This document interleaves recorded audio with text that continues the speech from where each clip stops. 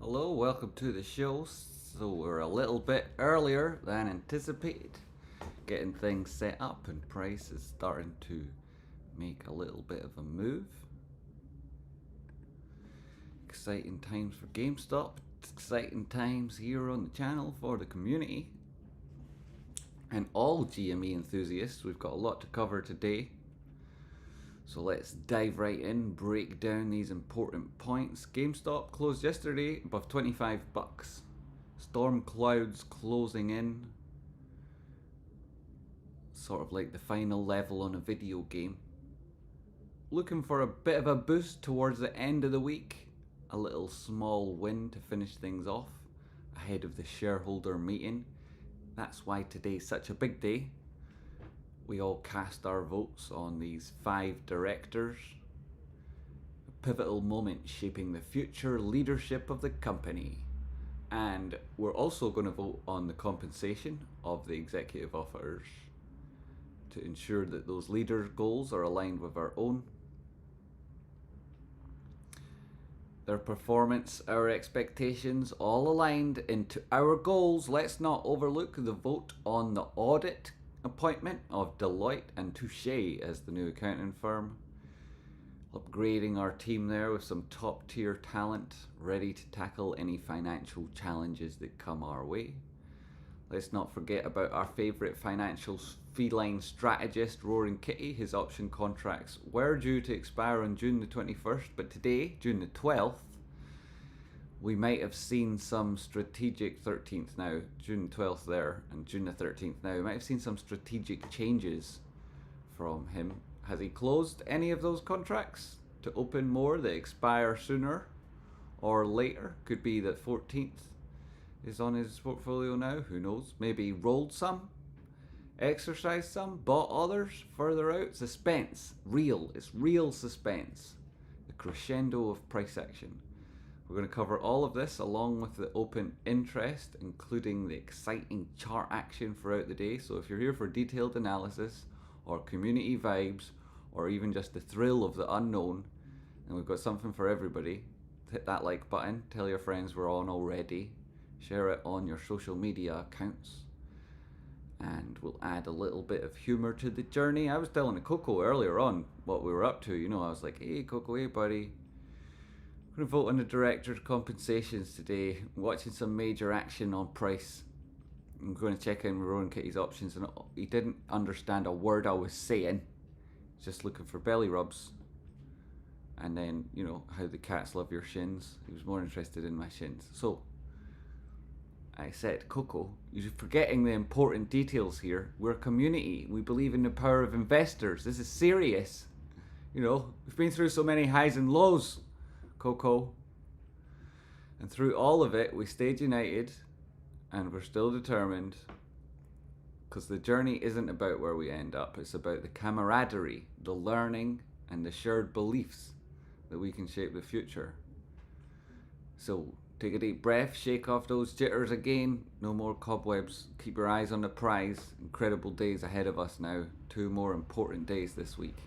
No matter what happens, we're together, sharing thoughts, supporting each other, and keeping the energy high.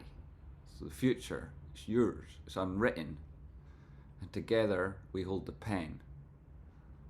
Take it to the moon. This is price action in pre-market. 26.97. A bit of a rally on the go now. Got a news report there. Would you like to read it? We certainly can do if that's what you're up for, reading the news. 4-hour time frame, putting it in context here. Strong move after a wick low previously here. We're on electronic trading hours, but it's exciting. Shares are rallying. The article didn't load very well. Another glitch. It never ends, huh? Never ends. Back to the 15 seconds. We've got targets to the top side on the 15-minute time frame. You can see those most approximate below at 23.68. A couple of bucks below yesterday's close. It's possible we could get there and lower. There is this area on the charts that if you're not on extra trading hour data, you can see it's a little bit of a gap. Below that we've got warnings and I would caution everybody who follows me to manage their risk in all possible ways through stop losses and capital exposure, with that element of your position which is speculative and for trading, because price action on GameStop could easily dip to $16 and change and eventually might come back to $10 and change. And that's something that a lot of people believe, who themselves believe in GameStop. So when you're caught up in the hype and you've got one story to follow and that story is the one you want to hear, then sometimes you can discount the probabilities of things happening that would be going against your beliefs. And in around $16 and change, there's a lot of people bullish on GameStop looking for that retracement. Likewise, there's people looking for it to come back down towards 10. So it behooves me to tell you guys that that is where price, if it does sink down, could easily go to. On the flip side, if you're looking for price to move back up again, you've recovered to 236 from the most recent oscillation low, and the 382 back up at 28.24, also confluent with a 236 and a 50% retracement on different fibs. And then you've got the 50% retracement on this most recent oscillation high back at 33.62. If you break that, the next target is 41, then 49.56. A little bit of support and resistance in between that could lead to congestion.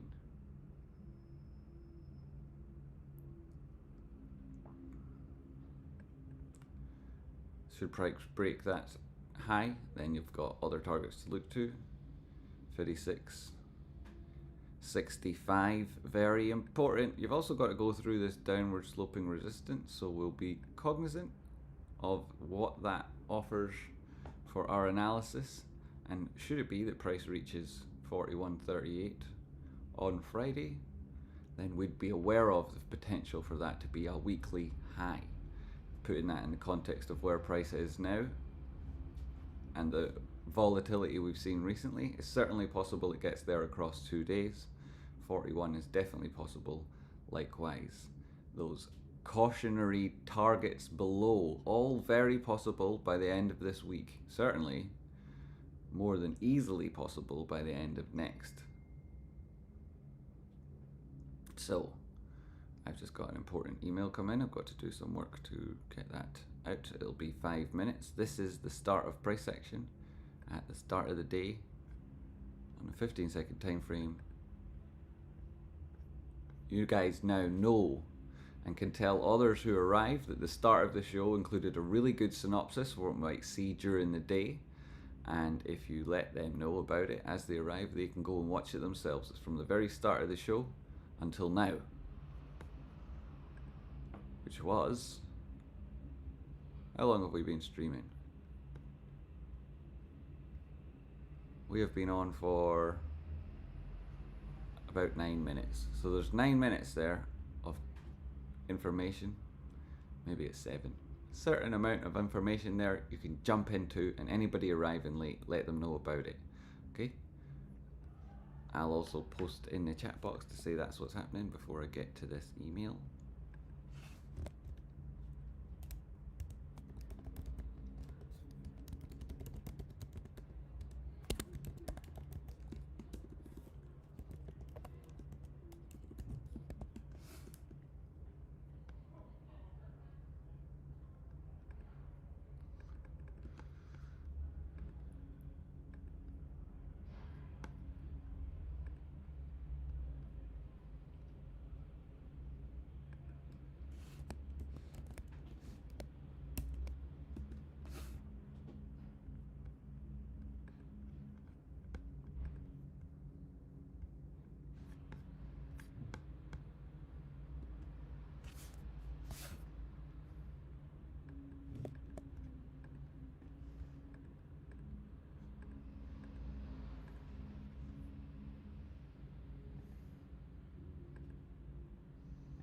Hello.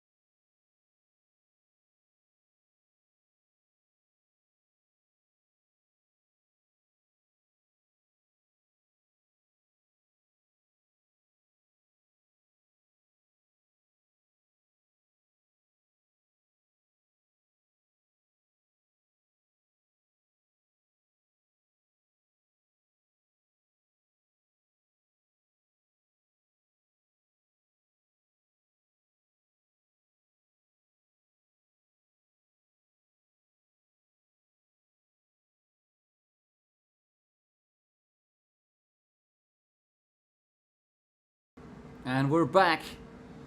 So is price. This is a 15-second time frame. Put it on the minute time frame. You get a couple of targets ahead of you. This initial target at 28.30, that is where the horizontal meets a diagonal. That horizontal comes into focus better here on the 15-minute time frame. You can see we've slipped below what was potentially the important trend line. Also shows the gap and the targets below should things go worse. Though hourly though, get a slightly clearer picture of where previous price action has been. And then we go into regular hours here, and we haven't really traded below that support line during market hours. So positive moves for GameStop at the start of the day. An hour and a half until the shareholder meeting, I think. Questions in the chat box. Where is Trace in Scotland? 2:29 p.m. He is here, Dartek. He is here. Afternoon to some, morning to others. KT with the message retracted. How mysterious. Someone remember, wake up Steve. Nobody, I don't know. Did somebody quick get Steve? He's kind of important right now. We need all the help we can get. His beak is as good as any. Need a mullet for the big day, Jamie. Yeah. Good to see you, Dartek. Yeah, I'll get the mullet out for the shareholder meeting. You know, stay in disguise so that nobody recognizes me. Thank you very much, Shane DeBoost. I am here now, and I wish yay, it worked. Thank you so much, Shane.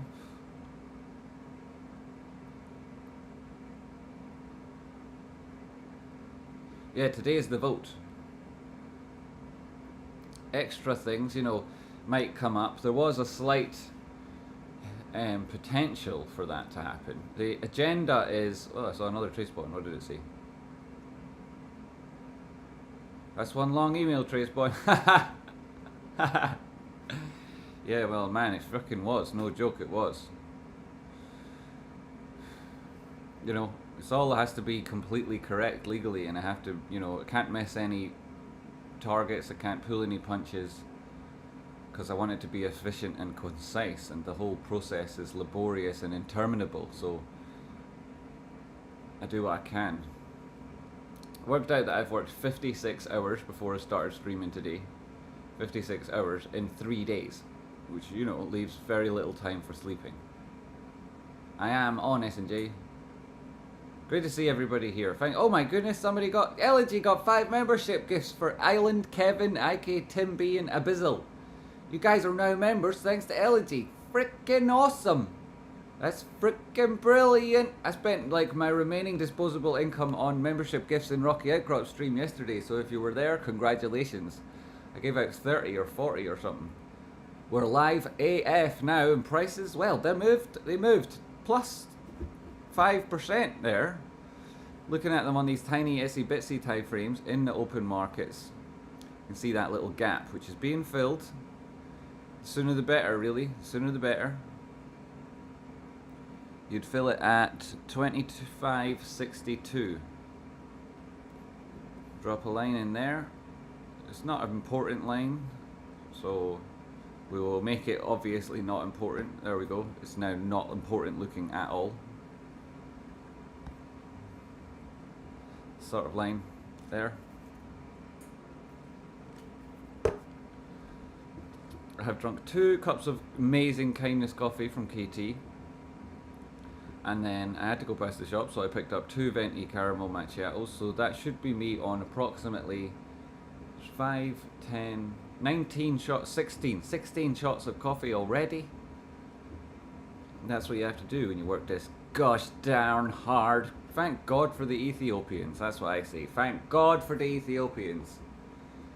And their amazing beings. GameStop doing well. AMC up 4.48%.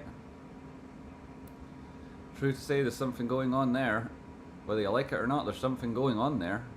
Lisbon, fucking amazing. It's up 0.18%, which is amazing. I love that. Now it's increased in value by 0.0011 cents, which is amazing. That's amazing news on Lisbon. It's amazing. It's my favorite stock in the stock market. Happy to look at lisping for people when they ask. Best stock in the stock market. You want to know about GameStop and this gap, you're scared. I suppose I should do it the way I normally do good gaps, shouldn't I? I shouldn't use an unimportant line, I should use the gap drawing that I use. You can see price slipped in a little. And now it matches up with these other gaps. See? Whoa, get back over there. This is a neat little chart, isn't it? Neato. Yeah, this is all disaster scenarios on this guy. I forgot what we I'll not go down there too much, don't worry. This is below 23.50 or so. That's where the 236 comes in. And on that 30-minute time frame, you have to stretch it out to see this positive candle because it's ever so slight. And there's that gap. We probably won't have that artifact on the chart for long, but if we do, more the merrier, because it means price is only going up from here.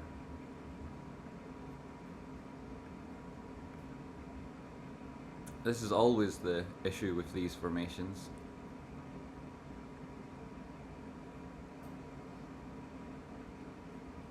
You don't actually have your head and shoulders here, but if you did,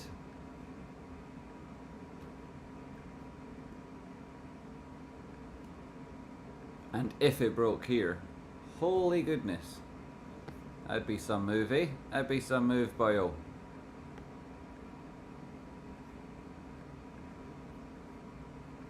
So let's see, does price do something bonkers, or does it do what it's been doing for a while? And just go sideways. Yes, that is the air fryer. You can hear some chips. I decided I'd eat some chips. You know, I ran out of chicken, but I've still got that peri salt, so it's on the chips now. Right? One dish? Yes, peri. You can have chips, any chips you want, as long as they're peri chips.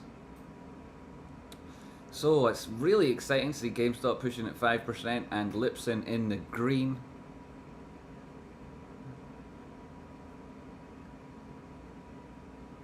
Meeting this resistance line at the same time you're at the top side on the RSI, bottom of that bullish control zone.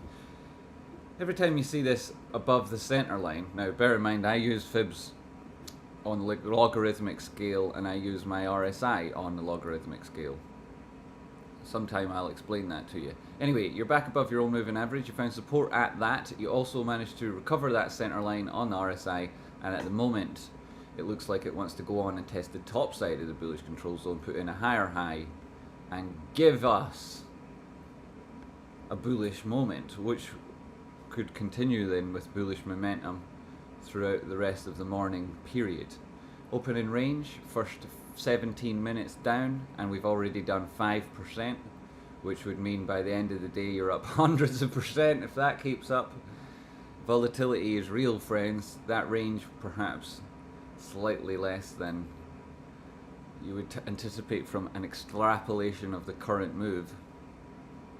If you were to put this in the context of that most recent breakdown, you might be using this Fibonacci, and as you can see, breaking out of this formation as always leaves you to a fake out zone, and the fake out zone is the prior highs within that move that just managed to push up there. There's also a not important line, but that's where you would first touch, having broken this downward sloping resistance, if you were to later retrace back into that formation, which would be bearish on the short term. If you do keep going, then there's the turnaround point, which comes in at a previous peak and a golden pocket, and we'll be keeping an eye out for what price action does should it move in that direction.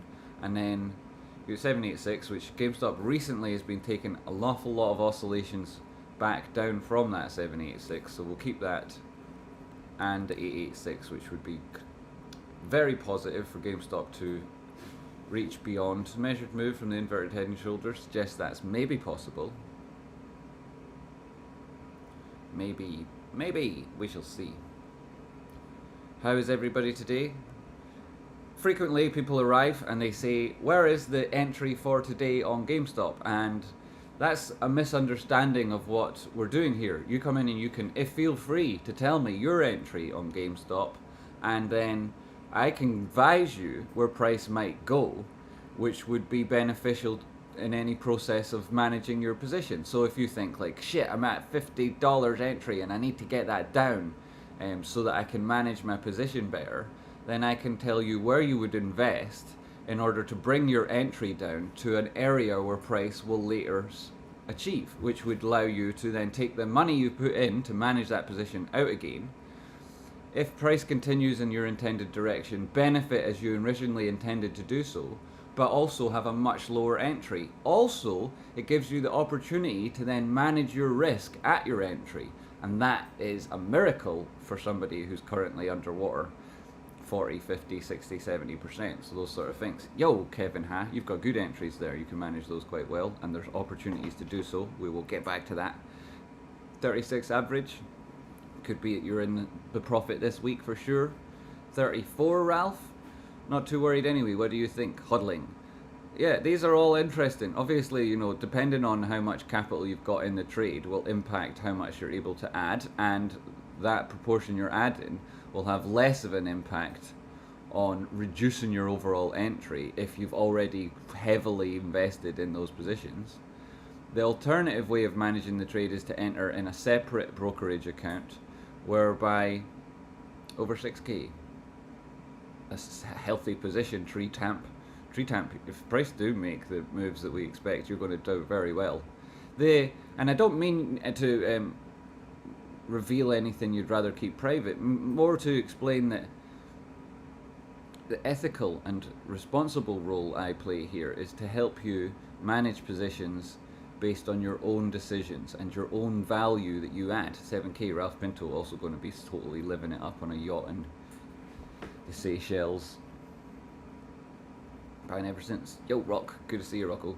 So that's what I'll try to do. A lot of people jump in and are like, what's the targets on GameStop today? Or where can I enter on GameStop today? So the start of the video does cover some targets, and if you're arriving now and want to know where it might go, of course we'll get to it throughout the day, but also at the start of the show there will be, for you, and there is, excellent information with regards to targets and potential entries. But I can't give you a great entry because I can't understand the totality of your personality or your objectives.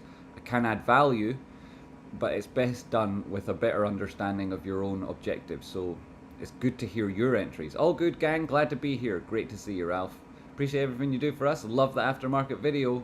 Good to see it. Thanks for checking it out, Ralph. Appreciate that. Is Theta Decay going to eat me alive if I hold my $29 call expiring for the 21st of the 6th?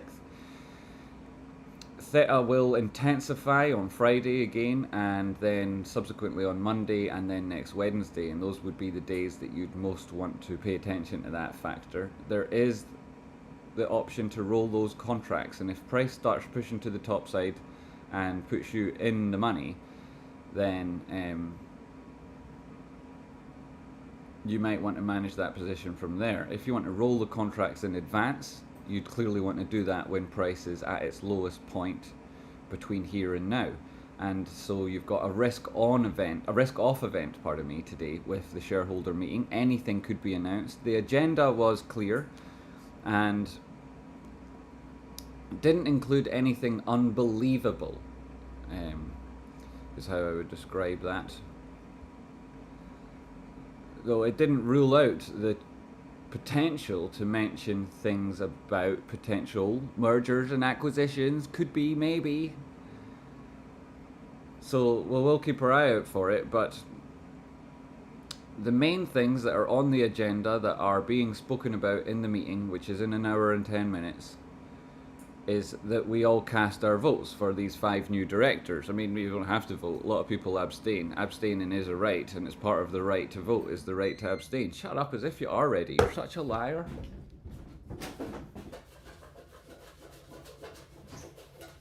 Oh my god, they're good. I'm not ready though.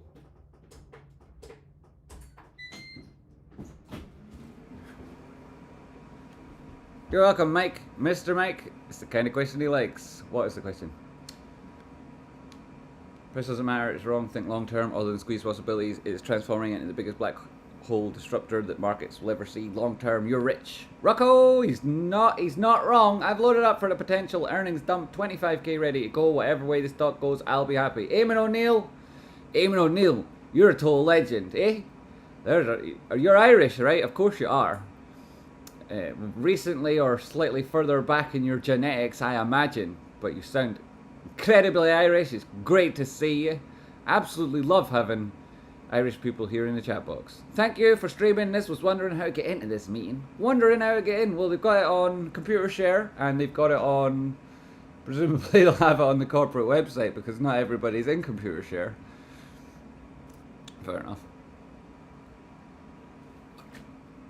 And I don't want to endorse something that does split the community a little bit, that philosophy on DRS and whatnot.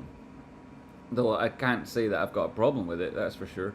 I just want to recoup my losses from last week and then watch the show. Kevin has a smart chap, he is sensible. I was looking for a live stream for the meeting, nice to see you're still streaming. Didn't see you since 21. Oh my goodness, R45H1D99. Bloomin' heck, I've been out here every day. You gotta subscribe, hit the notifications bell, and you'll always have me here, for sure. A lot of people who are only interested in GameStop have joined Rocky Out Crops Discord, and then you join the GME, the notifications thread about YouTube videos, notifications thread, and you can subscribe then to notifications for when I do a video, and then you can literally never use Discord in your entire life, and every time I do a video, as soon as that's posted, Discord will send you a notification that I'm going live, and if you click it, you'll get to this video. And it'll always work. It literally always works. So that's one way to ensure that you get the notifications. I haven't found a more reliable or better way, other than putting in loads of work and creating a platform for it, which I imagine itself would have bugs eventually. Aesthetic Decay gonna eat me alive. Eclipse Gamma Gaming for his calls next week.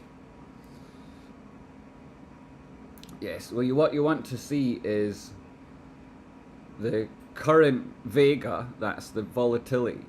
You want to see it increase, and you want it to be topside volatility, and for that to outweigh the impact of the theta decay. And the best place to see that, and the most intense impact on your position, will be as price approaches your entry and then crosses it. And at 29 bucks, it's definitely very possible. The target today, if price moves to the top side, is in and around your entry, and so they will give you the opportunity to either roll those contracts in advance, and we'll look for entries where that might be a good place to do it, or of course manage that position when you get there. That's what a lot of people will be thinking about. There's the alternative is that you buy this forward contract and then sell the current holdings as and when price suits you. So those would be the three ways of doing that. And there's resistance across the top of price action here. That's still true and will persist. As if price then slips back into this gap, we would ditch this idea of inverted head and shoulders. We don't particularly love head and shoulders here on the channel. It's just they're so obvious that we'll draw them in and talk about it, but we don't discount the truth about price action. It's this resistance line here. We're on the 15-second time frame. It is a downtrend, and we have a gap below, which could, and at some stage highly likely, does get filled. So we're keeping an eye on that. We're looking at the Lipsins up 1% already today. Man, I'm so excited for Lipsin. Honest to God, right? I get a headache because I've worked 56 hours this week. Now it's 56 and a bit. And as soon as I think of Lipsin, it's like a paracetamol. It's amazing. I actually have real paracetamol here to pop during the stream in case the headache keeps coming back. Can't see why. I've already had 16 shots of coffee. Why does I get headaches? Says you. Jokes. Right, so, not a joke. So you're looking at this, and we don't need RSI on there. We made the points about it. Got this resistance across the top of price action. And we've got the potential reversal on the cards. We've got a couple of questions in the chat box. I think I left it mid-scroll. Average 24. You're very close to your entry. Jutta Bale. I've got 40 calls for AMC, 4 GME calls, 1,000 shares of GME at 32 spot 115. 40 calls for AMC, 4 calls for GME. Well managed, well diversified, good to see. Typically people, when they're looking for diversification, would look for a distinct difference between their stocks, but you're looking at interesting things. You have to be aware of the fact that it may well be that you exit those positions at different times, you know, that not they both happen at the same time. Each would be dependent on its own chart. King Penguin, it's great to see you though. Hopefully I can help some more. Great to see you, Joe. You need to sleep, TraceBot. I do need to, but I can't, right? Like I can't, they empty the bins for the bar at like 1 AM, so I might as well be up streaming and working at that stage, and then the cleaners are in smacking stuff around at like 6 in the morning, and I've got like literal holes in the floor that are like to that place, you know, so the noise is insane, and like the best I could do would be 5 hours of sleep. Sleep is for winners, true story, Matt Johnson, but I am being denied the sleep that I am chastened from sleep. Bye. LVT. I have tried to join Discord several times in the last 2 weeks, and when trying to validate my cell phone number, I get a message saying the phone number is used in another account. That's because you've tried to sign up to Discord with that phone number and a different email address in the past. So if you can sign up with a different phone number, or find that original account you signed up with, which is on a different email from the one that you're trying now, then you'll be able to log in with your profile. But if you try to log in and use the mobile number which is associated with that other account, which you've tried to create at some stage in the past with a different email address and that phone number, then it won't link. It'll cause that bug so that you're constantly being told you've already got a profile, so just go and use that one, and it can be frustrating. So that's why it's important to either find the original account, which is associated with a different email address than you're trying to create now, or use a different phone number. And it's not something that you need to log in every time, and it's not something that you'll need to ever enter again. It's only to prove that you're a human being in that instance. So you could borrow a phone off somebody for that moment just to get that validation text and then type in the code, and after you've done it once, you'll never have to do it again. Serrera Discord link there, fastest growing community on the interwebs, true story, hundreds and hundreds of people joining every day. Thumbs up, folks. Thumbs up, everybody. Save some for Steve. He loves his chips. Oh, good thinking. Yeah, nah, Steve's not getting any of my chips. They're way too good. The peri-peri chips, too. Probably kill him anyway. And then I'd get done because he's an endangered animal. You'd actually train a monkey to do it. A monkey to feed the seagull. That'd be some... I'd get amazing views on YouTube if that was the show, wouldn't it? Hello from lovely Leeds. Thanks for all you do, Jamie. Great advice for everyone as always. You are much appreciated. Chainsaw Yeti. Great to see you. Leeds. I like Leeds because it's some part of England that's got like a distinct energy, you know. It's got its own vibe. It's got like the youth and dare I say it, you know, those darker markets, those things off the main high street. You know, it's got its own culture and its own vibe, and I really like that. Similar, that whole part of England's got that sort of thing, you know. I like it. Hello, Zap! Just wait a bit, he's catching up. Where is this message? Zap, why do technical artifacts exist? Is it a phenomenon of humans in a large group creating patterns? For example, large crowd acting as a fluid, computer trading, or self-fulfilling prophecy, TraceBoy? Good question, Zap. So technical artifacts and what they are. With regards to your question, I suppose the first point to make is that absolutely everything that happens on the chart is one dimension of price, and price is entirely controlled by human beings. Now, computer algorithms obviously impact price, but they're written by human beings, and their objectives are to satisfy those that belong to the human beings. So it's still them doing it, it's just doing it faster than they'd be able to click the mouse themselves. And artifacts themselves, pardon me,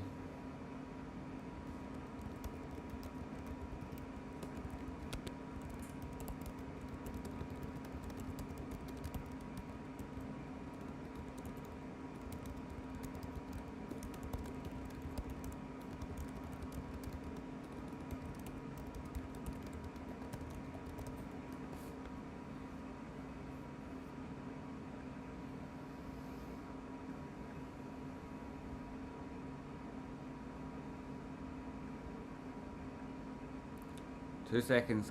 God, give me the thingy. Yesterday my mouse just stopped giving me a click for no reason. So I suppose I should be grateful. It could be worse. It's still artifacts. In technical analysis, we refer to unusual or irregular patterns that we see on the price chart as artifacts. They don't necessarily reflect the totality of all market conditions, and they're not speaking specifically to any particular trading behavior or strategy. Normally, people talk about them in terms of anomalies, but it's also true to say that they're used in more broad terms to describe anything that can be pulled from or picked from or spotted on a price chart. It could be anything from a pattern we see that we notice to be delivering a high probability of an outcome. It could be just a data error or a glitch, anything within that spectrum. So incorrect price feeds, data errors, glitches, chart patterns, or important distinctions that we can pull from a chart that would be different from the normal oscillations of price. So you could describe them as a quirky blip, but I don't mean to mislead or confuse anybody. When I talk about artifacts, I'm usually I'll try to identify that specific thing at the time. It's a good question. So they're like the unexpected guests at your party, right? You have a party, everybody shows up, and then there's like a couple of people you don't know. They make a bit of a mess. They can be quite distracting. They've got really loud, obnoxious jokes.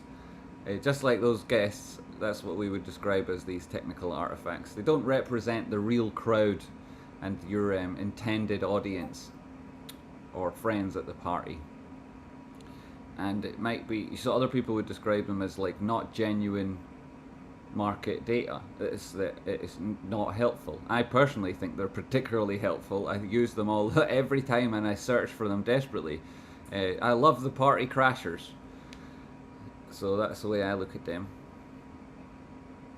They're out of place anomalies on the chart. The guys in the business suit at the beach. The unexpected blips, those quirky flips. Yes, it can very much, Tom. I've got some targets at the start of the video. If you go back right to the start, there's 5 minutes where I describe where the targets are today, where you could possibly get in, and where we might like to see it go to at the very start of the video. And if you watch that and then come back to now, and you're welcome, Zap, mate, and if I can help more, I will. If you come back to now and ask questions like Zap did, or fill in more of the blanks, or you've got something that I didn't quite get to specific to your position, just tell me and I'll try and get to it, Tom.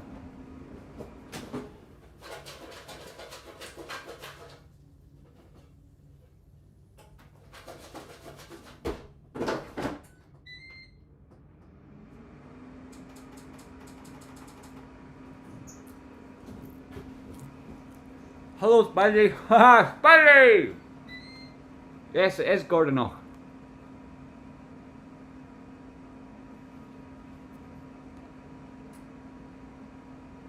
So, they're not the actual party goers, these artifacts. 1 hour of the meeting. The artifacts will turn up late, obviously. Don't be an artifact.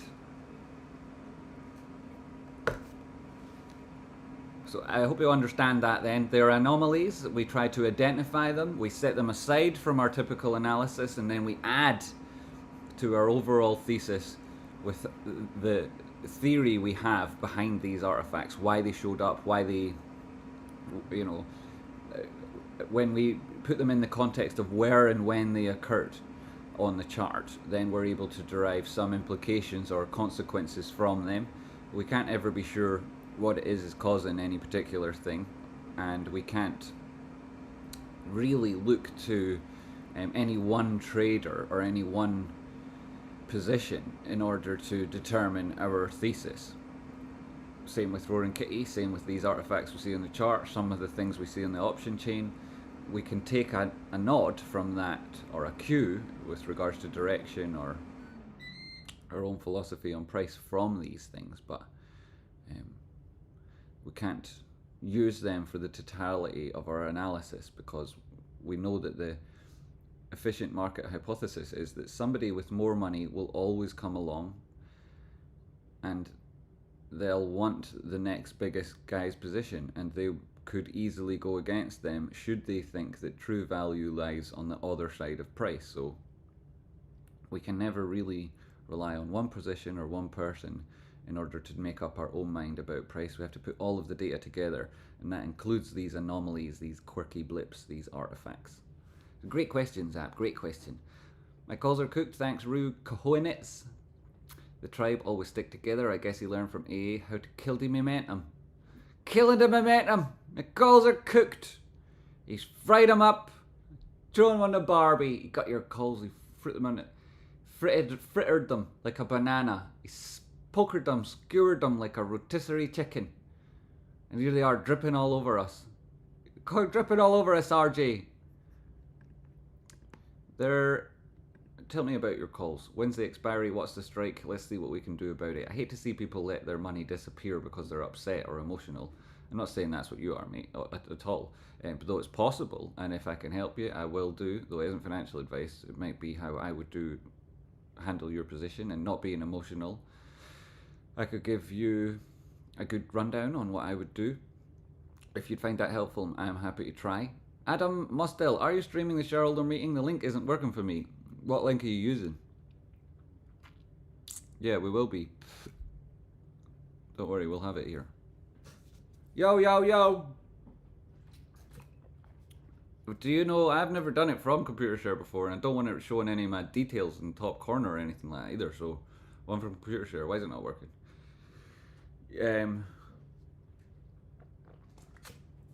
We'll have people streaming it on the Discord, and I'll be capturing that screen and voice and audio there and showing it here as it happens alongside price and discussing things about it. So we will have it covered.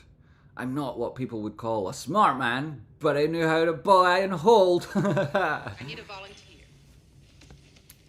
Come at me with an imaginary knife. An imaginary knife. None your business. None your business, Googly. I think their servers can't hold the load. It took me a few minutes to get it to work. Good shout. Some kind of ghost. Good point. Good shout. Good information. Lols, Nunya. Yes, Nunya.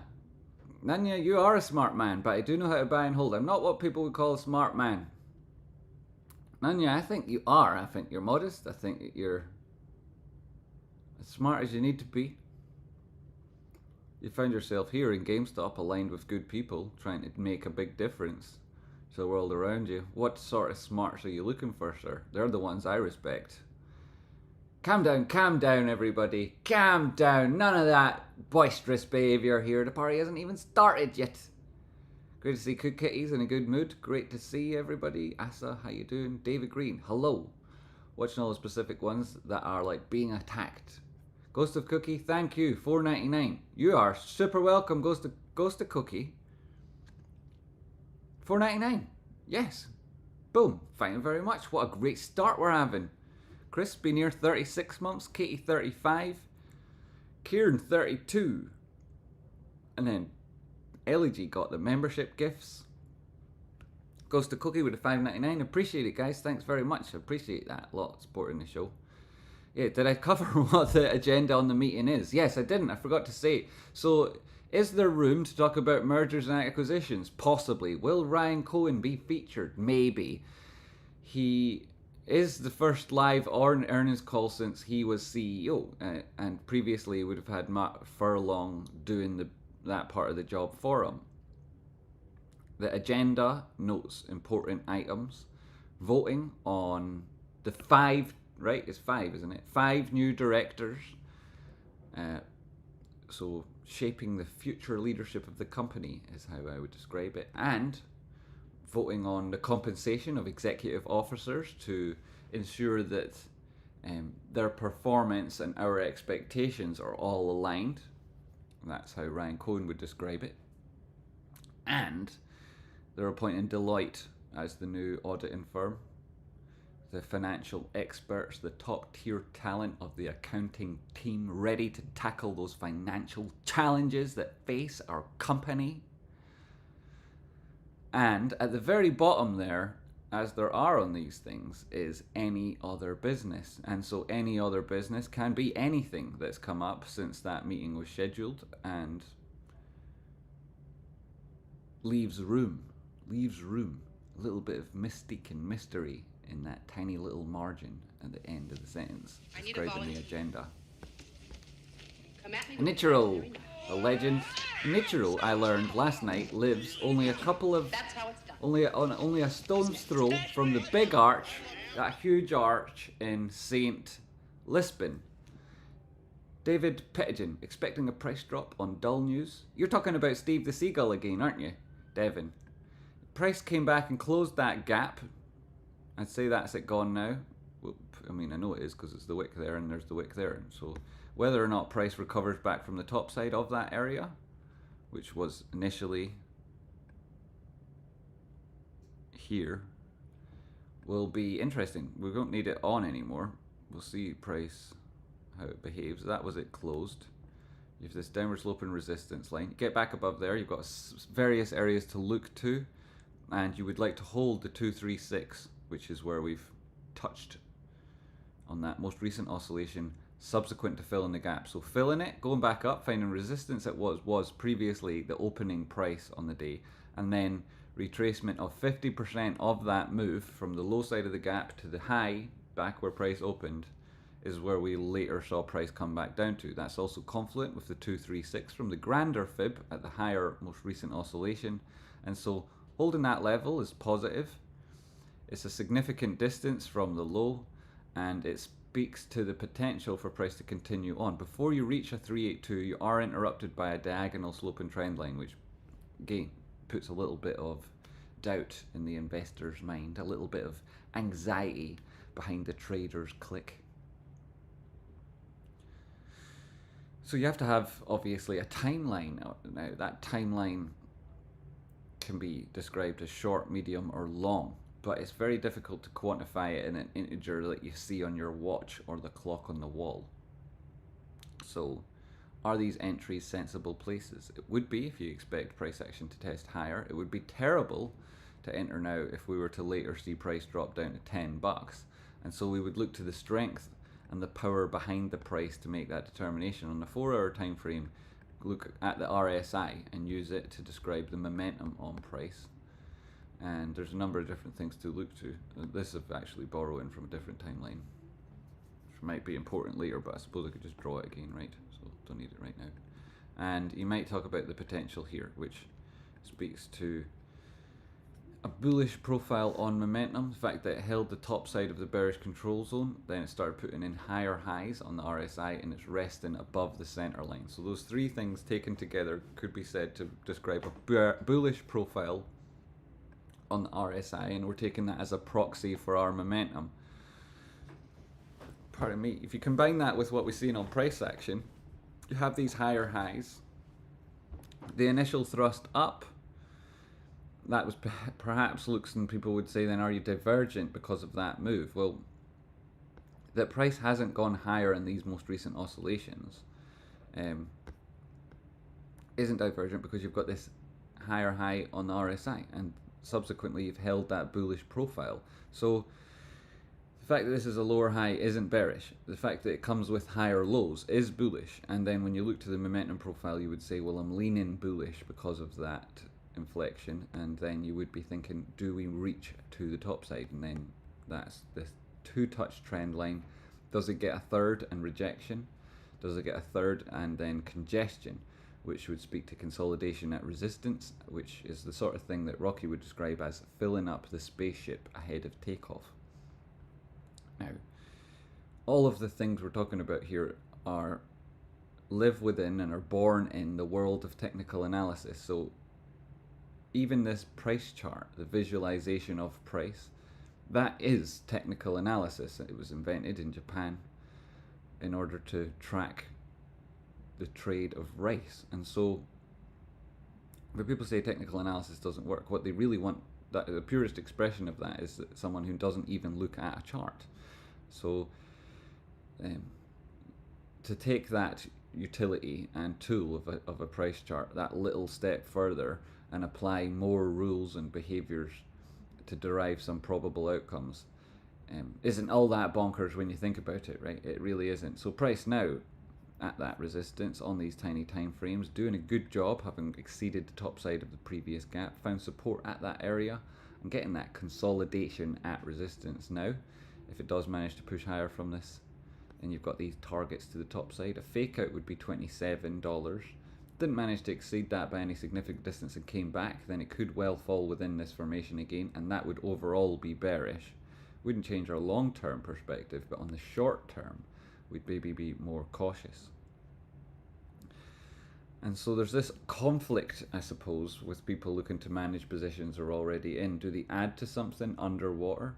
Do they do it when price is at a low and trending lower? Or do they do it as price is moving to the top side and putting in a reliable uptrend, which likely leads to further continuation, and so price moving towards that area they want it to as they're buying the thing, rather than moving down the way and trying to catch price as it comes to you. You do like it coming to you, but you like it coming to you at support. And so where is the support that's most relevant to your targets and position and how you want to manage that trade, and what are your objectives from the trade?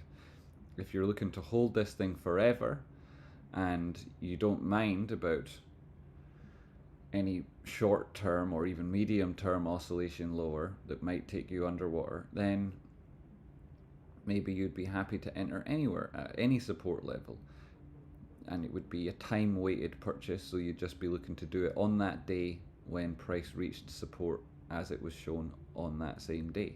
And you might do that every day or every week, and we can look to those prices on the weekly time frame. You can see the lower closes candles on these things. This week here so far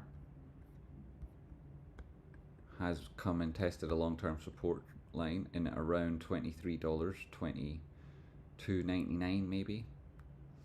That's definitely somewhere people will be looking to. It's also true to say that there was a low within this trend previously. It came in at around $18 and change, and it could well be that price wicks to that area, closes a gap it left at the time, and then continues on up again. So that's something to consider, but price would be moving down, and so that might not be your way or strategy. On the daily time frame, that same idea, you have the same areas. It's just this most recent price action has all been caught in this little curved bottoming out low, meeting that horizontal and a diagonal. Looking left to 50% retracement. A lot of people would say on the daily that this is close enough, and close enough is good enough. If you're to put on the Rocky Outcrop toolkit here, 50 simple, 200 period moving exponential, all of that important cluster of moving averages is found down around $19 or as far as $16, and there's a big range in there. Whereas if you get a negative day followed negative sentiment and bearish price action, which is anywhere near the equivalent of those moves we saw yesterday, or a downside equivalent of the strong upward move we saw the day before, then you would be looking for targets in at around 18 to down to 16. That's very true. It's also true that there's a golden pocket retracement, and that gap and a 50 simple are at around 1950. So could it be that that's as low as it gets? Maybe. But those would be the retracements that you'd be looking underneath initially, first place. Any lower, $17, $16.75. And if that doesn't hold, then you have an area in at around $10 and change. It's the prior monthly low. There's an artifact there that might eventually get filled. There's a couple of reasons why people will look to those. Rocky Outcrop toolkit defining them for us, as you can see, fair value gaps. And I put, and a number of people here in the chat box who are becoming increasingly fantastic at trading, it would put a lot of emphasis on those fair value gaps. Happening now? Not necessarily. Eventually? Well, when price is trending in that direction, yes. So the question then becomes trend, and there is a degree of ambiguity to trend. On the weekly time frame, I would say, with this higher close on the body and these higher lows preceding it, that you're in an uptrend. This wick mostly being a rejection wick, because the body closed so much of a percentage retracement back from the wick high, and the body itself is such a low proportion of that total candle compared to the wick that they would be described as a rejection wick. But the reason that we talk about it here and find it so significant is it's back above a 200 period moving average. The close was above it. We later had an open close above that area, and now we're getting open, close, open, and potentially, if this week finishes back above $25, another close, which would be open, close, open. And that's what I think is a confirmed break. We can also describe this wick as a very enthusiastic retail crowd picking up on Roaring Kitty's positions and jumping in when there wasn't necessarily the available liquidity for everybody to maintain the price equilibrium at the time. So that increase in the demand relative to the supply led to a price spike. Later, supply caught up with demand, partly due to market makers, liquidity providers, and people selling out those contracts that were long or taking advantage of that move. So I don't necessarily term it as bearish. The price action that caused that wick to close as a body would have been bearish, but the candle itself was positive. So in the context of those which followed, I'd say that really overall we're still looking as traders for continuation and that to be a bullish move.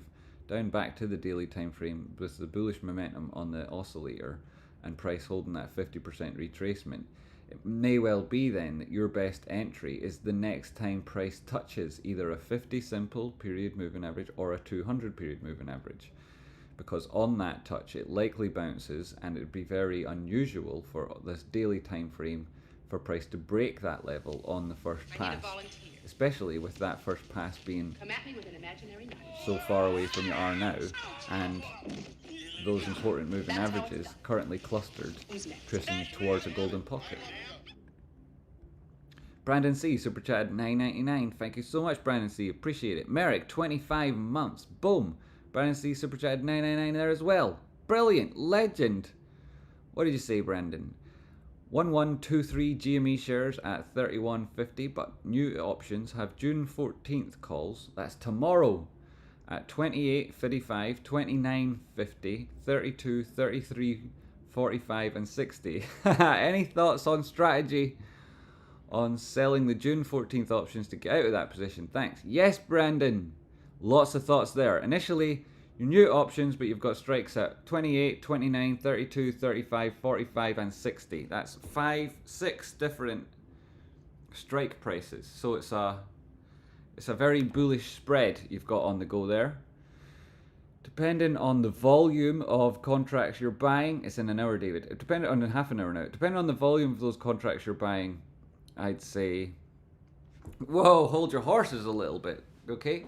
You don't need to go so full in there if you're brand new to the thing. Also, I'd say that when it comes to the risk and the danger of those positions, obviously those with the higher strike are those that you would be most concerned about. So if you do get price moving up violently and quickly, those would be the ones that if the price, your position, the premium you paid was being exceeded by the value of those contracts, so you could sell them and get out, even if they themselves weren't in the money.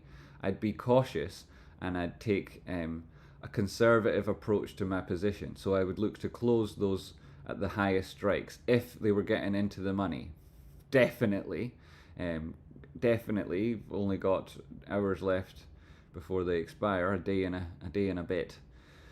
So I'd be very cautious about holding on to those. In fact, I'd ditch them if price started making big, strong spikes up, because your volatility would increase, so the underlying value in those contracts would be impacted by that dynamic, and the value of your contracts would go up, and maybe they get back to the price you bought them at. Maybe they're already above that, in which case I'd be looking to shift those on, reduce my risk, and reduce my exposure to the option side of things now that the week is ending and that theta is intensifying. So I would look to manage those positions if at all possible, that it looks like you're going to get back in profit, then I'd definitely try to do it. The problem with time value in a contract, and a contract that's out of the money, that is, that the shares are not yet trading at the strike price of that contract, is that theta intensifies even more for those particular contracts, because there's so little time left and there's such a large price range to cover to get you and those contracts to be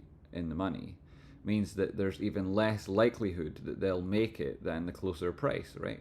You would need a higher degree of volatility to make it there, which means that should there be a quick spike, a big push up in a short period of time, that's prices dispersed over a large range and a short period of time, then that will add to the value of those contracts, even if they haven't yet made it back into the money. And it might give you an opportunity to get out of them, which is what I would try and look for and try and do. So I'd be paying attention at all times. I'd have that open, and I'd be looking to close those contracts out.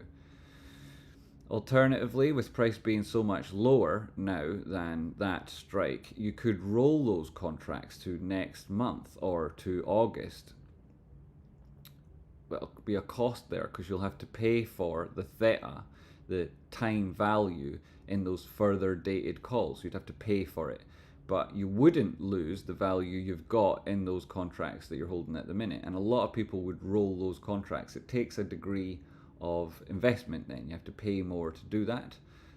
And it's something that a lot of people will be doing this week with their 21st calls for next week. Never mind people who are looking at these Friday ones. Had you been watching yesterday, you would have, or maybe if you were, the point I was trying to make about that yesterday was that on a Wednesday, it's the sweet spot. It's the day before the real intensification starts with that theta decay.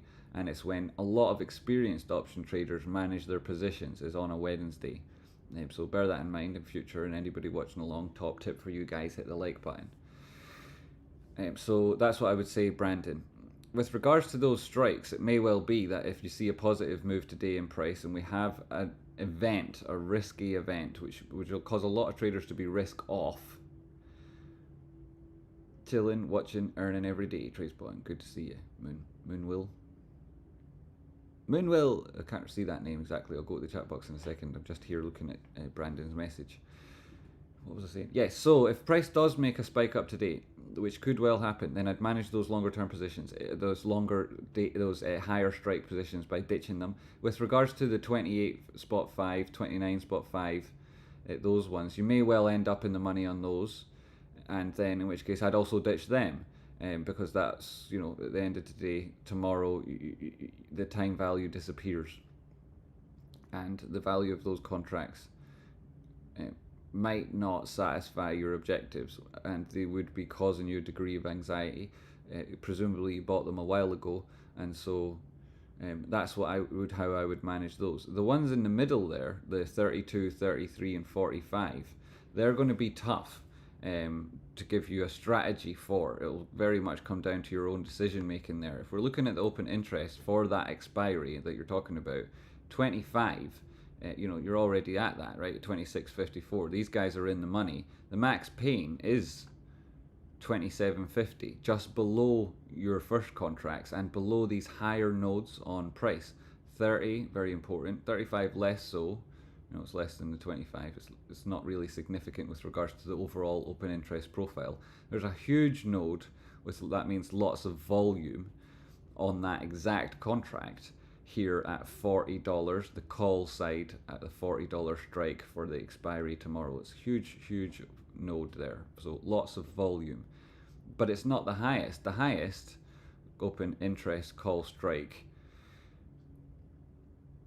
which speaks again to volume, not the highest price that anyone's bought a contract at, is $128. So as many contracts as there are here, which is 38,558, is nothing compared to the hundreds of thousands up at $128. And it's those people and those contracts which would, if it was me, I'd be really shitting it. Like, they're the ones that are in a lot of trouble. So like, there's how the other half live. You could be a lot worse off, Brandon.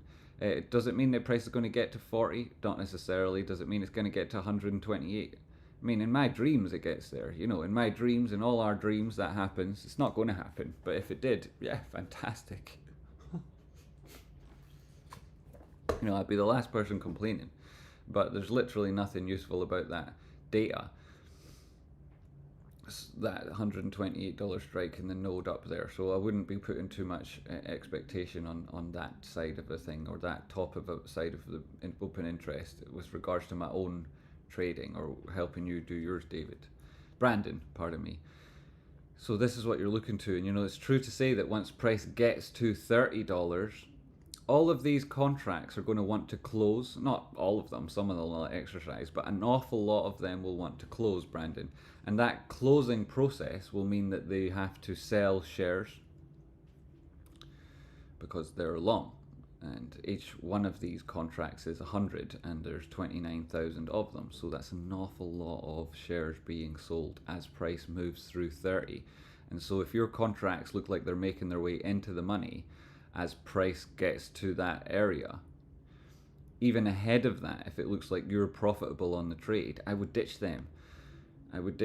Any of them I could in profit, because you're under the clock now. The kibosh is coming, and it's on you to make the move. And managing your risk is at the heart of trading, not crazy, wild speculation, especially not when time is running out. So that's what I'd be looking at there.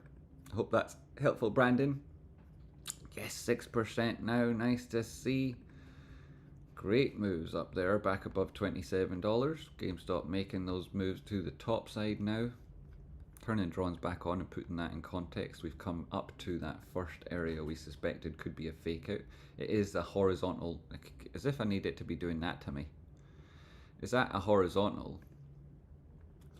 Which a lot of people would be cautious about, and some of those $30 calls, they'll be bought at a place where this puts those contracts in profit for the person who bought them, despite the fact that they themselves are not in the money.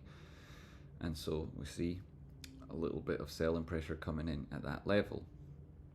That price has broken out of this downward sloping resistance. If it now maintains this bullish position, in that it could be defined in a number of ways. Primarily it's holding above this downward sloping resistance level. There's also this previous peak, and if price holds there, that would be bullish. That would look like a retracement and a bounce, and that could be bullish, which leads to a breakout later. If that doesn't happen, obviously you've got that diagonal trend line and another test of it, which could lead to a recovery and then a breakout, and would be expressed as a continuation of what we saw when it went through that diagonal. If it comes back into this formation at this stage, that would be bearish. Come at me with an imaginary knife. It can just go straight up, right? That would be ideal. But these are the things to be aware of in price. Who's next?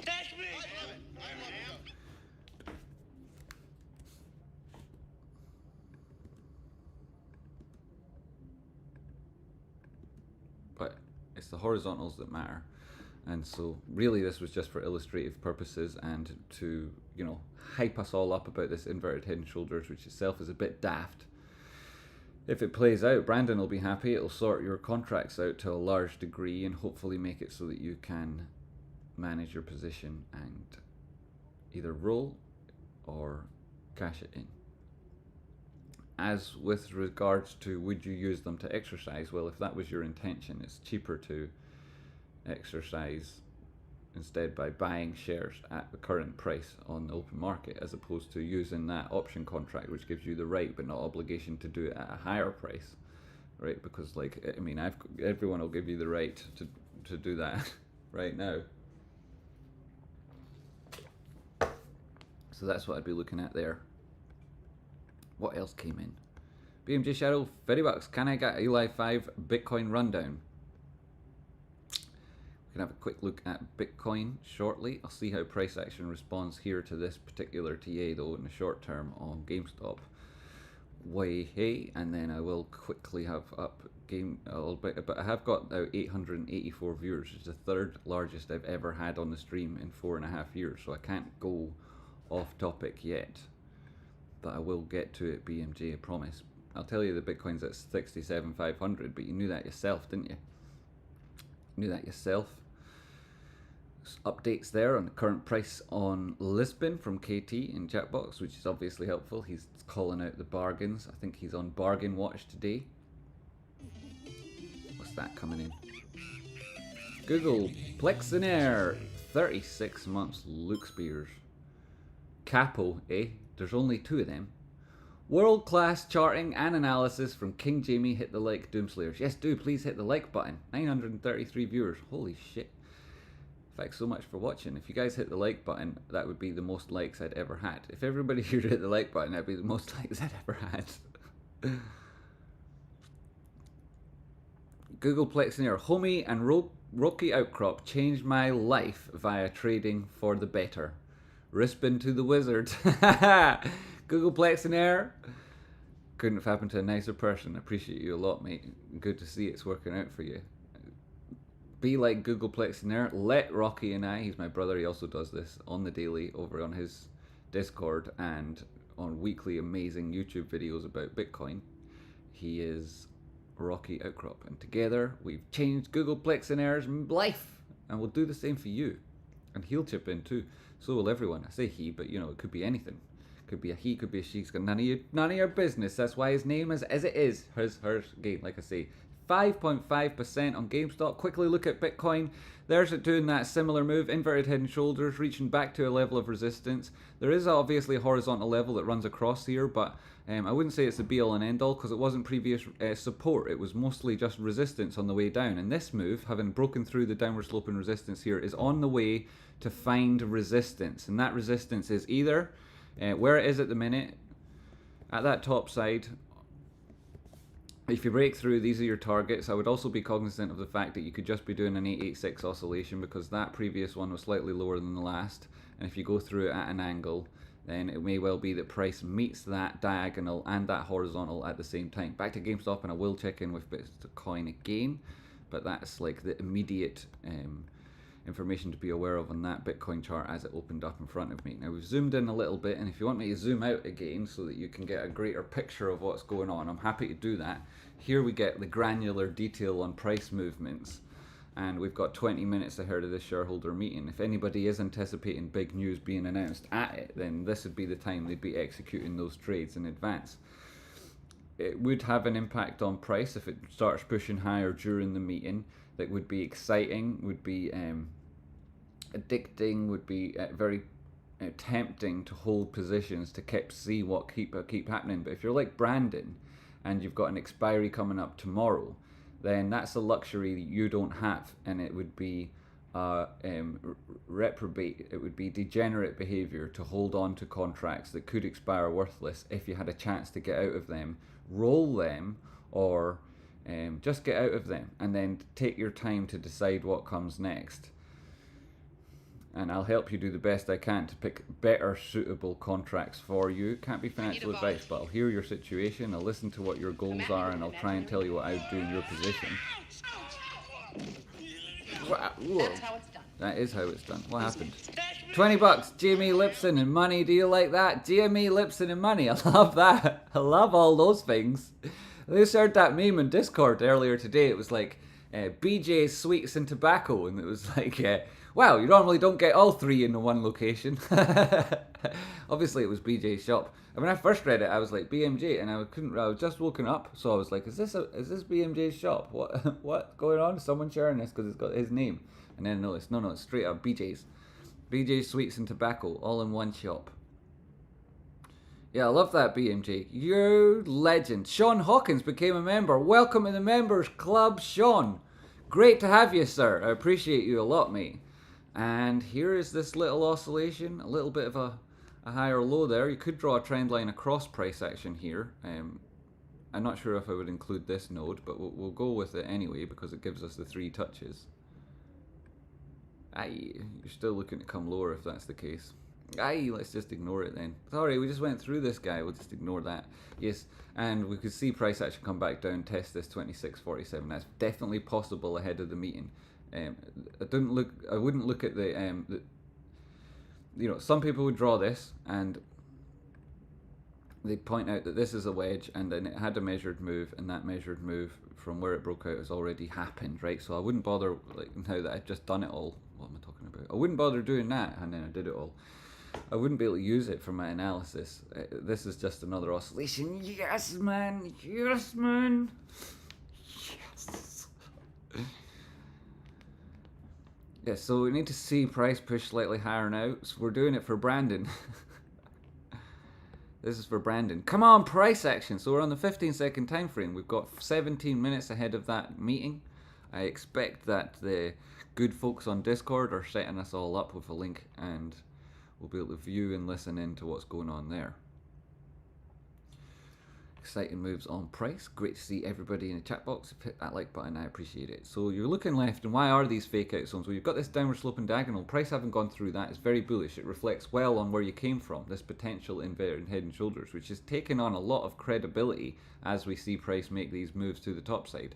This itself is a fake out zone. It's the first peak in price having beaten that diagonal, and it gives us a horizontal to work with. Break that, then the breakout might be confirmed.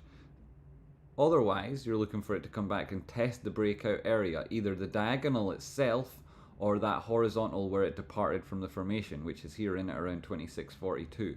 And if we turn on the oscillation, the RSI, to check the strength of that oscillation, you can see that so far it's a lower high on the RSI, and we got a rejection at the bottom of the bullish control zone. A lot of people then would be saying this is a failure swing, but it's not. Look, it's pushing into that bullish control zone again. Confirmation would only come when you break the center line on the RSI, and that's not happening now. So for it to be a failure swing, you need to fail here, test the center line, and then break through it, and then you get confirmation of a failure swing. We're not seeing that profile at the minute. We're seeing it push into the bullish control zone, and the question is, does it start pushing to the top side and break these previous highs?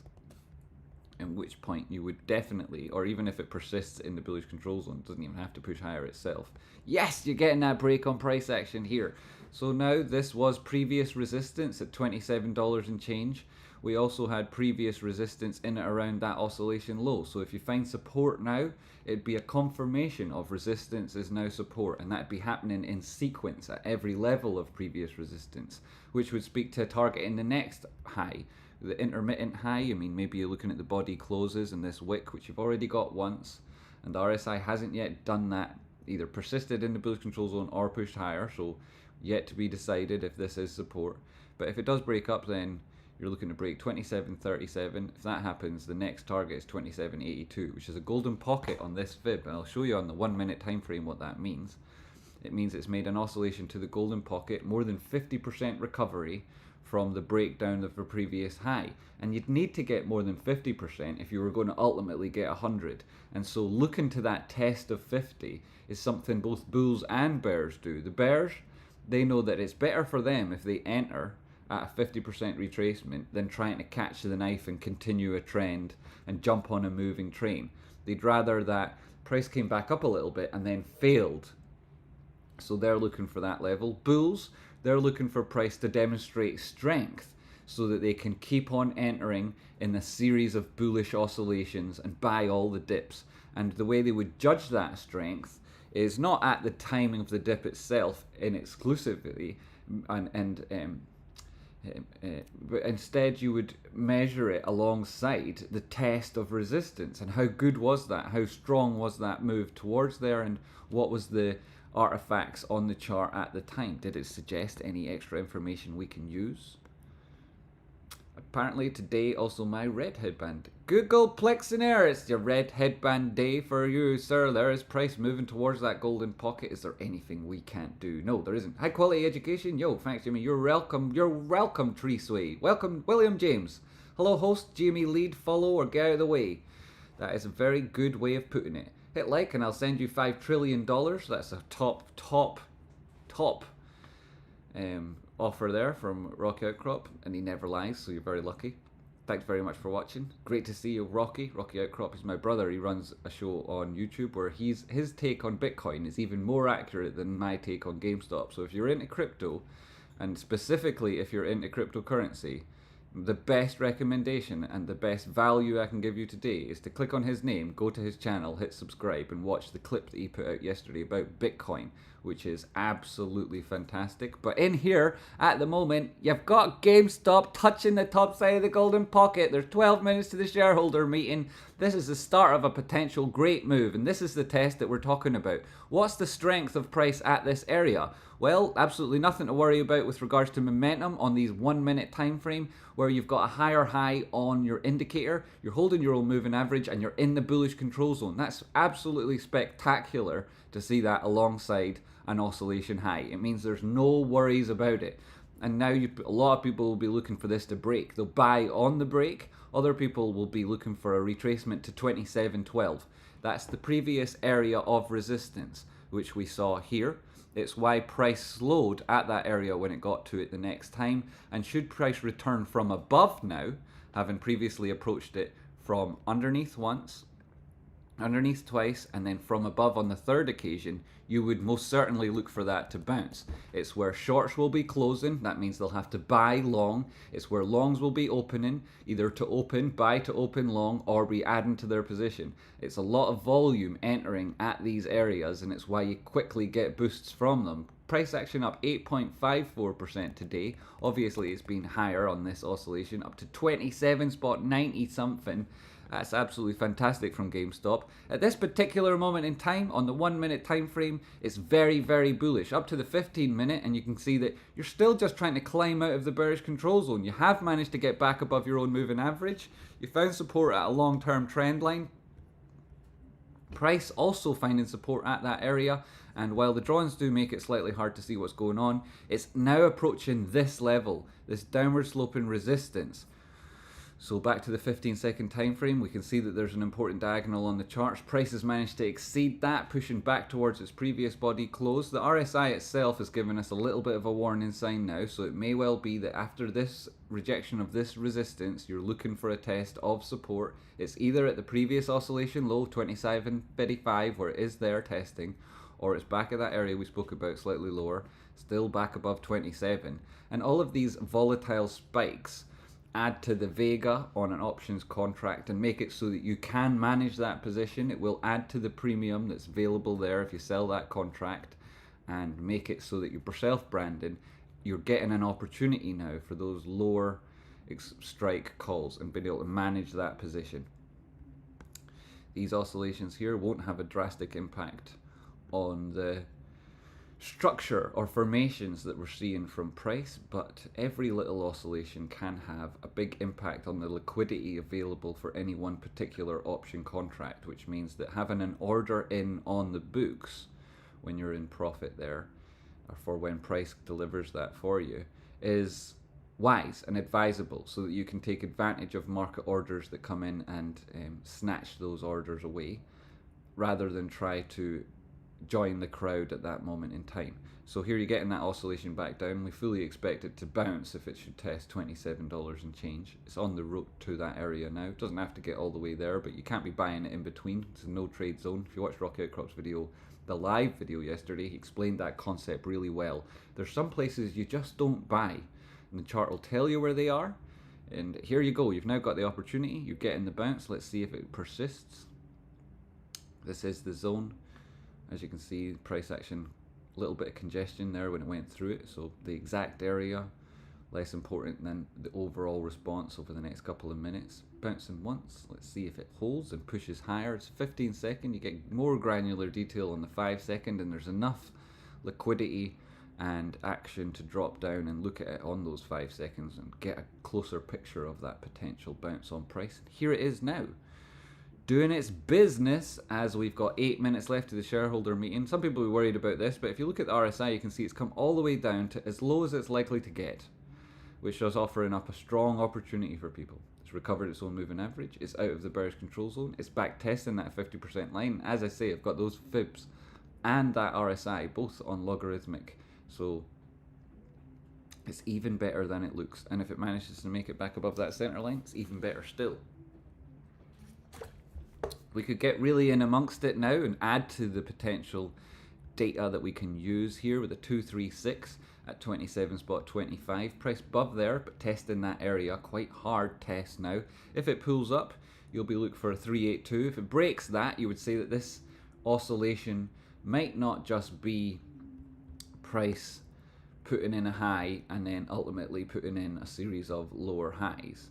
So you would expect to find a 382 and a lower high as the resistance then in around 27.37. If you were then looking for price to come back down into 26, maybe 26.30, then that sort of area would be your resistance. If it breaks through that 236, the next target is a 50% retracement. We talked about that previously. Getting back to a 50%, you need to do that if you're going to go on and do 100%. And it's more attractive to both bears and bulls to look to price breaking a 50% retracement if they're looking to enter a trade, rather than jump on a train that's already traveling at speed. So You hold this 236, then you're looking to come in and test that 50% retracement, which gives us a little range to look to. We'll not prejudice anything with those upward, downward suggestive drawings. Instead, it's just sideways, and you're looking at price between these levels as potentially ranging. Once it breaks out of this little range, you do have a stronger case to say with regards to your direction on either side of trade. So if your goals and objective is to see price action push higher, then breaking through the 50%, that's the first thing to do. Then you've got a golden pocket, and that's where very commonly price will turn around.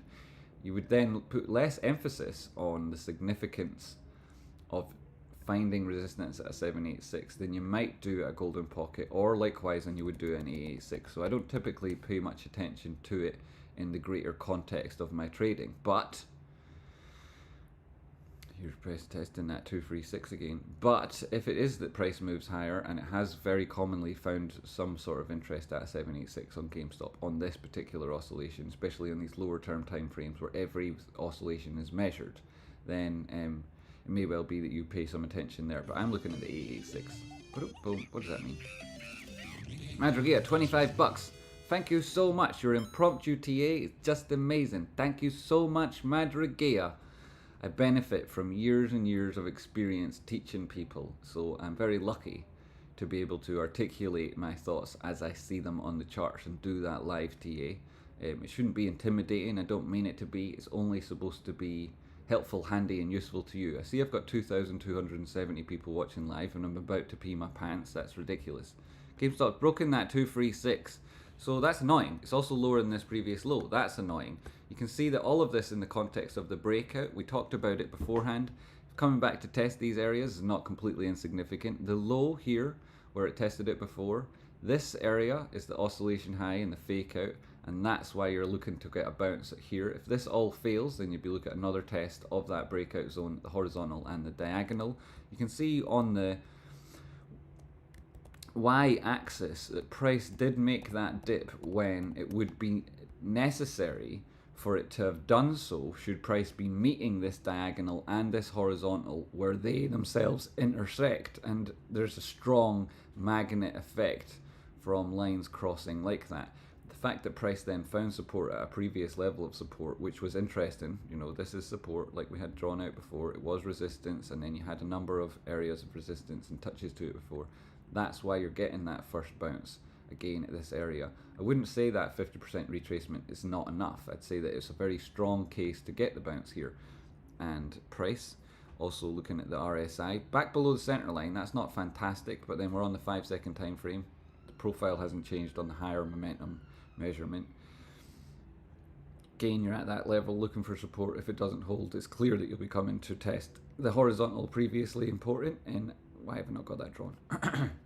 In 2670 and then down to 2650 if it breaks here. But the context of prices is putting in higher highs and higher lows, so even if that did happen, we'd be looking at continuation on a bullish trend and a strong area that a lot of people will want to enter at. If it is instead that you're looking at it as a resistance level, then what was the start of that sentence? You know, these are all entries, right? They're all entries. And if price pushes higher, which it's doing, then it'll be continuation of the uptrend. That uptrend defined by higher lows and higher highs. Anywhere back above 26 is a higher low. And on the next oscillation to the top side, we want to see price push back above 27.90 and change. Probably here to 28.50, where we've got another important node looking left. It's a number of different reasons for it. I'll get the 15-minute chart up and show you what that means in context. Price action between these two important levels. Turn off this guy because he's in the way, and you can see that you've got this long-term support holding price up. You've got this resistance on the top side which needs a third touch to be confirmed, and price might just go straight through it like butter, and that speaks to this tightening pattern on price, which is like a coil building up. This formation, when price reaches the apex about 75% of the way through towards the apex, then You're doing good and you're getting close. The shareholder meeting is in 2 minutes and we're going over there. We're just keeping an eye on price in these last few moments to see what it does at these oscillations because it could be in a potentially huge break up. Let's get that shareholder meeting going now on the charts. Is it up on the Discord? There's the voice channel.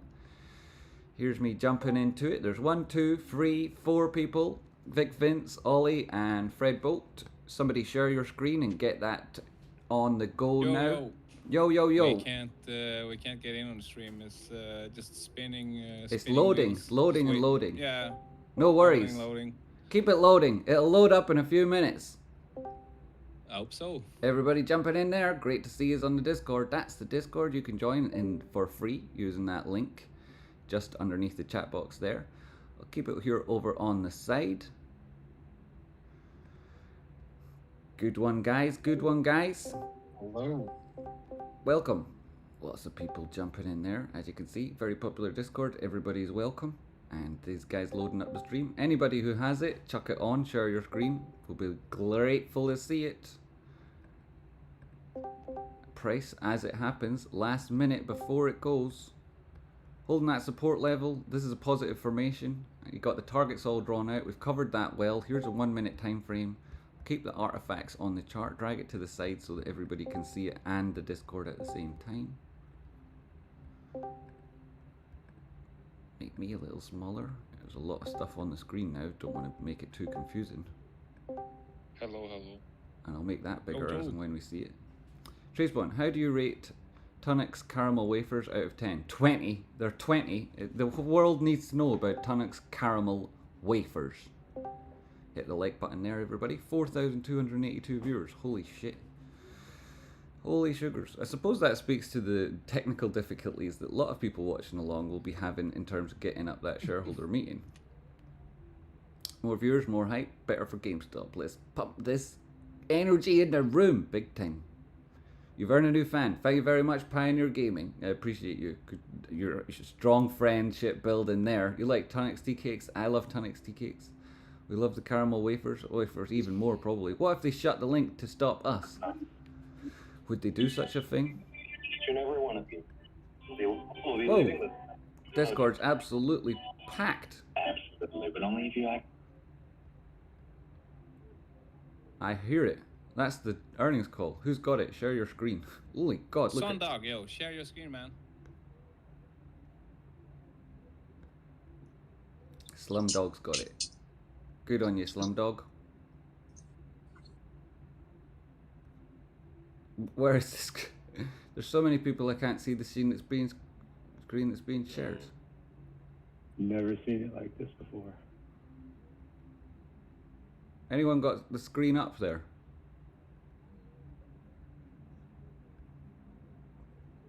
Am I blind? I can't even see Slumdog's name here.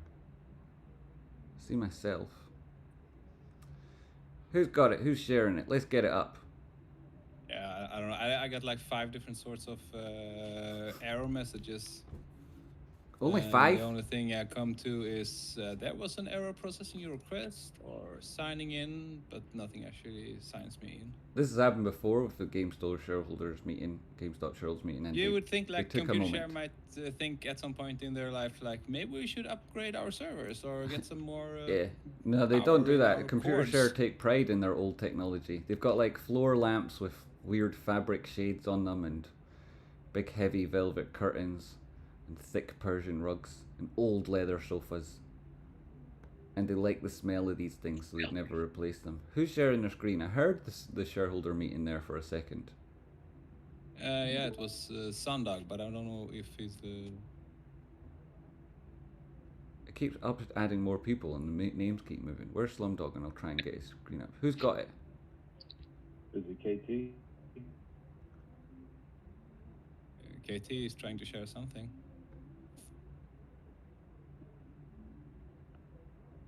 KT, I don't recognize your name here either. Where is KT at? Where's KT? Keeps changing because people keep joining. Watch the stream. This one.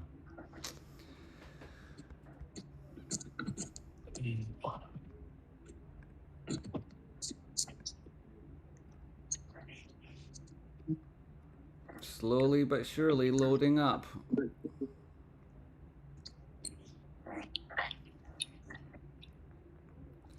In the meantime, Price holding those important levels, coming back to test that support, and it's got one touch. Put it in the 5 second, and we'll see these violent oscillations happening live in front of our face. That's as big as it'll get while tracking the stream. KT, loading your screen. It's taking a while with that spinning circle.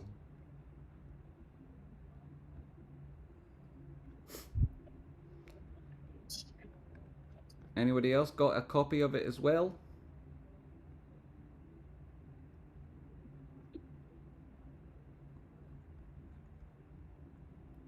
I didn't want to load up the computer share one on my own because I thought, you know, people will think that this is a... We're not very useful today, are we? I don't think it would help. It seems like everybody has the same problem. But I think they do, yeah. Well, we'll have it here, but among us, as soon as it's available, we will have it. Looks like KT's trying. I don't know why it's spinning. The Discord thing's spinning. Is that... There's a YouTube link I can post. Someone is actually in the meeting with like the... Cool, post the link. Forward announcement. Really, just get it up and share your screen. Yeah, that's like double screen sharing. In the chat, there's a link of a guy that's streaming it right now. Maybe you can take that, control of that. Gotcha.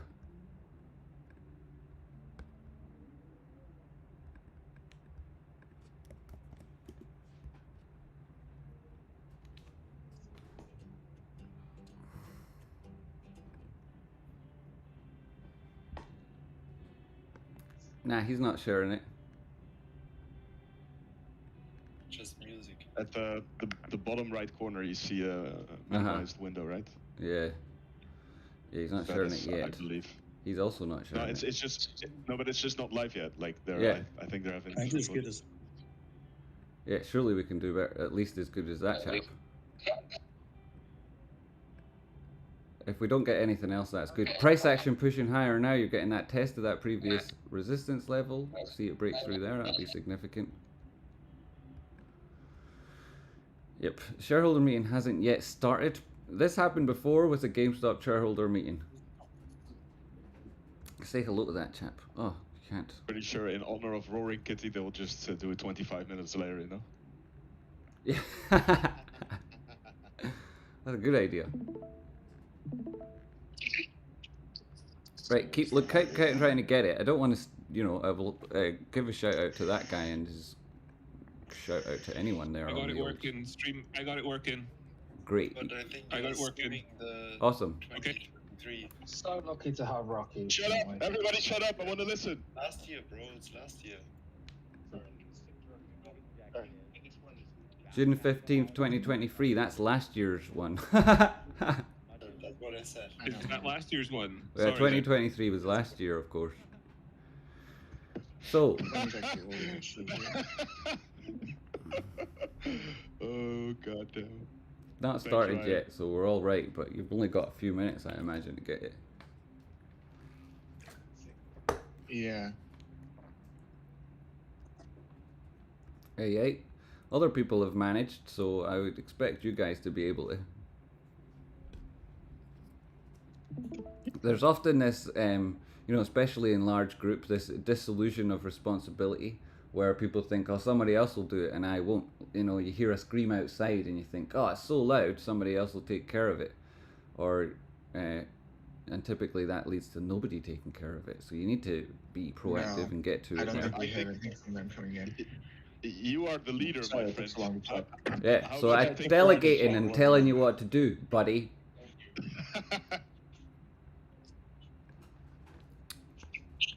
Hey, price action.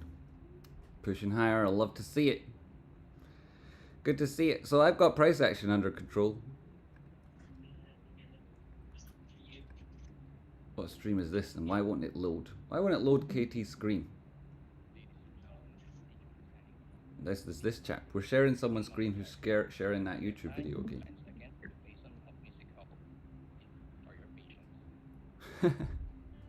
It's like Streamception times 10 at this stage. You can only go so many levels deep without getting stuck, you know. Can you guys hear this? Yeah, we can. Alrighty.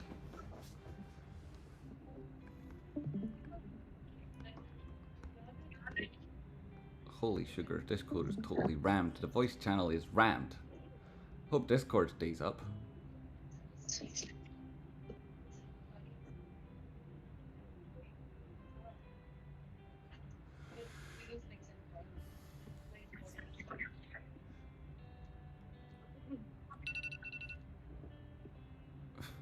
There goes the alarms.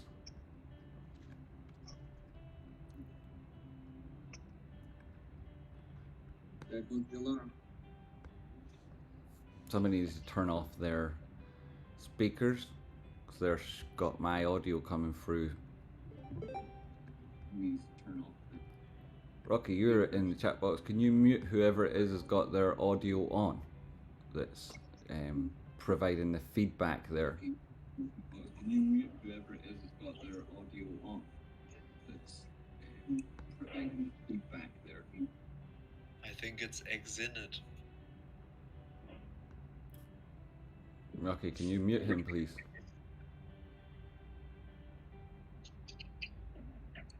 They're muted. Cheers. So that's Rocky taking care of his job, me doing my own. The stream is working well. Everything's working in terms of uplinks and whatnot. The shareholder meeting hasn't actually started yet. They do like to play really old naff music for a while beforehand, so we're not really missing anything there. We're all in an elevator together. That's what it's like, isn't it? Everybody, tens of thousands of us, on this elevator to the moon. Yes, sir.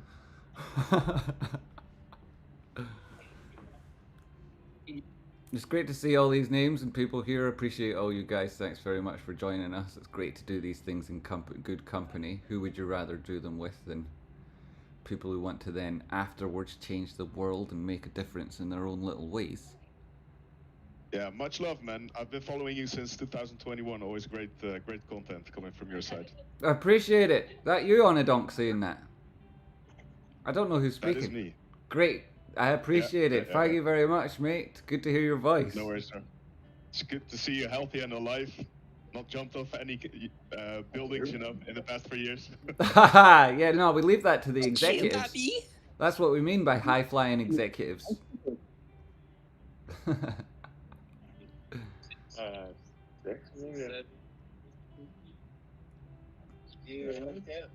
getting a couple people in here. It's just that, none to the phone said, there's a lady coming back here shortly. She went up here and forgot her phone. She just got it fixed, so came back home again. Somebody's forgot their phone. Happens to the best of us. Maybe he is in the meeting. Could be. If you Maybe left your this phone in is the live meeting. from the meeting. Look at all these great people. Okay. So still there's no action. The meeting hasn't actually started yet. You can still see they're playing that naff music. Which they love so much. Somebody lost their phone though. Yeah. What's good news, right? We're getting all the top tips here live from the meeting. Price action in GameStop's up 7% today. Can I have a Hoya? Hoya?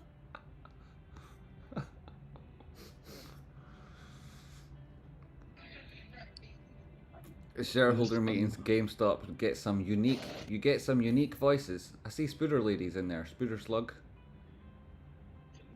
We're graced with the presence of a number of Spooder men today. I have Spooder man on my own face too to celebrate.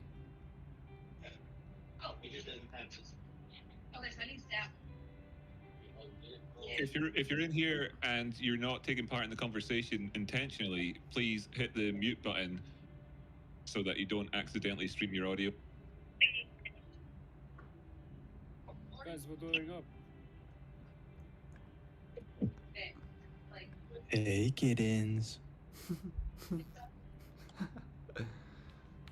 Here's price. A little bit of an oscillation low, back down to the low 27s.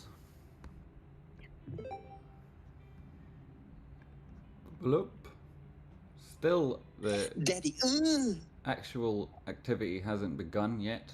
It was great having the jokes and the laughs while they had them, but That's I enough of think that it's now. a wise thing to just put the voice chat in like talk only for the owner of the channel. It's just gonna get more trolls as time progresses. What is he? Especially on the public side, yeah. We want our voice to be heard. We demand to be John, heard. Rocky, you true can that. make the executive decision there. They have never been in Discord. I don't know how to get out of that. What's it saying? Hosting.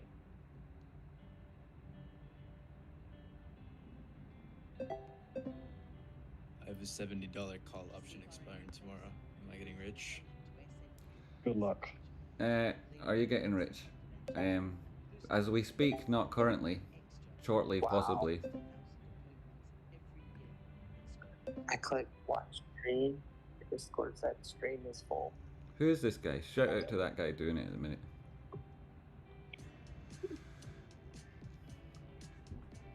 Loop ring price. He's got a loop ring price up. That's something wrong with your boy there. You want to be having the Lisbon price up and the GameStop price up. There's too many charts going on there. I can't too much for my autistic brain. He's circling 27 as price circles the drain. God damn it. Look at all you guys. There's a fight going on there. Girona Davis versus Fransan. How do I close that? Out of George together. Close that instead into this guy. How do I close this stupid god damn it thing? Leave activity. Yeah, leave in that activity. How did it go? Brilliant. Always does. Right. 9+ people watching that YouTube video. What is like? We're all looking for the earnings call over here.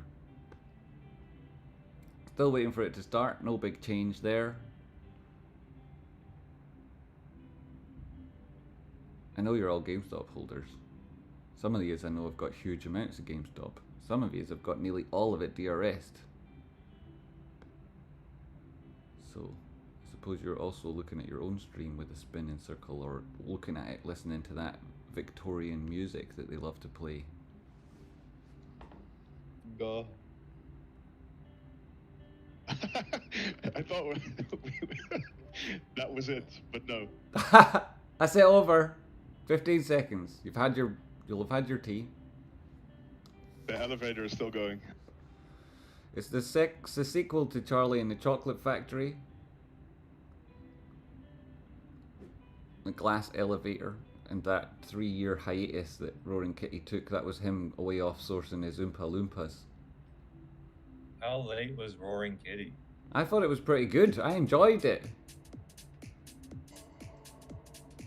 I enjoyed the stream. I suppose that if the way price action was going, it didn't help anyone's calls. Somebody's playing music. Who's that? Rocky, can you mute the channel playing music immediately? Sooner rather than later. I'll try and find it too. But if you can mute it, that'd be good. I don't want this stream getting taken down by YouTube. And people playing music in here, that shouldn't be happening. It's just gonna get us all in trouble. So mute that guy. On the stream. Who's playing the music? It's from the stream, mate. It's not here. It's from the different stream. It's from that other stream. Mute it there, I did it. Doink Brush. Sorry, I just had to mute you, Doink Brush, for a moment. I'll undo it when the... We like the stock. We do, we love the stock. Hey, this is a great little interactive session we're having. Welcome to this part of the Discord. Welcome to this part of the stream if you're watching on YouTube. I should also be putting this out to Twitter so that our Twitter friends can see us, but you know, they know where to go, don't you? Yo, Tradespotting, can I ask you a question? Of course you can. Fire away. Are you XXXXXX? You can't ask me that question, unfortunately. But you're along the right lines. I mean, there or thereabouts. There or thereabouts. I can tell you there wasn't a month that I haven't bought GameStop in the last 3.5 years. But I'm not a billionaire. Or even a millionaire. We're looking And a millionaire here. Nah, man. The price is wrong, bitch. You're a millionaire.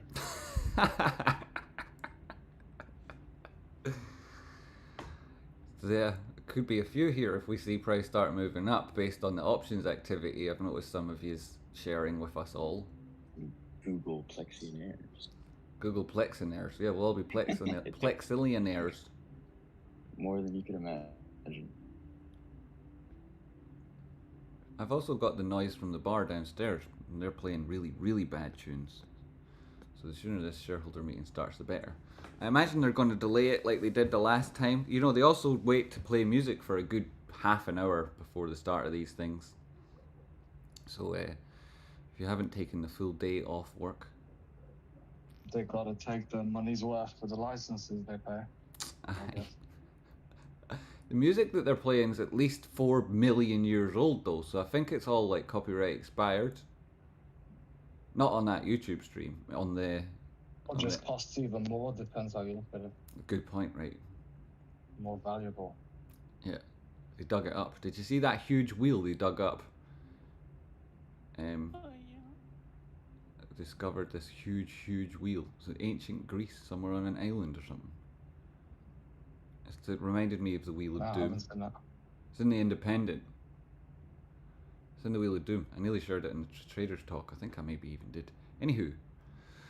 Loads of people here. Okay. Loads of people here. All of us waiting on this stream. Are you all still trying to get it? Or are we all relying on Doinkbra? I'm still trying myself. Good one. I don't want to... I think everybody's getting the same error. There's an error processing your request, so... DNS is not resolving. Do you need an account with Computer Chat to stream it? Yeah, via the Computer Share website you would. They have a login and whatnot. Should give you a control number that you can use to get in.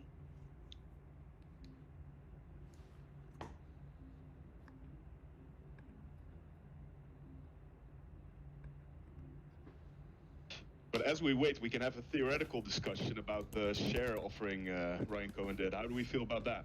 Yeah, let me know how you feel about that. I need a But vote. how do you feel about it? Me? Come at me with an imaginary knife. Yeah, you. That's how it's done. Do you think us DRSing 75 million shares over the past 3 years and then offering them in one sitting is a good corporate decision?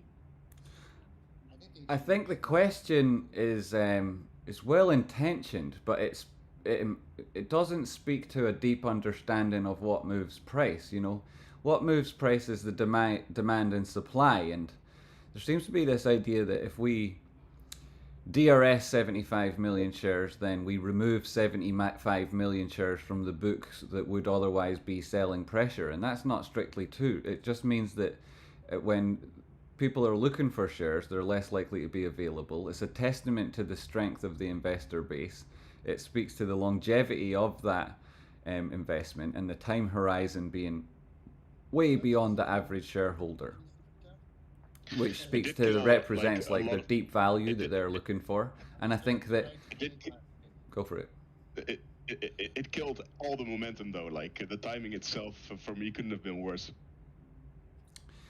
Yeah, but momentum isn't expressed in our enthusiasm or excitement for price, nor is it necessarily all about price itself. You know, momentum is a dimension of price, which we can look at with regards to momentum indicators on, say, for example, the RSI.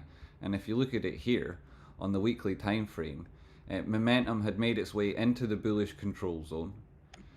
It managed to get higher than it had done on a previous high, having gone through the center line. It still persists above its own moving average, and it's still in the bullish control zone. And the start of June, the 3rd, coming up for 2 weeks now, that might have been a little bit of an oscillation high, but it hasn't really killed momentum completely. It just, at all times, there's the potential for momentum to reach a checkpoint, and that might have been one. You're certainly right in that it had an impact on the value of any call that was expiring that week, this week, or next. And Yeah, it's like the catalyst that was expected was kind of killed off there. You know, it's. No, that's an I think emotional reaction, mate. a The lot of catalyst wasn't killed off. You frame your expectations using these events, and when the parameters around those events change, you can your own emotional frame changes. But like from a perspective of momentum, which is the one you used in the first instance, that's like a continuum. In terms of a catalyst, which is a good way of changing that sentence to represent what you were truly trying to express, that you felt like that the reason that price was moving was because of Roaring Kitty's option contracts, and that an event happened between him sharing that position and this shareholder meeting. That event was this distribution, this secondary offering, these more shares hitting the market. Those 75 million shares hit the market and wasn't at the market offering, so did then cause this reduction, did lead to a greater selling pressure because GameStop were selling those shares. But it came into the market when there was lots of buying pressure, so it satisfied an investor base who were looking to acquire shares. Some of those shares, and I can tell you just on this Discord alone, there's over 5 million shares that people plan on exercising over the next 4 weeks. And those people I've been speaking to and those people I have oversight of their positions, not in any nefarious way, they well and truly have the ability to exercise those calls. The reason they're doing it is because they've also added to their shares and they're looking to create a larger shareholding. And so those shares that have reached the market have facilitated them buying them at lower prices. They've had a huge impact on the premium they've had to pay to get in. And actually the open interest through this offering has increased to the upside. So you're right in that it had an impact on momentum. For sure, that was initial catalyst was doused a little in the distribution, but it's facilitated a longer horizon on the same bullish thesis. And like I would speculate that. Can I say about that longer term horizon you're talking about there? I think that there's a couple of conversations you can have. There's that one that you were having before about momentum and stuff, and then there's this other conversation about the long term. And right now, what's happened is GameStop has managed to get that much cash that it can become a profitable company 4 quarters a year just based off of the interest from the cash alone. I mean, this changes the dynamics of the company in ways that people haven't even mentioned yet. I've not seen a single person say, look, GameStop can now be profitable 4 quarters a year just based on the interest that they have of cash alone. This is a fundamental change.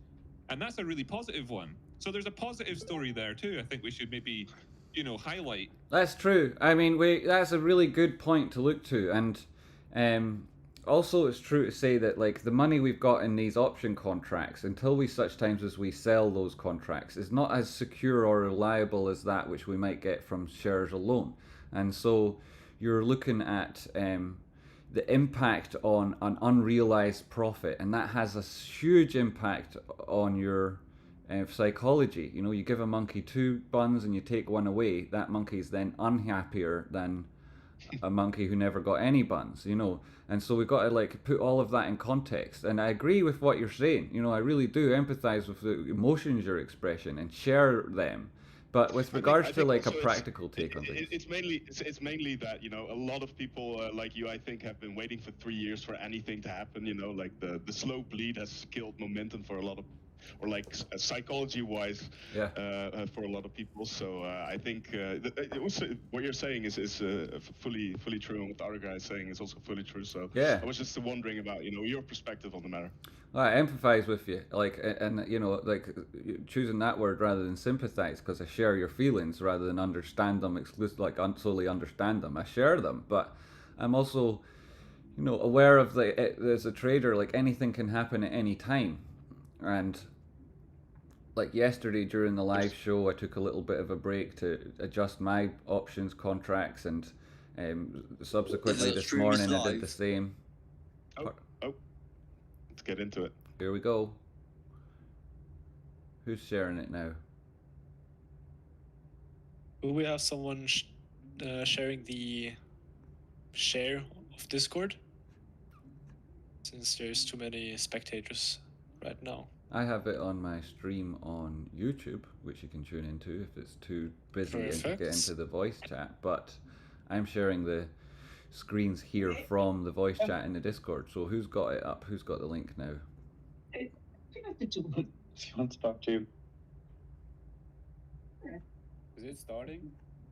Somebody got it there up, and I'll bring it up. Still playing. Yeah, Doinkbra is the one that has it going. You had to mute him because the sound. The link should be in the chat.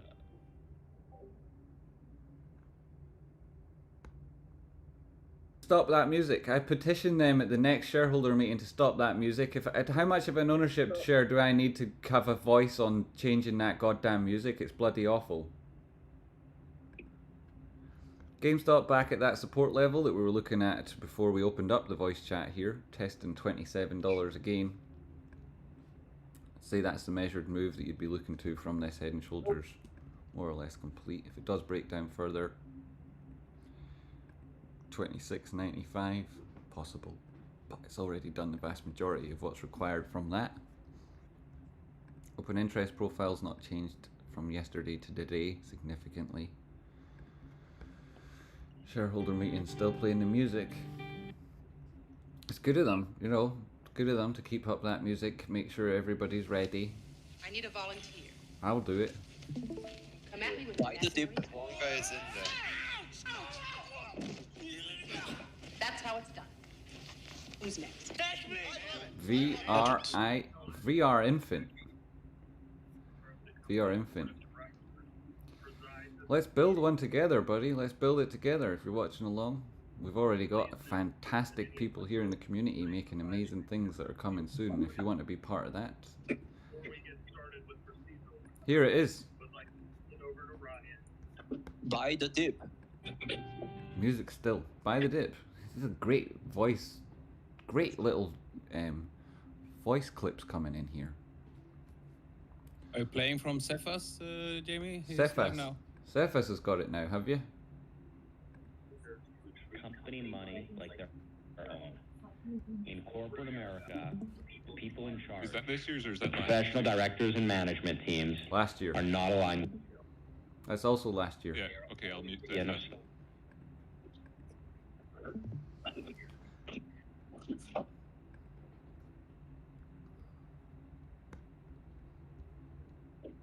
So why is it this year delayed again? Last year's was also a little delayed.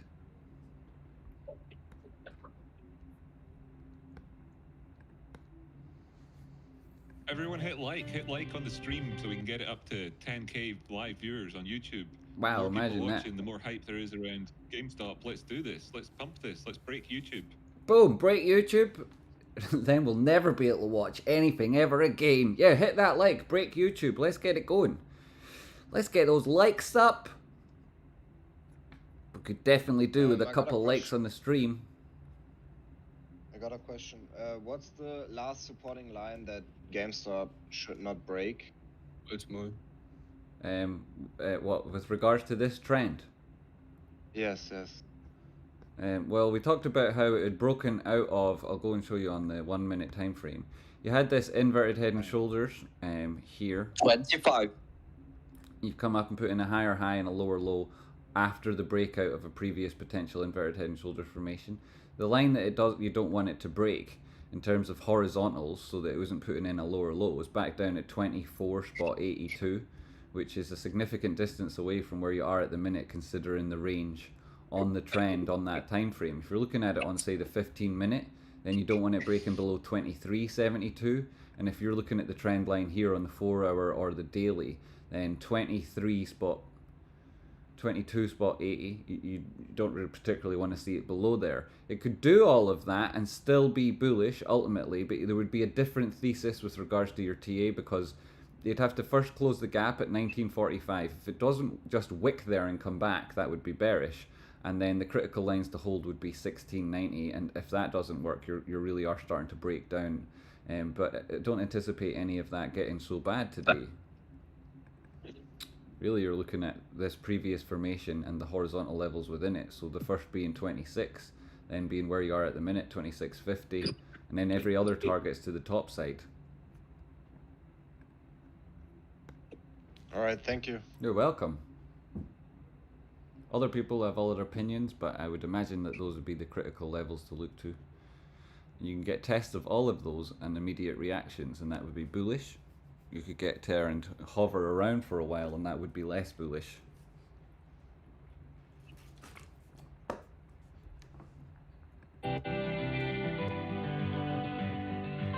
Jesus, hey, I'll get the guitar out and play better music than that if this is what they're all about. Whoops. Yay. We could set up a band. Should we start a band here ahead of this? We could get a band and a whole album made by the time this meeting starts.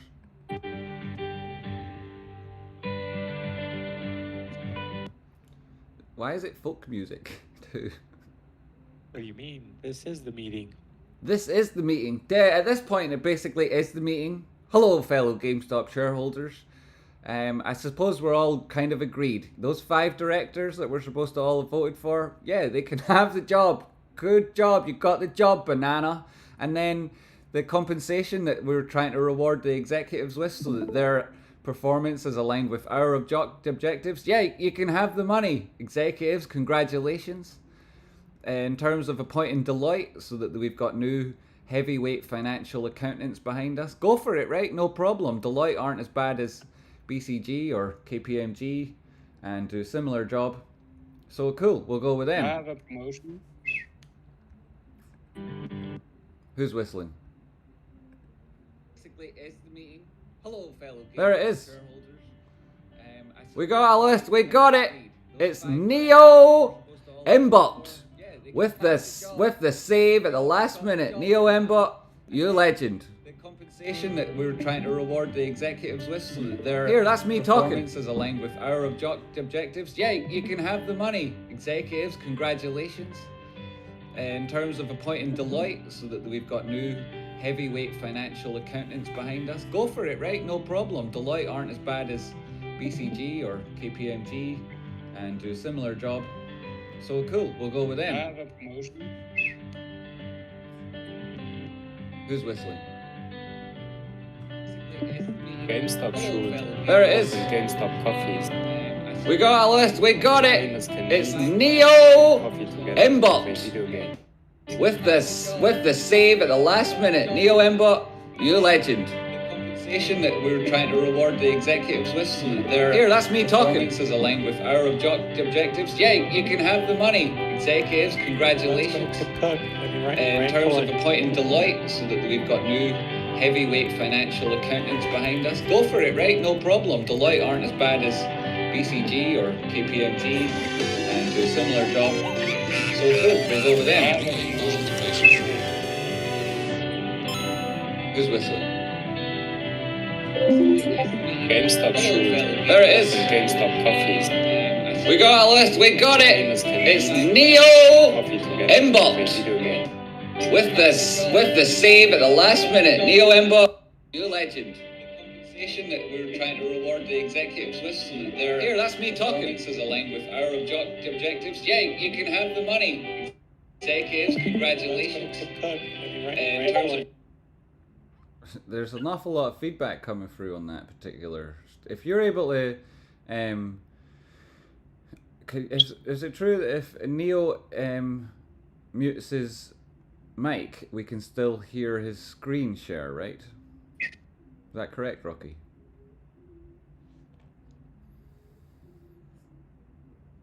Yeah, but I'm not entirely sure why that why the audio's coming through and it's repeating as well, so it's a bit unusual.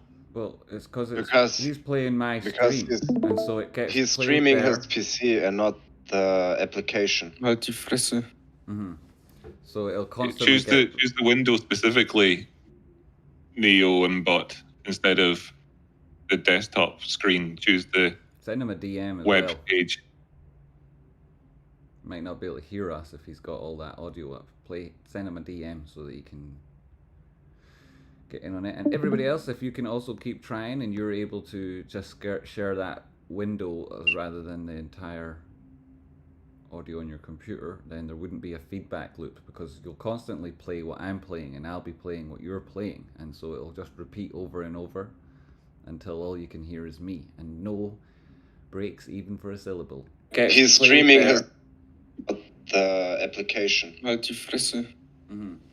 So it'll constantly choose the window specifically, Neo and Bot, instead of the desktop screen. Choose the send him a DM as web. well. Oh, you can just like mute the Discord on the headphones icon in the Discord app.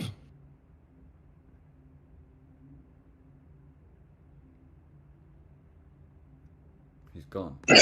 Perhaps to go and come back. Anybody else can get it up? One was able, so must be possible that more can. I kept getting timed out when I tried it. Legends. Yo. Doesn't work for me. Huh, that sounds positive. It's starting.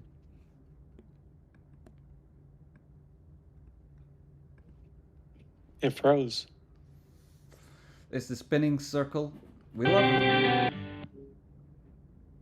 2024 annual shareholders meeting, June 13th, for GameStop, here, live on the channel. Lots of exciting people here in the chat box. Good morning. It is 10:48 a.m. Bruh. Central Time, and I call the GameStop 2024 meeting to order. And hereby immediately adjourn the meeting due to technical difficulties that have prevented stockholders from accessing. Mute everyone, Rocky. We will provide an update as to the time we plan to reconvene the meeting as soon as possible. Thank you for your patience. What? Hey, I'm late for a very important The date. meeting, you may now disconnect. You may now disconnect. Rescheduling.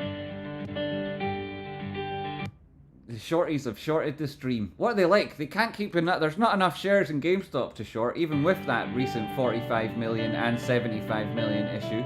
And now they've decided to also short the shareholder meeting. They're going to advise when their technical difficulties have been resolved, and then we'll get back on the stream. We've now got a number of people ready and waiting to capitalize on when it turns up. In the meantime, they're DDoSing us to death.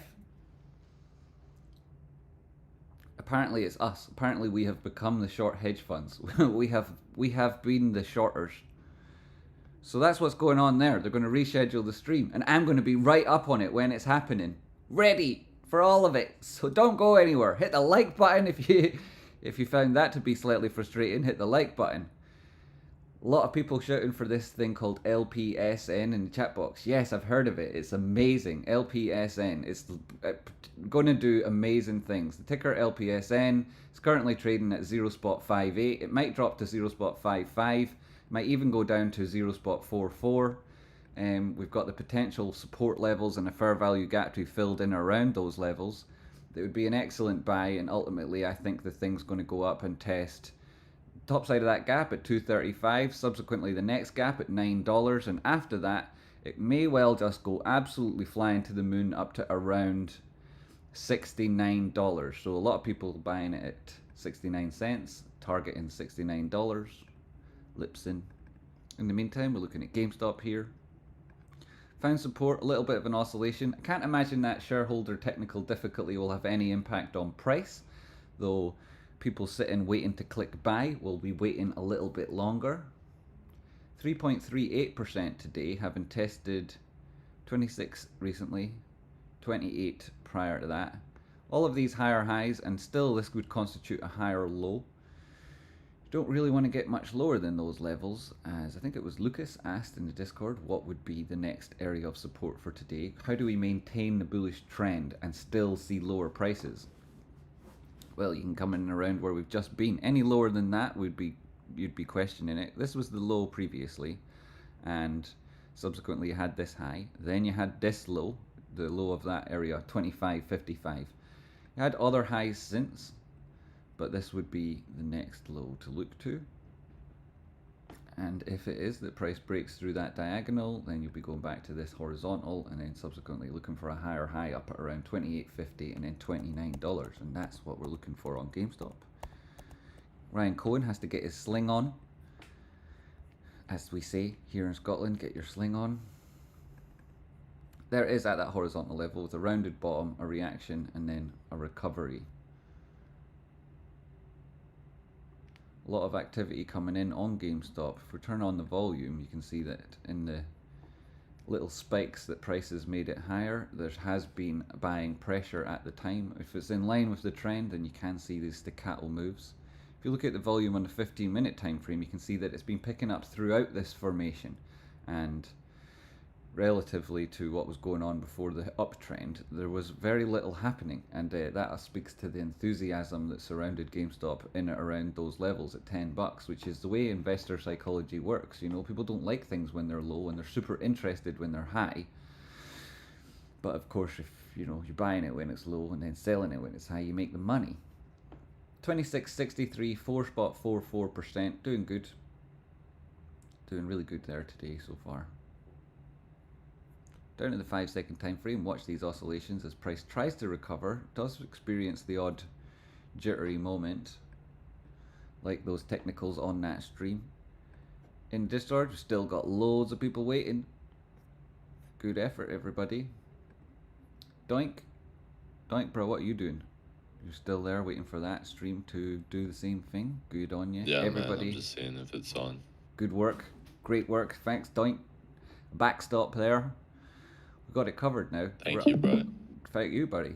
Everything that happens on the old technicals, we'll have some sort of an option for people. Thanks very much to Doink Bro and Neo and everybody else who's been trying to get it up. Vic Vince has probably spent most of his afternoon looking at spinny circles for us. Appreciate that, Vic, and everybody else who's been doing the same.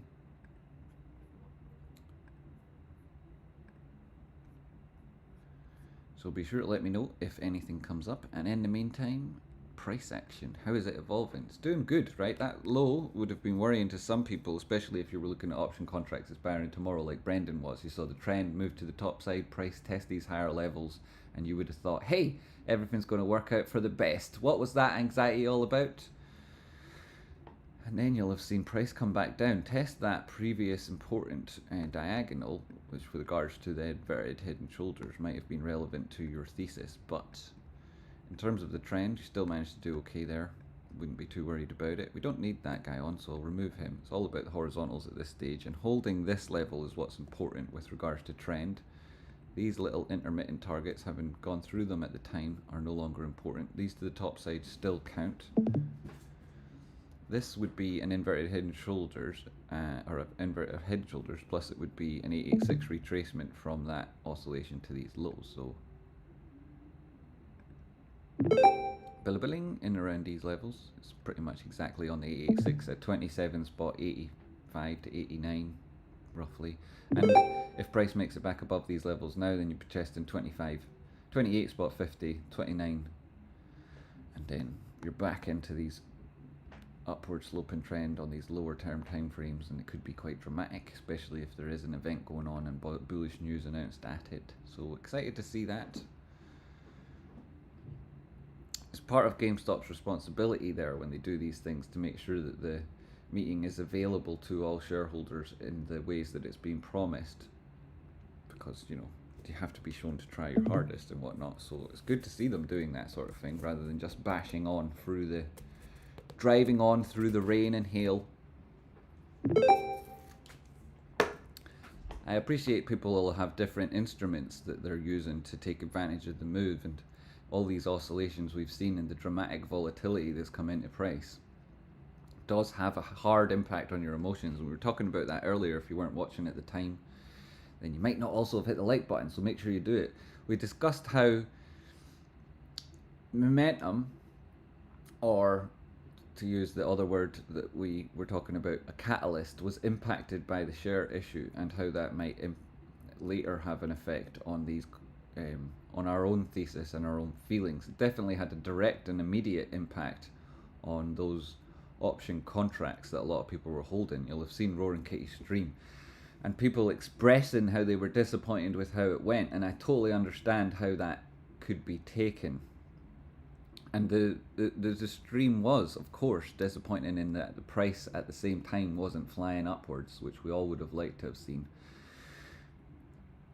Obviously, when I'm communicating here on the internet and there's thousands of people listening, like, the responsibility is to make sure that the information is well received so that it doesn't impact other people's emotions even more still than it did in the first instance. But the chap that was speaking with me was like yourselves, in GameStop for years and years, and was excited about those moves, and taken good advantage in advance with their option contracts, and will have felt, as a lot of people did, that it was disappointing to see price moving down. It happened during the stream, so we expressed how we were frustrated with how that went, but the return of Roaring Kitty is something we're all absolutely delighted about.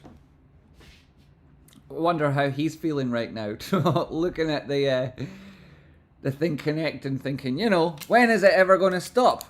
I mean, these are not exactly highly technical things that they're trying to do. Just broadcast the live stream out there, right? Roaring Kitty had over 500,000 people watching his stream live. You would think that, but computer share, right? They love it. That extra little delay to make things take that little bit longer. I'm gonna have another paracetamol.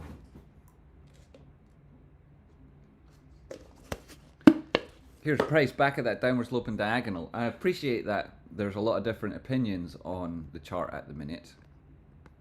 I think a lot of people looking at the 4 hour would agree with me that yet to see definitive answers, because we've got this formation on the go. That's not the be all and end all. There are other chart patterns happening even on this time frame, and within this pattern there are others. And this itself comes off the back of others still. If you're on the weekly, you had a channel. That channel could be looked at instead as a wedge, and you'd be talking about how price broke out of it as it approached the apex, or 75% of the way through. Especially the tighter you take that support line underneath, the closer you are to just looking at where you would naturally anticipate a breakout based on the TA itself. If you take the breakout as a measured move from the place it happened, and you get to that target 3 we had at $43, that's still where price could go now, and another oscillation high within this formation, testing in around that golden pocket retracement, and it would be putting in a higher close on that weekly time frame. So there's still an element of bullishness here that even on these high time frames where we would be aiming to in future. And if we look back, you can see this was a higher close than the previous week. Yes, there was a rejection wick as part of all of that, but subsequently we've gone on to put in a higher low and a higher body close. So ambiguity there, but you'd be leaning to the long side. On the daily time frame, again, you would discount this one island candle up here and put in these body closes back at these higher levels as being, leaning to the bullish case, especially when you consider the most recent low there being a higher low. So we're positive on that front, and we expect more of the same.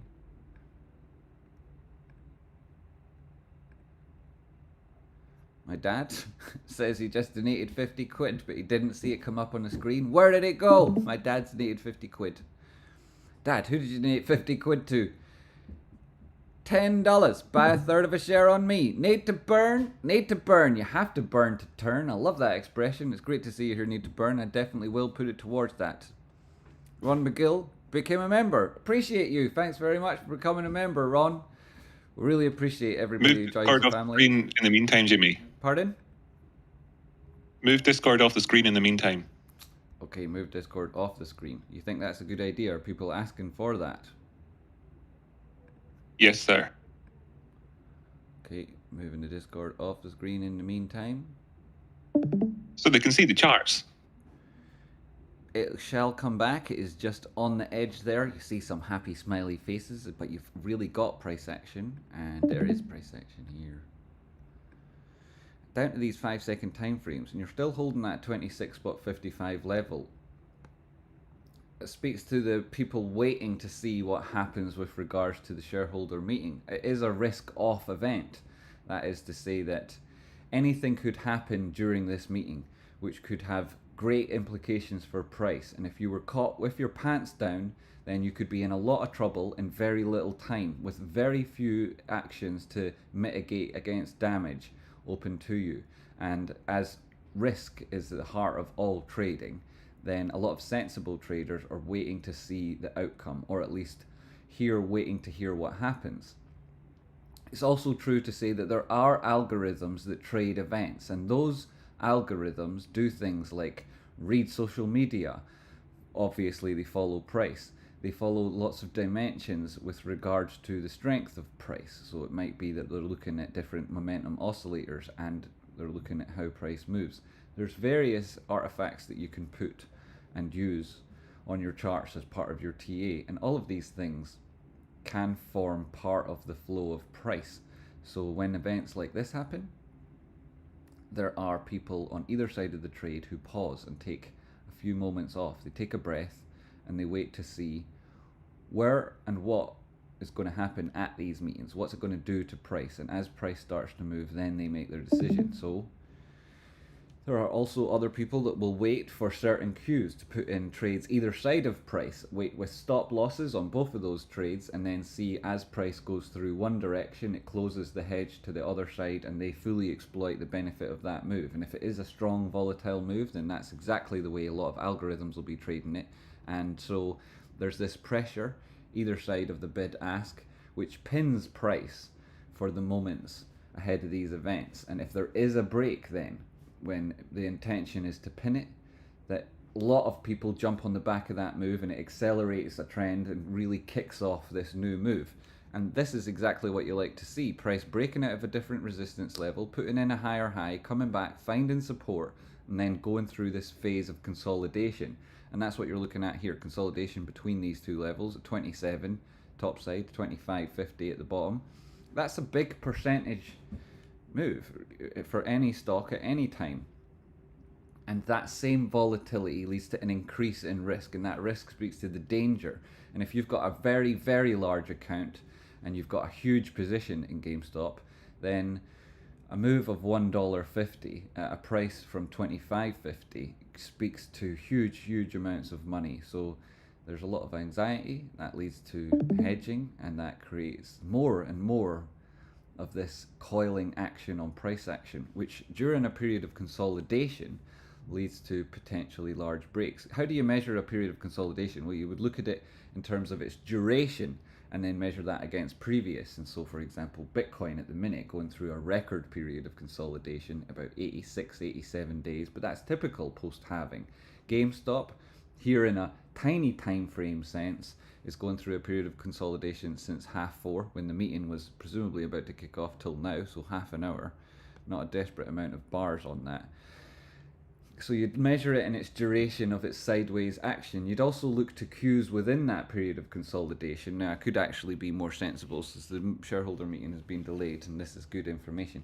Within it, you'd be looking for volume, and that volume to come at the direction of price at the time. So the volume, as we see here, pushing up as price pushes up, price spiking down at this point, and at that exact instance, while there was a volume node, it wasn't as high as those that came with those moves to the top side. And similarly, at that most recent move up, you also had it here. All volume consists of equal numbers of buys and sells, but the way that these indicators work is they look at the market side, those people executing the trade, as opposed to those people receiving the orders. So if it's more dominant that it's a buy, then you'll have a white volume, whereas if it's a sell, then you've got this grey. And I've dulled out the grey and emphasized the white, so you can see mostly that buying pressure. That buying pressure spiking as prices moving to the top side speaks to accumulation, is what's going on within the consolidation. The fact that price is putting in higher highs and higher lows speaks to bullishness and then accumulation again within that period of consolidation. And if a period of consolidation breaks, and it happens that it breaks to the top side, and you've been accumulating and consolidating at resistance, that's when you tend to get price going through a period of extreme moves, real takeoff. So we've seen it up 5% today. It's like right now it's up over 5%, and so continuation then after a period of accumulation would speak to moves of a similar nature to those we've seen today. And you can just see from that most recent high to the low we came down to, if you were to drop that on the resistance level that we're currently looking at in price, whether that be the horizontal that is currently testing a few times, or that important level we defined on the way up, which I've drawn circles around a number of times now. If you're looking at it here, and it is an important horizontal, then that would be suggesting that the break comes in at 27.11. And if this period of consolidation is accumulation, if that horizontal level of resistance is the definitive one with a break on this pattern and this formation, then if you're looking to the previous liquidity expressed in the move that took you in here, then the next target to the top side would be 29.50. That wouldn't be all that dramatic to see, because if you go up to say 15 seconds, which is not exactly a huge area to go via, and you take this diagonal across these most recent peaks in price, or you could do it even this way, be more reserved. You know, if you were to break right now, you'd be looking at 28.32. We've defined that as an important level. It's a 236 from this Fibonacci. I'll go up to the 1 minute now and get that on the screen. That Fibonacci being this high. No, it isn't. Which Fibonacci is that? Go up to the 15 and get it on the screen. It's probably this guy to the right, yeah, over here. So this is from that high, as you see, measured over here, to this low here, the retracement after that high. And you get this 236, which comes in at around 24 bucks there. That oscillation is important. This 382, just picked up the wrong guy, so I'll move him. This guy. This 382 comes in at around 29 bucks. And that's where you see price action then on these 15-minute candlesticks. You've got this, it's the gap. If you turn off the drawings, you can see that that's where price action opened here this morning at 26, having closed the previous day in at around 25.40. So there was a 50-cent gap, which we filled. When price then tested that level again, it was only wick. You raised out of it. And now we're coming up to that level of resistance that represents that period of consolidation. So if you break your way down again from the 15 minutes and add on the 5 minutes, you see lots of interesting information. If you've got the Rocky Outcrop Flash, which you get at patreon.com/rockyoutcrop, then you've got loads of context on the future of price and extra little targets to aim to. Bulbadump. If that consolidation breaks down, you've got areas. If it breaks up, you've got others.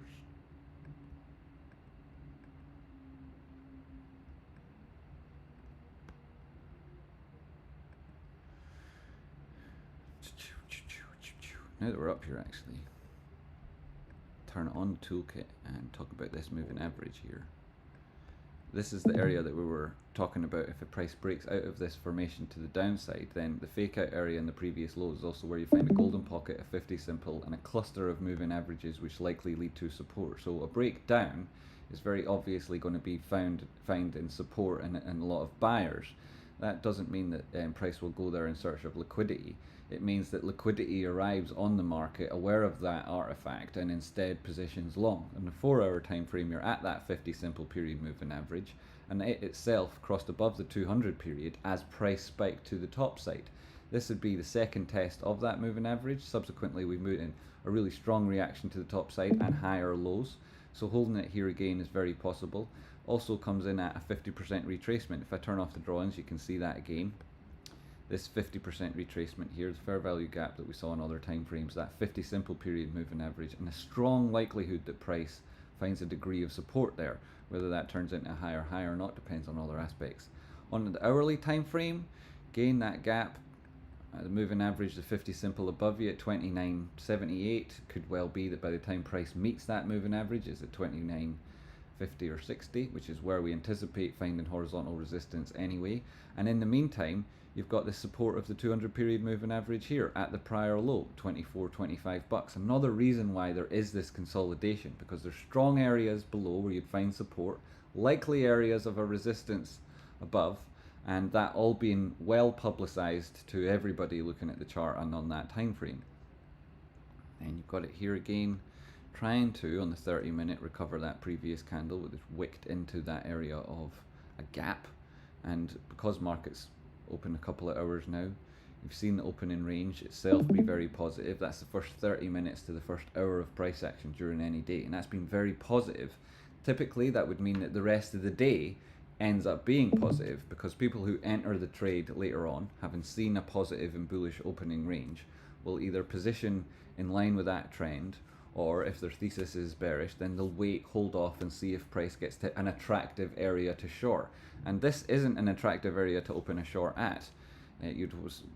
Clearly this is a period of consolidation, so you as an individual retail trader would either trade this range, looking to buy at support and sell at resistance, and typically you wouldn't even be buying at support. You'd wait for price to move up again and buy here, and then you wouldn't even sell here. You'd wait for price to reject from that area and sell there. And so this would be the area where you make money during a range, not at the extreme top and bottom buying and selling it, because nobody can predict a top and bottom, and eventually it would break anyway. Or alternatively, you're waiting for it to break this area to go long, or you're waiting for it to break this area to go short. And that means that a lot of the directional trades that would be coming in to take advantage of that move don't enter until such times as breaking back above 29 or breaking below 24.50. And that's another reason why you see this sideways price action. Sideways is always consolidation, and consolidation is always either accumulation or distribution. So this is the thing we're looking to.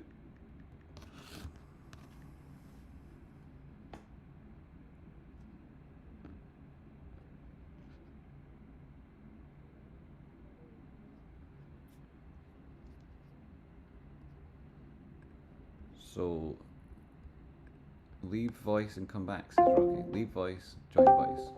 Okay, do not have permission to speak on this channel. I do not have permission to speak on that channel, Rocky. Do that by going to your user settings. Go down to notifications, scroll down till you see user join, user leave checkboxes.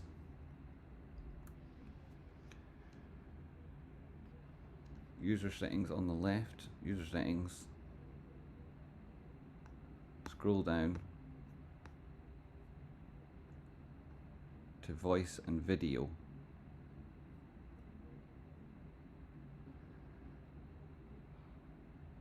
To notifications, scroll down to notifications. Well, that's a confusing message that's totally not helpful right now. Where is notifications? There. And then click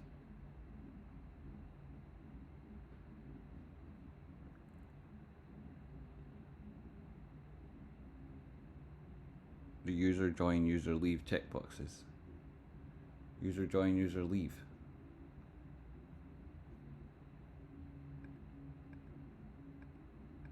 Click them on and off, or just turn the pillbox off, Rocky.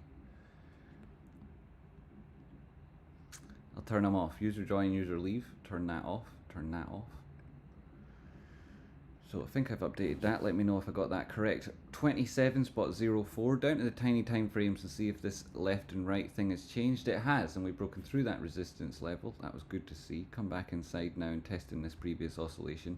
That makes sense because, one touch, call that 2 touches. Clearly there was a decision made here. So coming back and testing if that decision is, really in line with the trend, if it's a true expression of where traders are taking price, then there will be a positive reaction. Cheers very much, Rocky. That was appreciated, helping me out there. A lot of help here on the stream. Really great community of people, Rocky Chief among them, of course. Thanks for everybody who's helping us get this information in the stream out live. I appreciate you guys, thanks. So price action tested that level, which was confirmation that the bulls were interested. Now you're finding resistance at that definitive level there. Price action slightly going higher than it isn't really definitive yet, but it itself is real, as we've defined a number of times. I'm not going to keep doing it. We definitely got it right there. Now price, we want to see it try higher. If you're looking at the momentum on 5 seconds, you're not going to get the most amazing picture in the world. This is bullishly divergent.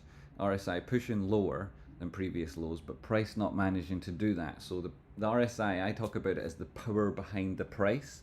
And if it is that power pushing price down is greater than it was previously, and with the lower RSI touch than the previous low, that was a greater power, pushing even harder. But price itself, as you can see, and this, I think this is a really, really revealing indicator. I think this is an incredibly important piece of information that every trader should have in their toolbox, or tool, you know, whatever it is, right? Some people, maybe it's a tool bag. Every trader should have this skill and be able to identify that power behind the price, because if they're trying harder yet they don't manage to get it any lower, that speaks to an actual weakness. Even though they're trying harder and we're talking about their strength, that strength isn't adequate to achieve those lower lows. So push higher, go further, push lower, don't go as far. We've got a divergence then between what they're trying to do and what they're achieving, and that divergence is enlightening. You know, it reveals to us who's actually in control, and it's not just us, it's everybody. So after these moments you tend to get decisions made, and that's why divergence is such an important part of any trader's journey, is learning this concept.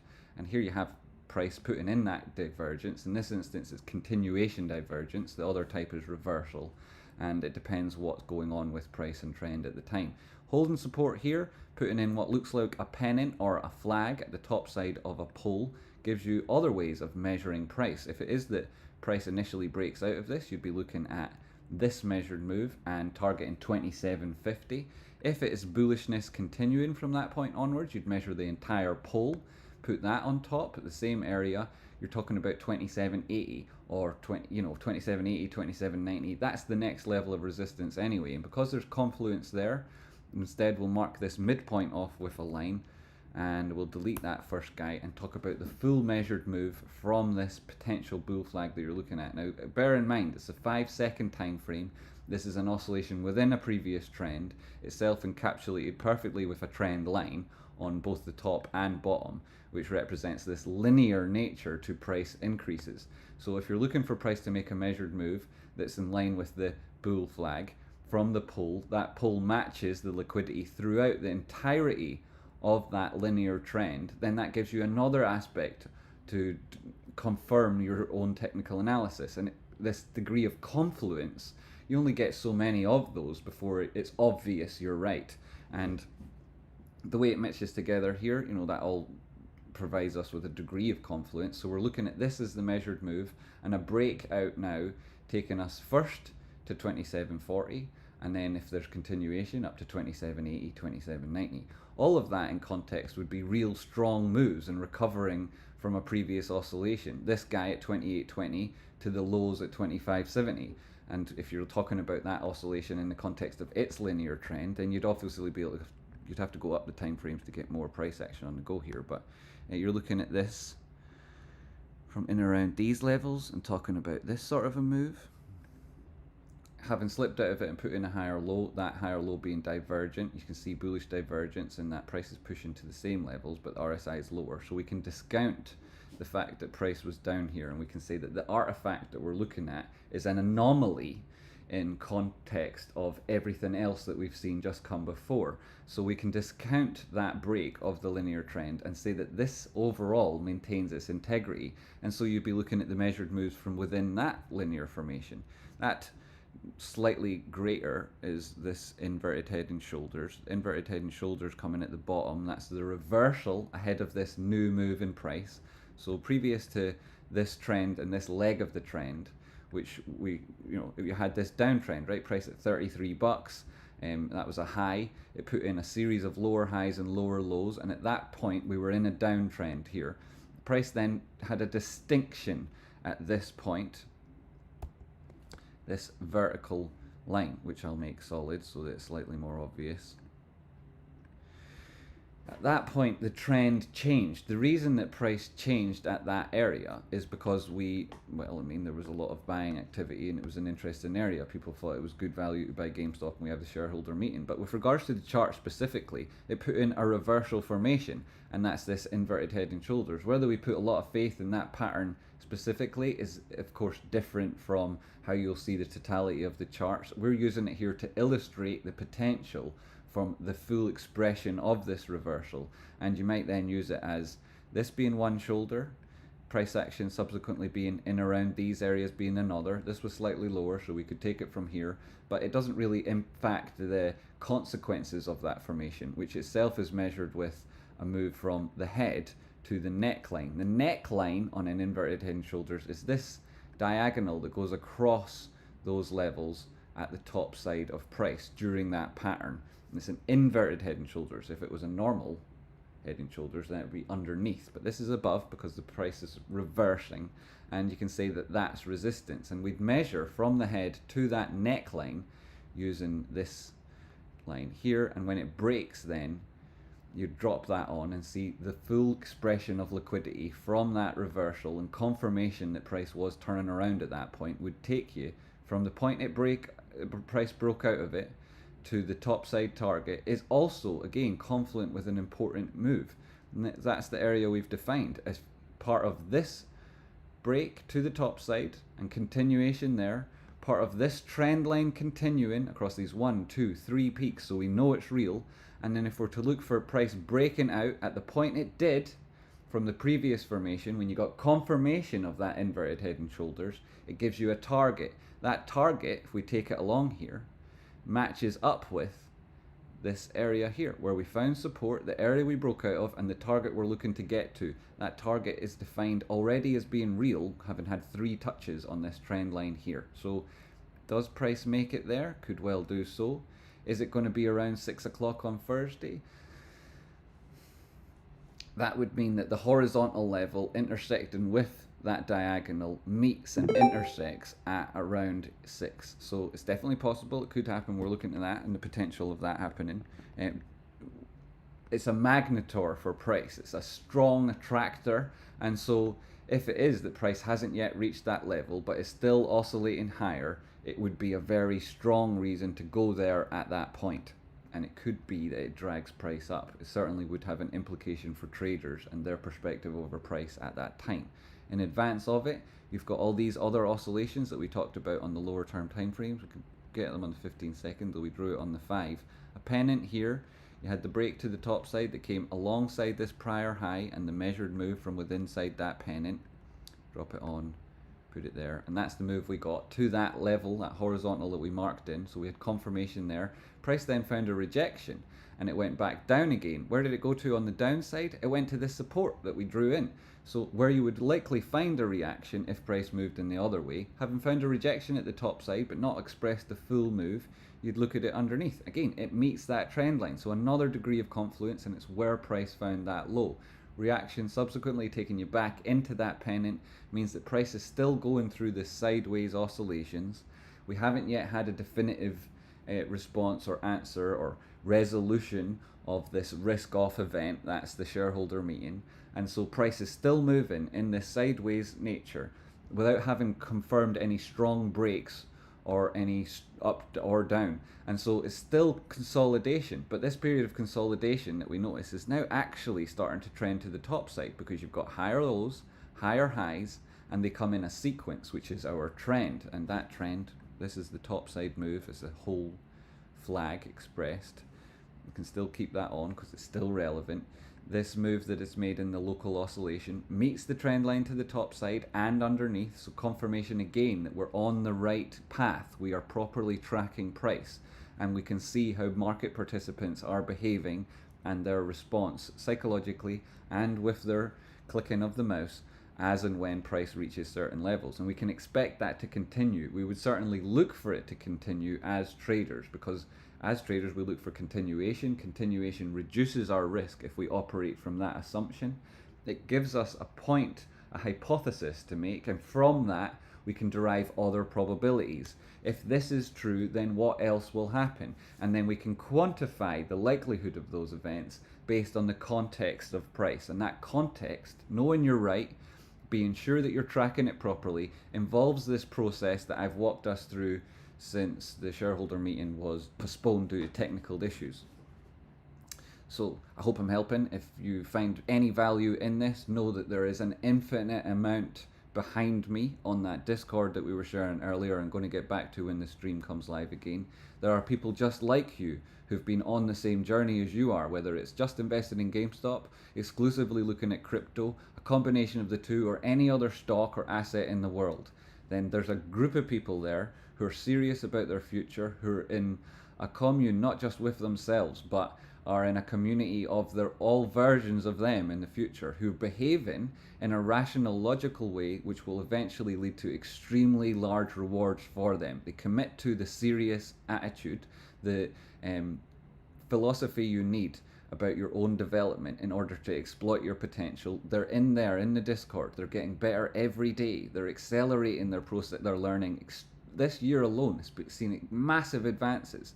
You know, an awful lot of people making an awful lot of money with now awfully large positions, and that's a lot of the word awful, but it's great to see. So price action having come back and tested that level, having found support, it got a rejection wick on the top side, but most of that candle is positive and top side bullish. Having tested lower now, it's still a higher low and it's meeting the trend line again. It could well be that this thing comes back down and tests that other support, and in the context of price here, you would say that it's still a higher low. The full measured move from the inverted head and shoulders might come from another test back down at 26. That would come because a lot of people would describe this as a complex head and shoulders. Personally, I would like to see more going on the left-hand shoulder to make that definitive statement. But head and shoulders as a chart formation aren't the best, and they're very messy. You know, often we'd say the best performing head and shoulders are those Quasimodo type that don't actually give you a full degree of symmetry within the formation themselves, and that's what this is, even though it doesn't completely fit that concept of a complex head and shoulders. So call it a Quasimodo guy, and look at price then go through a period of consolidation as it leaves that formation isn't completely a surprise.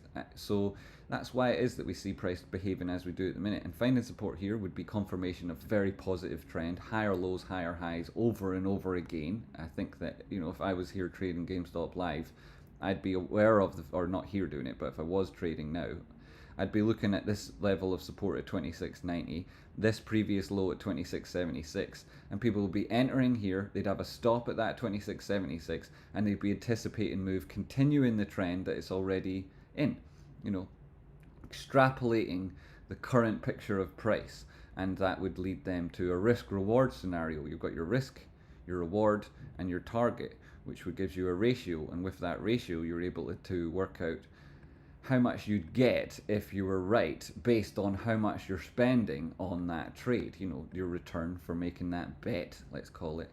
And so that gives you, in this instance, a 5-to-1. And that means that if you were using an edge to exploit this move on price, which seems to be doing quite well at the minute, and that was a good trade setup, wasn't it? If you were using that sort of approach to your technical analysis, if that's how you define what's going on the charts, then you can reduce your risk because you really understand what's happening. You can quantify the risk-reward ratio, and then you can apply an edge. And with a 5-to-1 risk-reward ratio, your strategy only needs to work out 1 of every 5 times, in which case you'll always be making the same amount of money that you put in. And you know, if you're using an edge that only works 1 out of every 5 times, then what are you doing? Like, you know, I can give you plenty of edges that work in most circumstances if you define those in advance. I could give you an edge that'll work out 1 in 3, 1 in 4, and it wouldn't be a great burden to me to do that. And if you don't know what those sort of things are, or you've never experienced this before, you can take my course. It's linked in the description below this video, and you'll be able to do exactly what I've demonstrated here on the charts. Now, this is a very valuable skill, obviously, and trading, it's the most competitive environment in the world. It attracts the people who want to test themselves against the world's very best. And so if you're looking for that course to cost you a couple of $100, well, you can piss off and get something like that from somebody who puts time into delivering shitty products that charge little or nothing because they're never going to deliver you any value. If you're looking for a really valuable course, then it's mine. It comes with lifetime access to coaching from me, and as you can see, I'm pretty good at doing this. It also comes with a great community of people who've made that investment in themselves before, and they can provide you with the benefit of their experience so that your own journey is more accelerated than it would be anywhere else. And you're doing it with people who very commonly were invested in themselves because of their experience with GameStop. So you share an affinity with them along with your objectives in the things you trade. And so you'd be in good company, you'd be making good progress, and you'd be doing it faster than you could do anywhere else. And that's why you should think about taking that course. Price is consolidating, having tested that level, and what do you recognize that's going on here? Another formation that we've talked about previously, and you've just had that move out of it, which should be expressed by the liquidity from within it. That's another oscillation high, and you can see if you drop this on, take it on here, it's exactly what you'd be looking for in that most recent break. Now today alone, and in the last few minutes alone, I've given you a number of trade setups as price moves live. And a lot of people would say that it's impossible or technical analysis doesn't work. But that's because they're trying to do things with it that aren't possible. It's also true to say that you can't drive a car across the ocean. Well, it works perfectly good on a road. And it's the same concept with technical analysis. If you're trying to use it to justify extremely stupid beliefs about price, or if you're trying to drive it across the ocean, it's not going to work. But as we see price now up 8% on the day, if you're trying to use it to quantify what's happening on the charts, if you're trying to derive the probability of specific outcomes, and then you're using those facts to justify your trading decisions, if you develop a strategic approach to managing your risk and exploiting opportunities, then the tool that's most effective for it is technical analysis. The course that's best at teaching it is that taught by me, because I've got very good experience at doing this, and I'm not blowing my own horn. This isn't hot air. You've seen that all happen. There you go. You got your 5-to-1 trade. It worked out very well, and it was trading within the range. Now, you could do that for yourself. You could do it every day. You can do it on any asset you want, and you do it by taking my course. There are other options. They are out there. Feel free to fuck off and take them. But I won't have the same respect for you when you come back. It'll take far longer to teach you, because if you fill yourself up with a little bit of crap and then come asking me to fill you up with the good stuff, not only do I have to reach that volume that's required within you for you to be a good trader, but I have to keep going, because so much of what I put in is diluted with this crappy stuff you've learned before, and it only takes 2 or 3 or 4 of the wrong lessons to really cause you to slow down in your progress, because you won't know which ones are wrong. You won't know what information doesn't work. And in your first approach on technical analysis, things that seem to work well might then start making their way into your toolkit. And those things might not actually be any good, as we see price reach to my next target, which I defined where it found resistance. Again, a period consolidation, and again, confirmation that we're doing the right thing. We've got a good guide on price and we understand what's happening. So really good work. As with respect to this, you've broken out the top side of that trend line. You haven't managed to open, close, open out of it. Still a little bit consolidation, so we're not speaking about massive breakouts, but we have got the trend and the oscillations within it well defined. So you can get a heads up on how good that course is from people who've already taken it, and hundreds of them would be in that Discord. Well, that's an exaggeration. A lot of them will be in that Discord, and you can go in there and talk to them, and they'll give you their honest to God feedback about how it's helped them or otherwise. Lots of them arrived having tried to learn elsewhere, having spent far more money on their own future and invested in themselves, and with great regret that they did so, because now you've finally arrived home, you do often wonder about that journey you spent on the way there and whether or not it was actually useful. And to tell you the truth, it isn't. You just want to get on with making progress quickly. You want to know you're in the right place. Then these shows and this work is a testament to it. So price action continuing to evolve to the top side. Everybody's excited, I'm sure. I'm speaking probably too fast considering I have an accent. And if that's the case, let me know in the chat box. I can slow it down. I could go at half the speed I'm at the minute, if you like. Look at the people in the chat box there talking about the things they're learning on the course. There's so many messages coming in there in the chat box from people who've taken this course and who believe that's helped them, and you would join them in a great team. And it's not just that, and I'll tell you this seriously, right? I used to work at one of these institutions, one of the largest investment banks in the world, the investment bank with the most money under management in the history of humanity. They're also the investment bank that invented the ETF, and they're the investment bank that introduced the first lending desk. So I understand the context and have experience of some of these incredibly important developments in the history of investing. Yet I'm young enough and fresh enough and motivated enough to test and approach you, to encourage you to learn. Because I'm not just out here trying to spread the good news. I'm also trying to build a team of world beaters, because I know that the people that run Goldman, the people that run SSGA, the people that run Barclays, the people that run Citadel, a lot of them, especially at the top of that chain, they're old. They're soon going to die. And that company, that institution, that entity will fade as their impetus disappears from it. The people who join later, who didn't create it, they're not as motivated to take those companies on. And in the financial world, that's often what happens. You get oscillations in price and you get oscillations in these companies. That vanguard, they're going to fall away. Whether they die or I destroy them, they will move out of our path. And it's people like Roaring Kitty, this community here, Rocky Outcrops group on the Discord, they're going to be the people who are the new Goldman & Sachs, the new SSGA, the new Barclays. And it's us that will lead these markets, this most competitive environment in the world. And that could be you, and you could be on my team. And we're going to do some serious damage. And if you're not on my team, you might end up finding yourself allied against me. And if that happens, I will absolutely eviscerate you like I'm on the way to doing with Barclays. I will totally and utterly destroy you. You don't want to be there. You want to be with me, putting your power in the same direction I am. And that's what happens with people who graduate from that course and demonstrate exceptional skills. They join my team.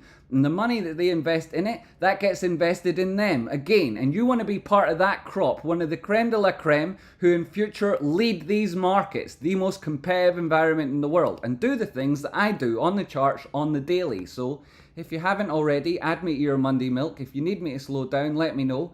Price action here. Flying along as I am speaking. Back to it now. You've got enough of the benefits and features of that course. If you don't take it, that's on you. At this stage, you're a fucking idiot if you don't. I'm putting on my headband. Good to see it. I'll get my hair back on. As you can see, there's energy in the air. And we're going to call it bananas. Your link still does not work. My link. My link to what? This is the link that matters. Yeah.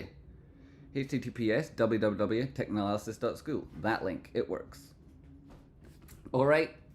So we've got our gear on, right? You could call it a costume. You can call it what you like. People love to make these little decisions. There you go. There's the link from Vis-a-Vis. I'll pin it at the top of chat. Where's pin? Replace pin message. There it is. That's where you learn with me and you join my team. And when you graduate, you'll be part of what we're trying to do. And what we're trying to do is very significant. Oh, brother, you're running for president. You've blown my mind. Mir, I'm doing something that's so much more important than fucking presidential bollocks. I'm not interested in this one side or the other. I want to lead the majority to victory, not fucking just half. Like, I'm not interested in this two-party politics, which is really one-party politics. I don't give a shit about being the president of some shit. I don't give a shit and crap about that stuff. Nor do I give a shit and crap about any of the presidents of any of that crap. We're trying to do something that's so much more exciting, so much more interesting. And when you succeed and graduate at it, you'll be making so much money that that idea of being president would be a demotion. You would be getting paid far less. You'd have to take on responsibility of things that you don't enjoy. You'd have to be involved in all sorts of crap that takes ages. You'd get no sleep. And you wouldn't be properly rewarded for it. You'd have people hating you. And doing this, you know, people don't even need to know what your name is if you don't want them to. All they need to know is you're that extremely rich guy who's very successful, who lives in the nicest house on the street. And then later on you piss off and that's your holiday home. And they wish, how is it possible that somebody can get so much success? How do you accelerate your own station in life so well? And I watched that Martin Scarelli loves to find himself in jail, trumpets his own negative behaviour and past indiscretions as being some claim to fame. I watched him describe Roaring Kitty and his achievements at making $200 million as being impossible to the degree that it was suspicious that he thinks that there's a 50-50 chance, all of this are direct quotes, that the guy ends up in jail. Now that's an expression of envy and an expression of ignorance, because it's not impossible to triple your net worth every year. If you were following along with TradeSpot and taking every trade I've called out, you'd know. Or if you go back and audit my history, there have been over 100 trades that I've called out on this show that have made moves of over 100%. So if you started with $1,000, after 9 of those you'd have $1 million. After another 9 you'd have $1 billion. After another 9 you'd have $1 trillion. And I've given out over 100, whereas that's only 27. Now, unfortunately, I haven't been able to exploit all of them myself to the same degree because, you know, we've all got lives, and I understand that that's how the people who follow along here themselves, they live real lives that have real costs. And as such, you have to take a drawdown in your account to pay those bills. But that doesn't mean that they're not accelerating. They're accelerating far faster than people who work at the cheese sandwich factory, who come home and do a shift at the excuse factory, and who in their whole life will never advance beyond where they were currently positioned. They'll never exceed that social class, they'll never climb out of that hole, and they'll always look at other people who do it and describe that as illegal, even though they themselves will know that trading does offer up the potential for asymmetric returns for those people who really conquer the market. And those people who conquer the market exist. In fact, they're the people who are good traders, because 90% of people who ever trade will lose money and then go bankrupt. Typically, they'll get liquidated 3 times along the way and then they'll give up. The 10% of people who succeed, they don't just succeed. They don't just make enough money. They make everything that everyone else lost goes to them. Because in a great sense, trading is a zero-sum game. So if those 90% of people are losing, then all of their money is going to the 10% of people who are winning. And the 10%, they're here, they're watching, they're in that Discord, they're on that course, and they're my allies. So I know that it's not just me that's going to eviscerate the enemy, it's a group of people who've got undeniable qualities, undeniable skills, and get better every day. Because they believe in CPD and that continued professional development, which is at the heart of what we do here. So price action, and see you do some continued professional development now. What's the chat box been saying? Holy shit, if there was an interlude that filled in the shareholder meeting, is there a better one than this one? It's getting a bit too manipulative. What is price action itself? A zero-sum game means that for one person to win, another person must lose. And in trading, that's the way it works. And that's why we appreciate those people going short, because it's them closing their position that pushes prices higher. It's their losses, which are our profits. And that's the way that trading works. That's the markets. I will still have zero discipline, but I make good trades, so you can't yell at me, Crack Rock. We do like to yell every so often. TradeSpot, and did you work at Barclays? Did I? Fuck. No, I worked at State Street. We're in the merch, Beanie. Lol, Kathy. Good shout, we're in the merch, Beanie. I should be getting my Bing Bong the Price Jimmy. top on. Yes, Richie. Yo.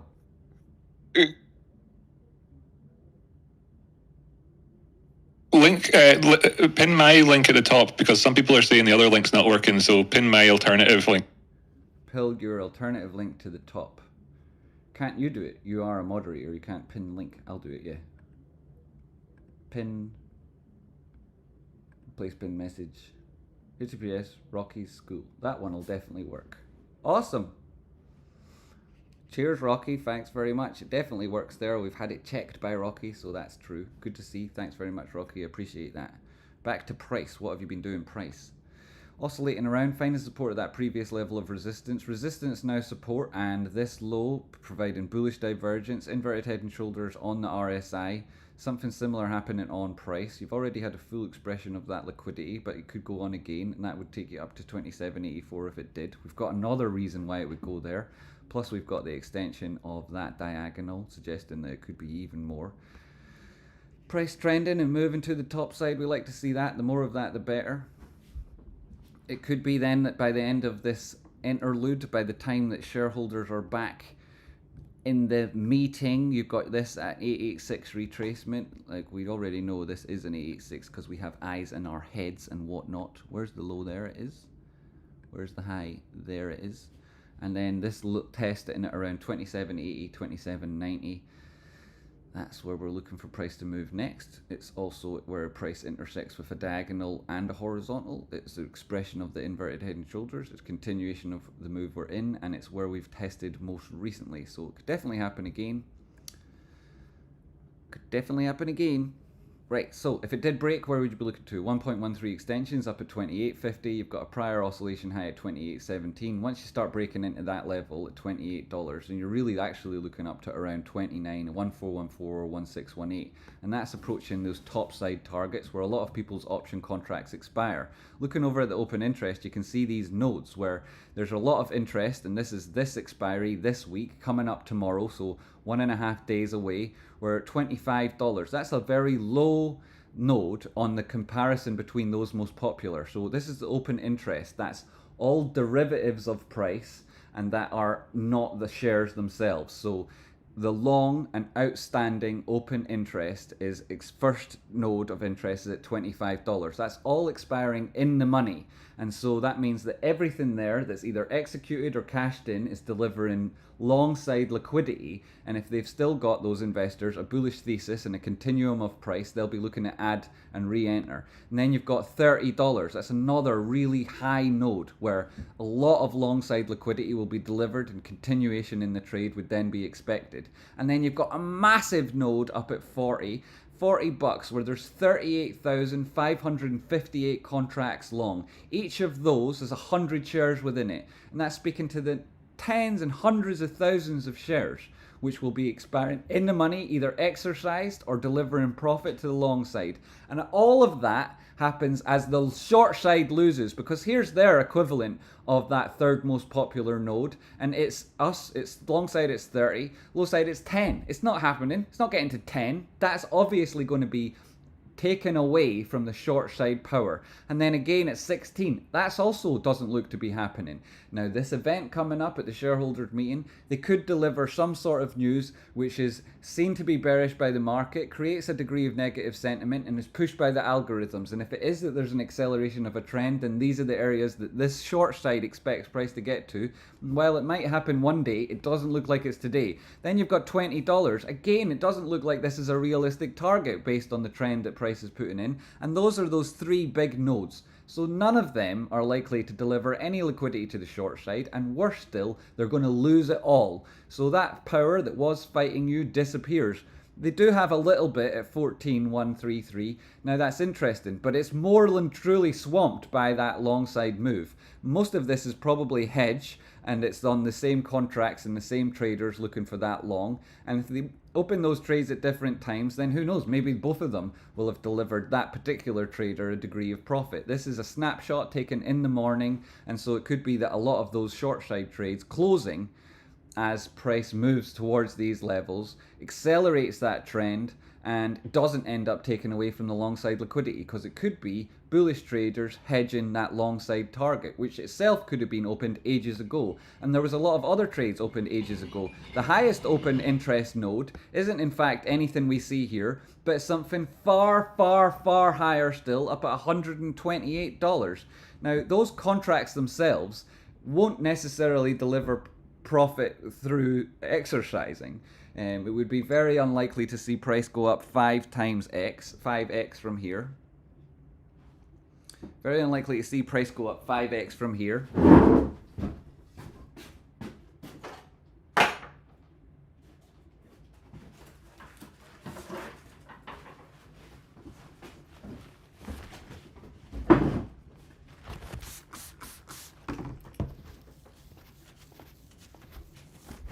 But that doesn't matter, because you know they can still make money as long as the premium on those contracts is higher than when they bought it. Now, obviously, there'll be a lot of different management of those positions. People will have bought lower than they initially entered in order to take advantage of the reduction in prices on those contracts, which means that they could close them out in profit if price makes a spike up to the top side.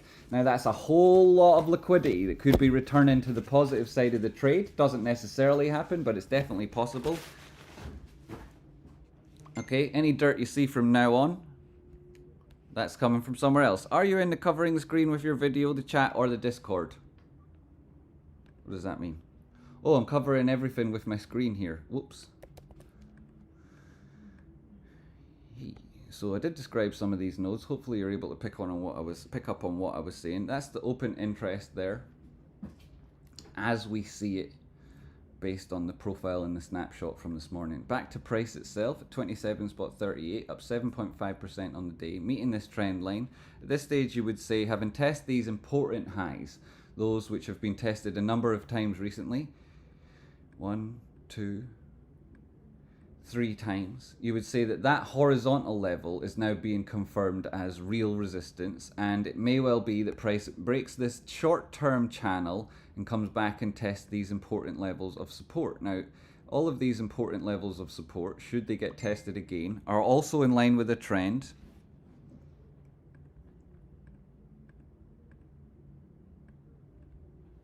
They're also in line with the trend.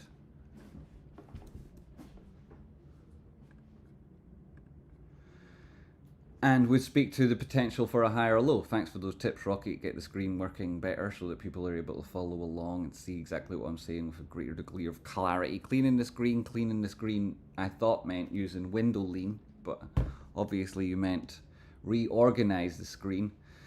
So you're looking at a test, if it does break lower, of this longer term macro trend line that's relevant on other time frames. And if it is that it finds support here and breaks up again, then you'd be looking for it to do the same on this higher term, longer resistance level back up to the top side and test that level in at around 29. Obviously, you've got the 28.50 ahead of you, you've got the prior highs, and you've got that target then at 27.80, 27.90. If it breaks down, you've got support, and you can see support now. Should it reach, as it has done now, giving you the point that within this formation you have this liquidity measurement, and if it does break down from the low side now, you can see that this would be okay to do it now and still be holding that bullish trend.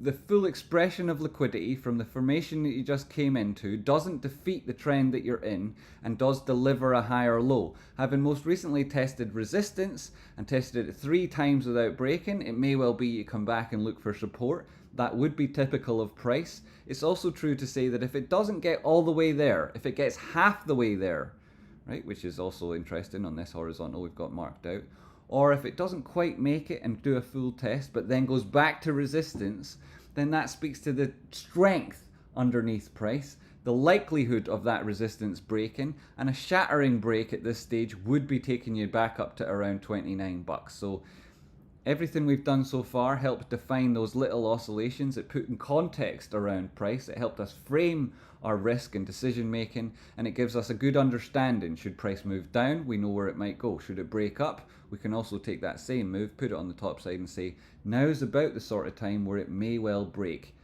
Here's that brown side move, measure it now. If it does move up again, keeping an eye on this guy, borrowing him to, oh, I don't need both of these, borrowing this guy to measure that liquidity, and as you can see, it also matches up with the top side target, right? So an awful lot of opportunity now for price to do something either direction and still confirm that bullish trend, and or lead to a shattering break to the top side. So I'm liking that. I'm excited about what's coming next. What's everybody saying in the chat box? Let me catch up with your messages. I'm in the meeting on hold as well, logged in with my control number, and it still says technical difficulties. Yeah, I think they're trying to resolve those at the moment. Oh shit, I didn't have the chat box moving. Hey mate, if I have shares from 33 from yesterday, and if I decide to hold, what are your recommendations for today or future? My hope was to make a quick buck, but didn't work, down 20%. Hello, Tom. Yes, a quick buck. You'd need to define your exit. This is what you'll have seen me do here, right? I drew on a trade setup at this point in time, and this is true of every trader on every asset at any time you ever make a decision. What you need is the place where you know you're wrong. And when you're entering, you have to define that. Where is that? How are you going to work with it? And that is, at this instance, defined from a distance away from your entry, which itself is a ratio measured against your target. So you need to know when you're entering where you'll definitely be wrong and you don't want the trade anymore, where you're targeting price going, and then you'll have a framework with which you can inject an edge and a strategic approach to price. So you need to work with those ideas, Tom. If you're a member, if you're on the Discord, or if you've taken the course, or if you put in, some sort of a donation, more context as well with regards to your objective. I mean, looking to make a quick buck is a good way of expressing a gamble you might take. But if it's looking to strategically exploit an opportunity, then you need to have a target of your own. And if you're asking me, where do I make money when price is at 33? Well, it's currently below 33. So the way that you would fix that is you'd sell your position when either now, because you could enter should price go lower, and then should price come all the way down to 26 and then move back up to 27 and do that 6 or 7 times. There's more money and more liquidity to be made from taking that trade 6 or 7 times than there is to be taken $33 to $35 once. So what is this idea of a quick buck? How many bucks? And what do you mean by quick? Because in a couple of days, depending on your position size, any of those oscillations could be making lots of money. So, but I mean, I'm willing to help. It's just you'll need to provide me with more context over your own decisions so that I can add value to them, and so that you can take value away that you can actually execute on. Because I can't give you specific and explicit financial advice here, not because it's illegal, because I'm based in the UK and so it is, and these are regulated products that you're able to trade. So I'm allowed to legally give you financial advice to the degree that I do, but I don't think it's ethical for me to tell you, this is what you should do, this is how it'll work, because it's not just you watching along, it's a lot of other people who will then add that context to their own decision. And overall, my objective, while it is to create a team of people who destroy those entities that currently run the world so that we can do a better job at it and shape the future in our vision, because I believe you hold the key. You are holding the pen to the unwritten future. I also don't want to cause any harm to good people following along who'd be trying to act with the same objectives that I do. So I definitely hold that objective close, which is to do no harm. And I definitely don't want to be responsible for anything that I would later regret. And I do empathize deeply with the people who pay attention and follow along with these shows. So I always want to make sure that I'm not doing the wrong thing. Boom. Fucking yes, by the way. Price loves my lines. At that stage, price was holding the centre line, the RSI, back above its own moving average, and now it's pushing into the bullish control zone. The fact that it found a wick and a little bit of a take back subsequently is fine, because the momentum is expressed by the consensus that price found at 27.50. It was a good idea to buy and a bad idea to short, which pushed it up to higher levels, at which point that dynamic has changed. People will need to reassess their opinions, algorithms even more so, and it will be in reflection of where prices just come from. And as you can see, we touched resistance, we came back to support. There was the idea and the potential for it to go lower. It didn't take that move. Instead, it took the high road, and here we see it coming back, testing a previous high. If that succeeded, you've got your targets. It's within this formation. If it breaks to the top side, you've got extreme moves up. And while GameStop might be experiencing technical difficulties on the shareholder meeting, here with the GameStop investors, we're experiencing a technical enlightenment. This is the birthplace of your enlightenment. If you stick around, you'll learn a lot. I hope you've been enjoying the show so far. If so, hit the like button. Every little bit like that helps. If you want to be a greater part of things, but you're not able to yet take that course, then you can join the Discord for free. You can join the paid side on Rocky Outcrops Discord, where you're also going to get exceptional indicators that me and my brother have spent years developing. He's put an awful lot of his life force into creating innovations that add to the body of technical analysis, and in future he'll be famous for doing it. He's already well known for it. So if you want to learn, then join that Discord. The paid side is on Rocky Outcrop Patreon. It's patreon.com/RockyOutcrop, where you'll get access to his toolkit, which itself encompasses an awful lot of indicators. So if you're getting TradingView, that's the charting software I'm using now, then the subscription tiers on it can be quite expensive. But if you're using Rocky Outcrop's Discord and you're the paid member there, then you get indicators which have others built in and allow you to save money overall. So here is that toolkit, and as you can see, inputs, you know, just off the top level alone, there's an awful lot more to it, right? But just off the top level alone, you've got Ichimoku Cloud, retracements, fair value gaps, moving average crossovers, trend channels, trend ribbons, moving averages, discount zones, important horizontals, liquidity zones, swing liquidity zones, and they're really fantastic for particular types of trading that we've been using here on the chart today. You've got equal high, equal lows, you've got auto decimal place override, things that make your chart cleaner, things that give you a guide to price, and it saves you doing all the drawings, putting in all the technical work that would be the labor of the love, that doesn't necessarily derive the immediate execution of your trades, but does help you frame price and understand a strategy. All of that's included in this subscription to that side of Rocky Outcrop's Patreon. You get the premium side of Discord, and you get the Rocky Outcrop Flash, which is an unbelievably amazing indicator which puts in a flash on price where it will return to at some stage. And it's how I called Carvana, that Carvana trade that I called, that other people like to pretend was them, because some of them also learned here and have gone off to try and create their own version of what I'm doing, a little watered down, heavily diluted GME.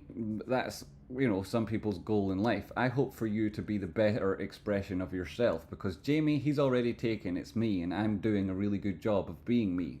I'd rather you guys were yourself and added your own particular qualities to the team that I'm trying to build. So that Rocky Outcrop Flash, it'll tell you where price is going. It helped me call a Carvana trade of thousands of %. Then I was also lucky to be able to get oversight over certain warrant contracts that Carvana held with Root, which told me that Root would make an explosive move. And that Rocky Outcrop Flash helped me take those targets to the top side there. So again, 1000% off Carvana, thousands of % off Root.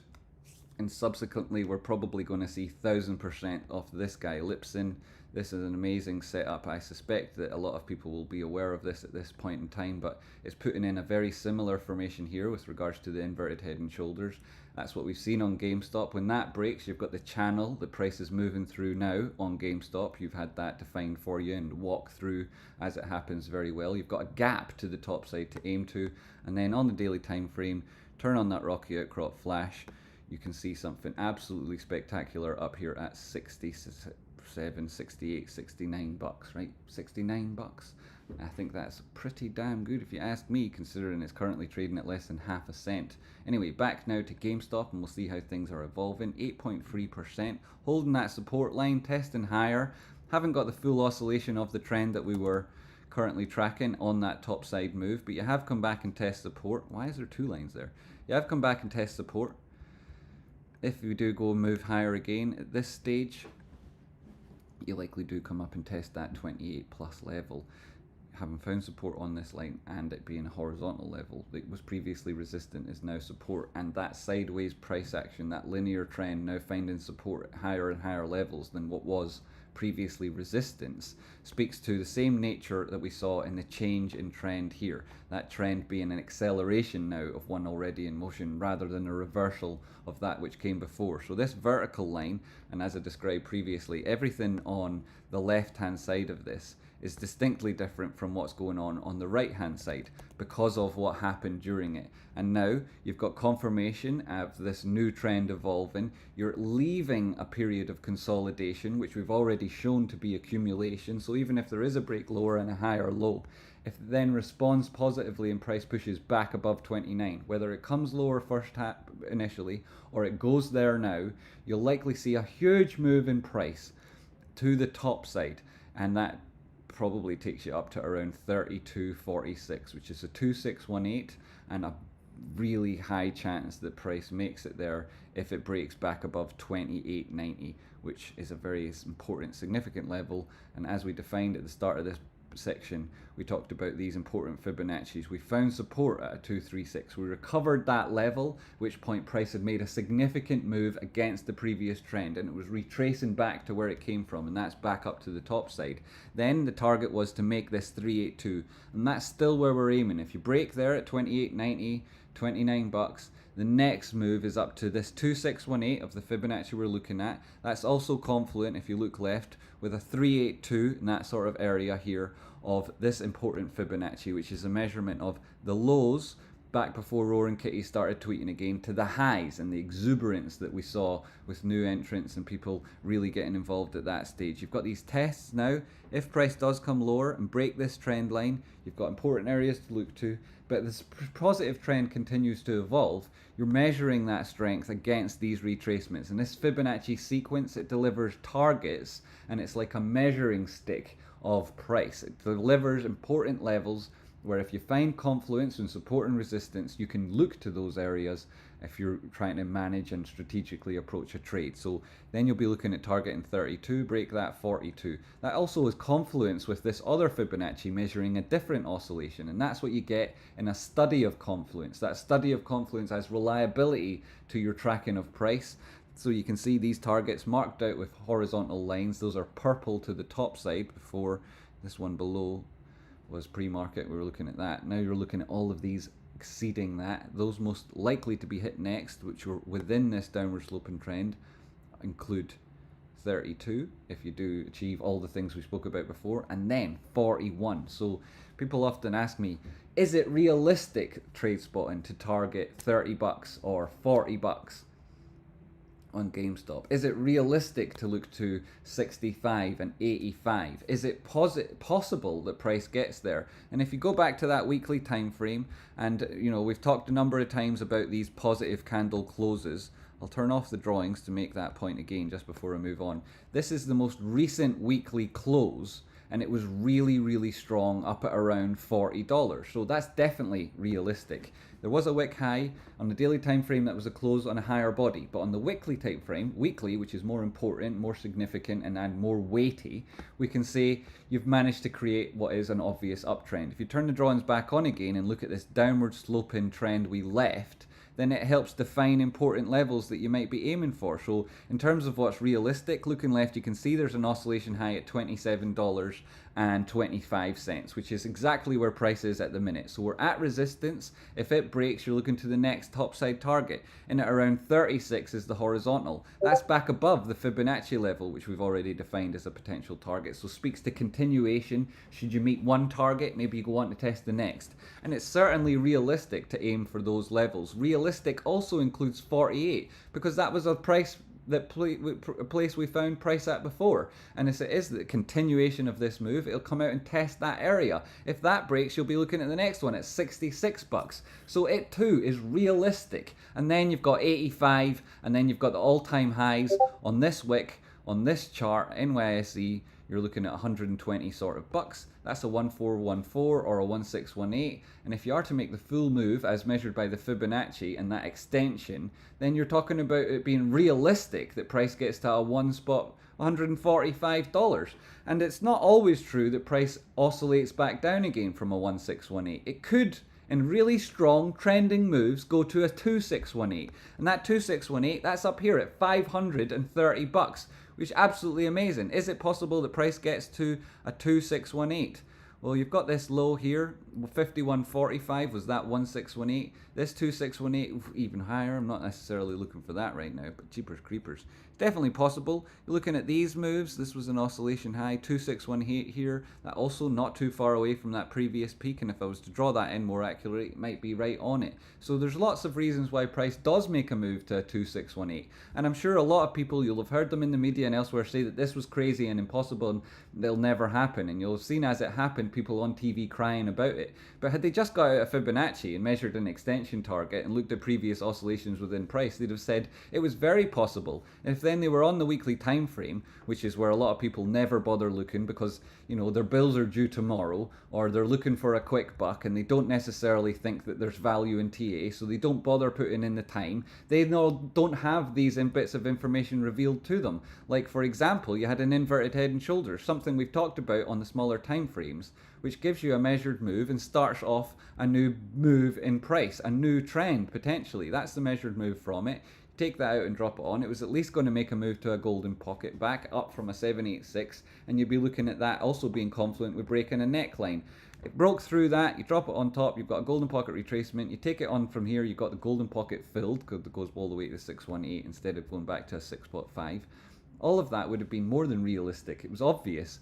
It also takes it back above a previous peak in price. So now you've changed the trend, you reverse direction, and you're exceeding previous levels of resistance. Those levels of resistance and this Fibonacci that we're using later look to have become support. And as you can see, that test that we called on the channel, which is now 10 pre-split, it was in around 38 to 40 we talked about. Bing bong, the price is wrong. If you've heard that phrase, it was from a live video I did late at night when I could tell price was getting down to these areas. And I said to everybody, this is a massive opportunity to buy. Ahead of it, we talked about how price had made this extreme oscillation high, and a lot of people had entered in 2021, and so they were buying it, having previously been underwater. And that is what saved them and made a lot of the investor base now in profit. And I'm not saying taking credit for it, because you made the decision, you took the risk, you deserve the reward, but I definitely pointed it out, bing bong, the price is wrong, and it was good for the investor base and the community at large, which is why I've got this privileged position talking to you now, and I will not waste it. I will build a team that changed the fucking world. I'm not joking you, I'm fucking serious about that. You can see them around you in the chat box. So a lot of people would have been benefiting from that move in price. Now we're testing that level of resistance at $27 and change. We're going to see continuation move on from these sort of levels. The equivalent of that then was 35, 30 bucks, you know, testing a little bit lower. You're looking at these sort of prices. So obviously you've had a split, you've had a move, we're at a different part of the chart, but the circumstances surrounding price now aren't all that different. Retracements, the chance for people to enter again if they were long and they were bullish. You've seen why Roaring Kitty entered. It was on this downward sloping diagonal breaking. Price retesting that area, as you can see here. It went through the diagonal, and after it went through that diagonal, it came back here to test what was a breakout zone. And if you draw that line on, and I've got a lot of different drawings, so you know, bear with me when you see them show up. That's that downward sloping diagonal. After price went through it and made that huge move to, you know, open markets at 63. If you're looking at this in terms of, you know, post-market electronic pricing, it made it up to 80 bucks. It made a massive retracement all the way back down again here to 17, 18 bucks and tested that line. And again, bing bong, the price is wrong. That is that retracement opportunity to adjust those positions, get yourself in profit when price moves, and watch for price to continue that trend. And if it does now, go and do the equivalent of what it did in 2020 when I first bought GameStop in at around 4 bucks and again added to it at 7 and still hold that same exact position, then you'd be looking, also got others much bigger now, you'd be looking at similar events happening now. And a 2618, that's not all that unbelievable. And when we put it on context, where is it? Where do we find price? A 2618 from here, high to the low. A 1618 comes out at 170. No, a 13. A 1618 is 569. That's confluent with the 2618 here. And if things go absolutely fucking bonkers, and maybe long term they do go absolutely bonkers for GameStop, you could be looking at absolutely insanely high prices per share. Now, I'm not saying that's going to happen immediately, nor is it going to happen off the back of what we've seen now, but these are things that could happen, and I've demonstrated to you that they've happened before. So let's see if they happen again. You had that breakdown. Price came in and tested $26.90, just below the $27 level, back to these previous lows, catching this long-term trend line that we marked out beforehand. There's an awful lot of things on the charts now, so bear with me. But you've come back and you've tested this area of support. It could certainly do so again, though you've got a positive V-shaped recovery off this most recent leg on price, so it could just now go up again. But if you do find, and that's extremely bullishly divergent, because you see how hard the price is being pushed down, how hard they're trying, yet they're trying harder than they did back here. Even more people trying even harder than they were at this instance.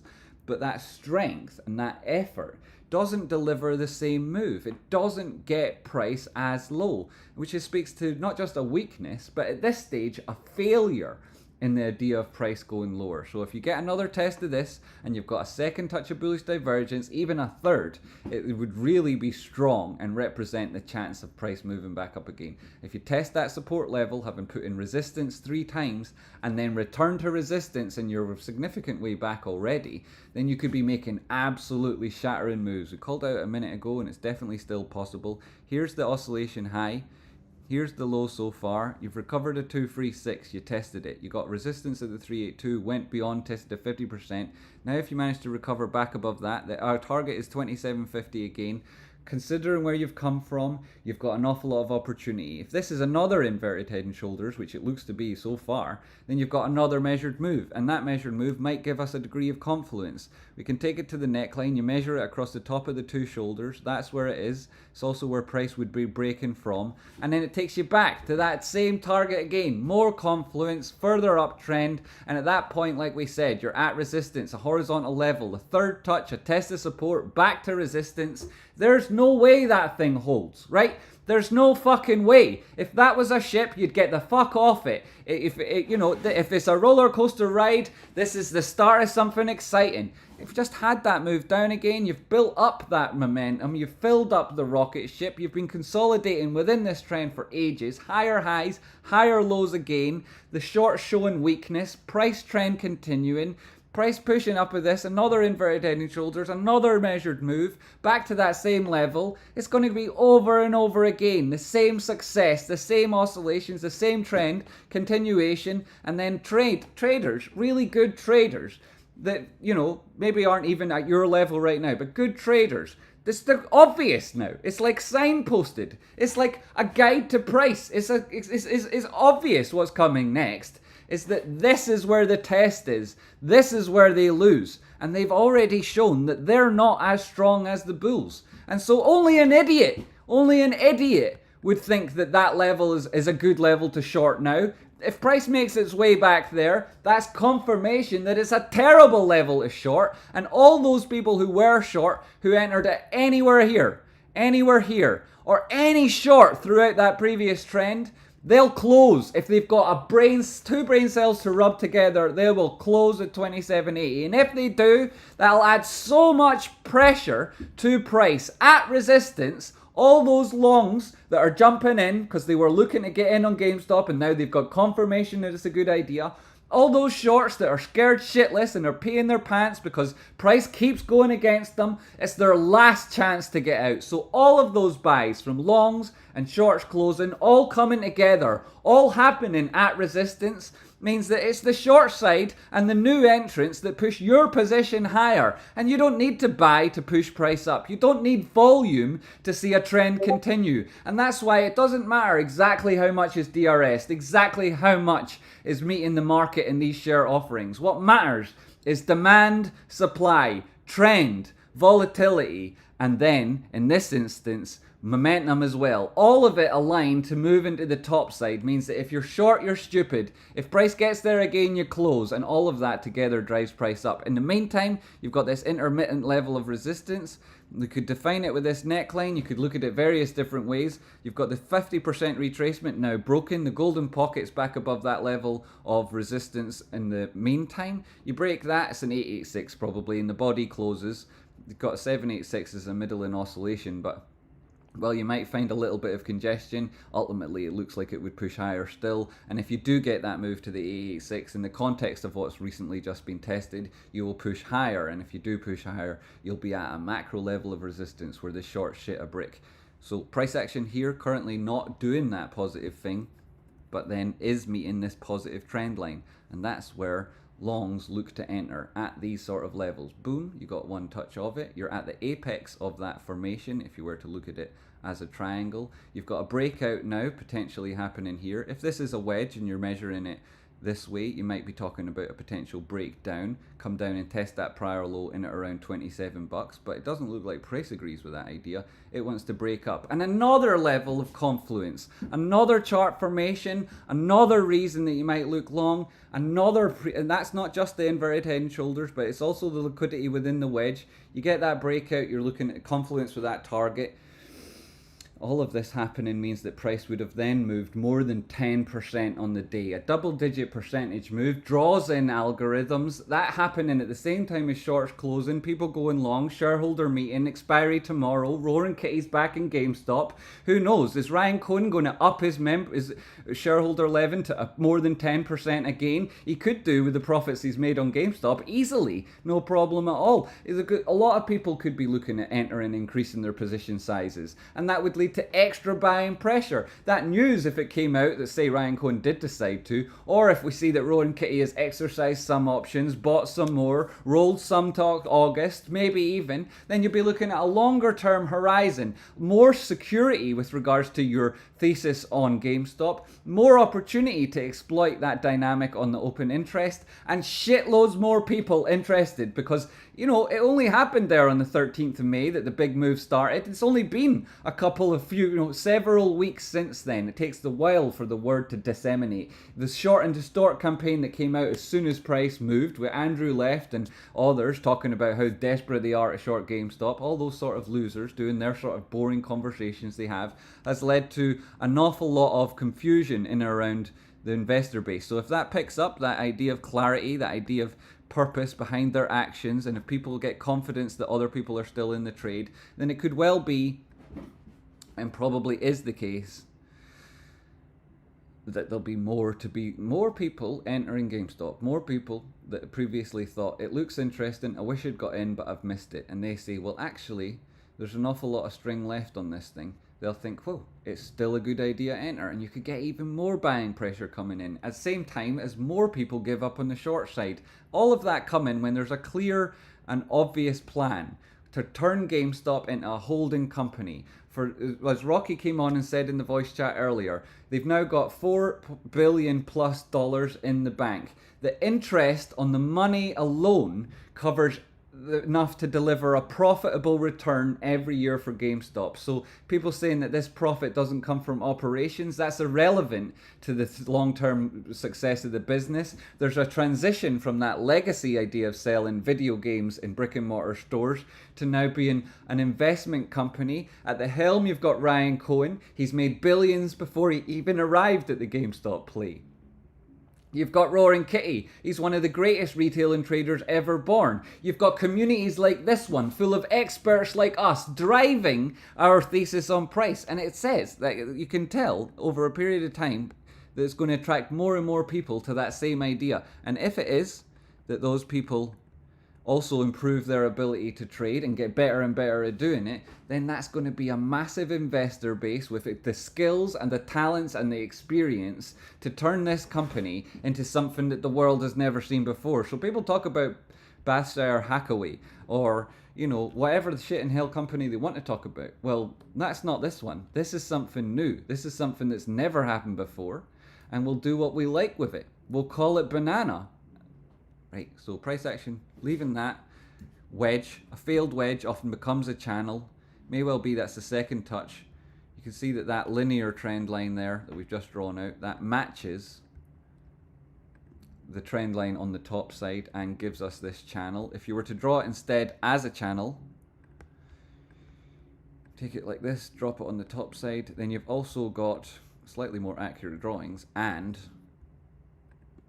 you've got the basis line within it, and you can see that basis line was distinct and important for the most recent oscillation low in price. If it moves back up again and the price breaks through that, which it will be quite hard to do because at the point it meets the basis line, it's also meeting this previous high. There's the basis line, there's the golden pocket. It's got three things to beat at that point, and when it does do that, should it do so, then there's very little between the top side of that channel and where you'd have just defeated, and so price probably comes in and tests that 786 or 886. So that's what you're looking at. If that failed wedge becomes this channel, it's only had 2 touches so far, so it's not confirmed. One more and it's real, and you could get that right now.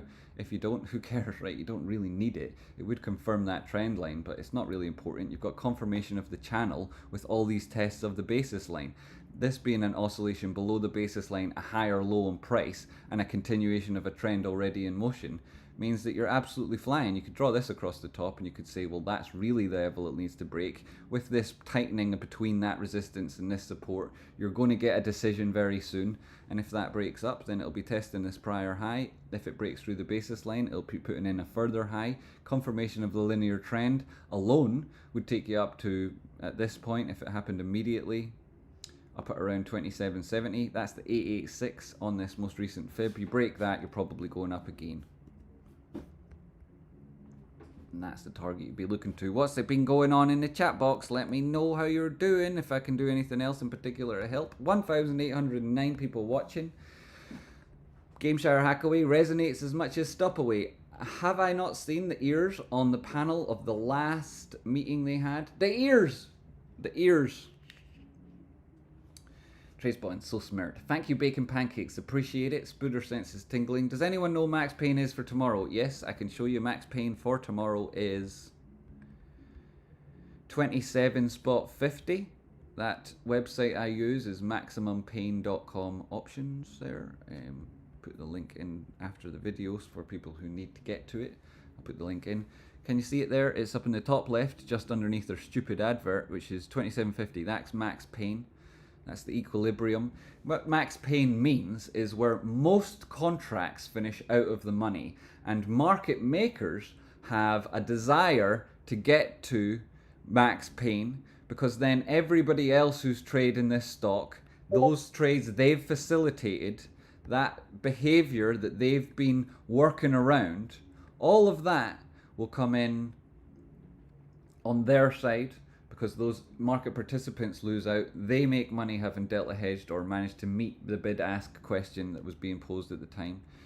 Price action, GameStop, that resistance level, I suppose I could have drawn it slightly clearer, has so far been true, and then you're looking for higher lows on this oscillation within this channel. All of that interesting if you consider price action going sideways between $27.50 and $27.57. That's all that's in that range. It's amazing what you can do in these tiny ranges and these tiny time frames. 5 membership gifted by JCC CPD. That's my dad. That's my dad. Hiya, Dad. Love you, man. Thanks. Appreciate it. What else have I missed here? You just got a gift from my dad. Get in at 56. Nemesis, Sugar Crane, Christopher Nordquist, and username 1. Welcome to the family. Hey. So you got my dad invested in your future too. If you want to get membership gifts, there's 1,800 people watching, and if that's the sort of way you like to contribute to the channel, now you'll also be contributing to each other's future. If you do it now, it'll be going to more people and newer people than we've ever seen before, and a lot of people added to the community. Feel an affinity with what we're doing. How were those chips? I never got to them, Sarah. We were on too much of a roll. And with so many people watching, I don't want to let anyone down. I don't want to take a break in case people leave, and I'm doing a good job, and I know that, you know, my objectives of changing the world are greatly facilitated by the more people that come along and see what we're doing here. So always trying to satisfy everybody watching. Maybe a sacrifice here and there to do it. I would be with my dad right now if it wasn't for what GameStop's movements at the minute. You look like me back in high school, says Eric. Eric, you must have been getting all of the action in your school. Can I have some free memberships? Sam Lukic. Can I have some free memberships? You can definitely come back more often. The more frequently you chat in the text box, then the more higher priority you get when membership gifted by the YouTube algorithms for working that stuff out. They give it to those people who've talked the most in the chat box or who've watched the most minutes of any show. So if anyone buys membership gifts, they don't choose who it goes to, Sam. Obviously, you're probably aware of this. But they instead arrive with whoever has interacted most with the channel. So the more comments, the more involvement, the more likely you'll get one. Silent TA, and get your chips in and some water. Chips in one hand, water in the other, and Drew's Tech! Drew's Tech. It must be 5 years we've known each other, mate. I frickin' love you, buddy, and everything you do for my brother. Flippin' heck, and 5 from BMJ as well. Look at that. James Sherwood, Selwood, Poker Baby, Stuart M, Thick Thanos. I recognise your name. Big Billy, Pit Bullier CZ. Is that yourself, CZ? I thought you were in the big house. Resi C, Chad Anderson, David McCarthy. A lot of good people just gifted memberships thanks to BMJ and Drew's Tech. Thank you very much. I appreciate it. Memberships. Memberships mean that you get access to other videos there on the channel. And when I do shows that are only to members, or if I put educational content on, like for example, I have an ethical investment thesis, which I deliver along with a strategic investment portfolio. There's a Rocky Outcrop flash that says that price is departing from 27.38, but At the point at which it turns around, this is the area it will come back to. We can see the prior lows and the previous trend line down here where price might reach its way towards. And should it get there and recover within this formation, which we expect it to do at 27.38 when price turns around here, having tested this support line we've got in, it's interesting to see that that's where it immediately found a degree of congestion and paused. Then we've got rocket outcrop flash, which is the area it'll return to when it does start moving back up again. We've got these support levels at the prior low, could mark them in. One here, I'll draw the circles around them anyway. Now there is an awful lot of circles, so you know, should it meet that again, it would also be meeting that trend line. Strong chance it bounces there and a real clear target to aim back towards. And these sort of things can really help you manage your position, an entry and an exit that you can use to add to and change and manipulate your own position. So that's the sort of way that that indicator might work. I'm going to turn that off now because you should get it for yourself at Rocket Outcrop's Patreon, and in the meantime we'll focus just on price itself. We'll keep the drawings up, though there are a lot of them and it could be confusing, so that people can see exactly what's happening. I wanted to keep that circle on the screen at the same time, but if I get rid of the RSI, does that let it? Yeah, just about that area lower. It's a no trade zone until such times as it gets there, or the recovery back above 27.30. You wouldn't be wanting to enter here because price hasn't made up its mind with regards to direction, so it makes it harder to manage your risk, and it doesn't give you any security or reliability over your targets when you enter at those points. You want to see a proper test and reaction before you make those kind of decisions. So this, I'd say, is a no trade zone, and it would continue to be so until such times as price is back above 27.30 or coming down to 26.90, 26.85 might be the entry that people are looking for in this oscillation. Have we got any news re the shareholder meeting? We've still got loads of people in the live voice chat there on Discord. Great to see everybody waiting for price to sort of this meeting to come back and join in the community there. I know it's a work day and a lot of people are busy. Saw Jen's on a 15-hour drive with her hubby across the country. You know, you couldn't drive for 15 hours in Britain without hitting the sea, no matter what direction you start going from here, that's for sure. So price putting in this, what could be a scallop or it could be a flag on the way to break down lower. Scallop would look like this, and then you'd be looking at that level to break. The measured move would take you back here. No, that's not a scallop. Scallop would break at that level and you'd be looking at the measured move down again.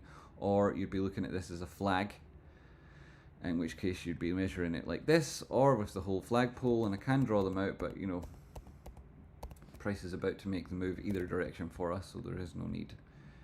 And I'm about to pick up that window lean and drink it. I'm so goddamn thirsty. Move that over there so that it is not distracting me. Price here trying to put in an oscillation but not quite managing it. Need to burn $10, so I didn't miss anything on that front. Good to see. Over here at chat box to see what else has come in there. Trace spotting, quite the opposite on the amount of action. You're a legend at JCCP. Let's see your TA. Jamie had to learn from somewhere. There's price making its way into that circle. Let's see how it continues. Moderate trading volume, news subs, any news, and shareholder meeting. Yes, what's the news on the shareholder meeting? What did I miss? I'm a first time viewer. This is a banging channel. Subscribed. I'll be in here all the time. Great to see you, Michael. I appreciate it. Won't be surprised if that happens after 4 PM EST, which would suck since options don't trade or after nor before hours.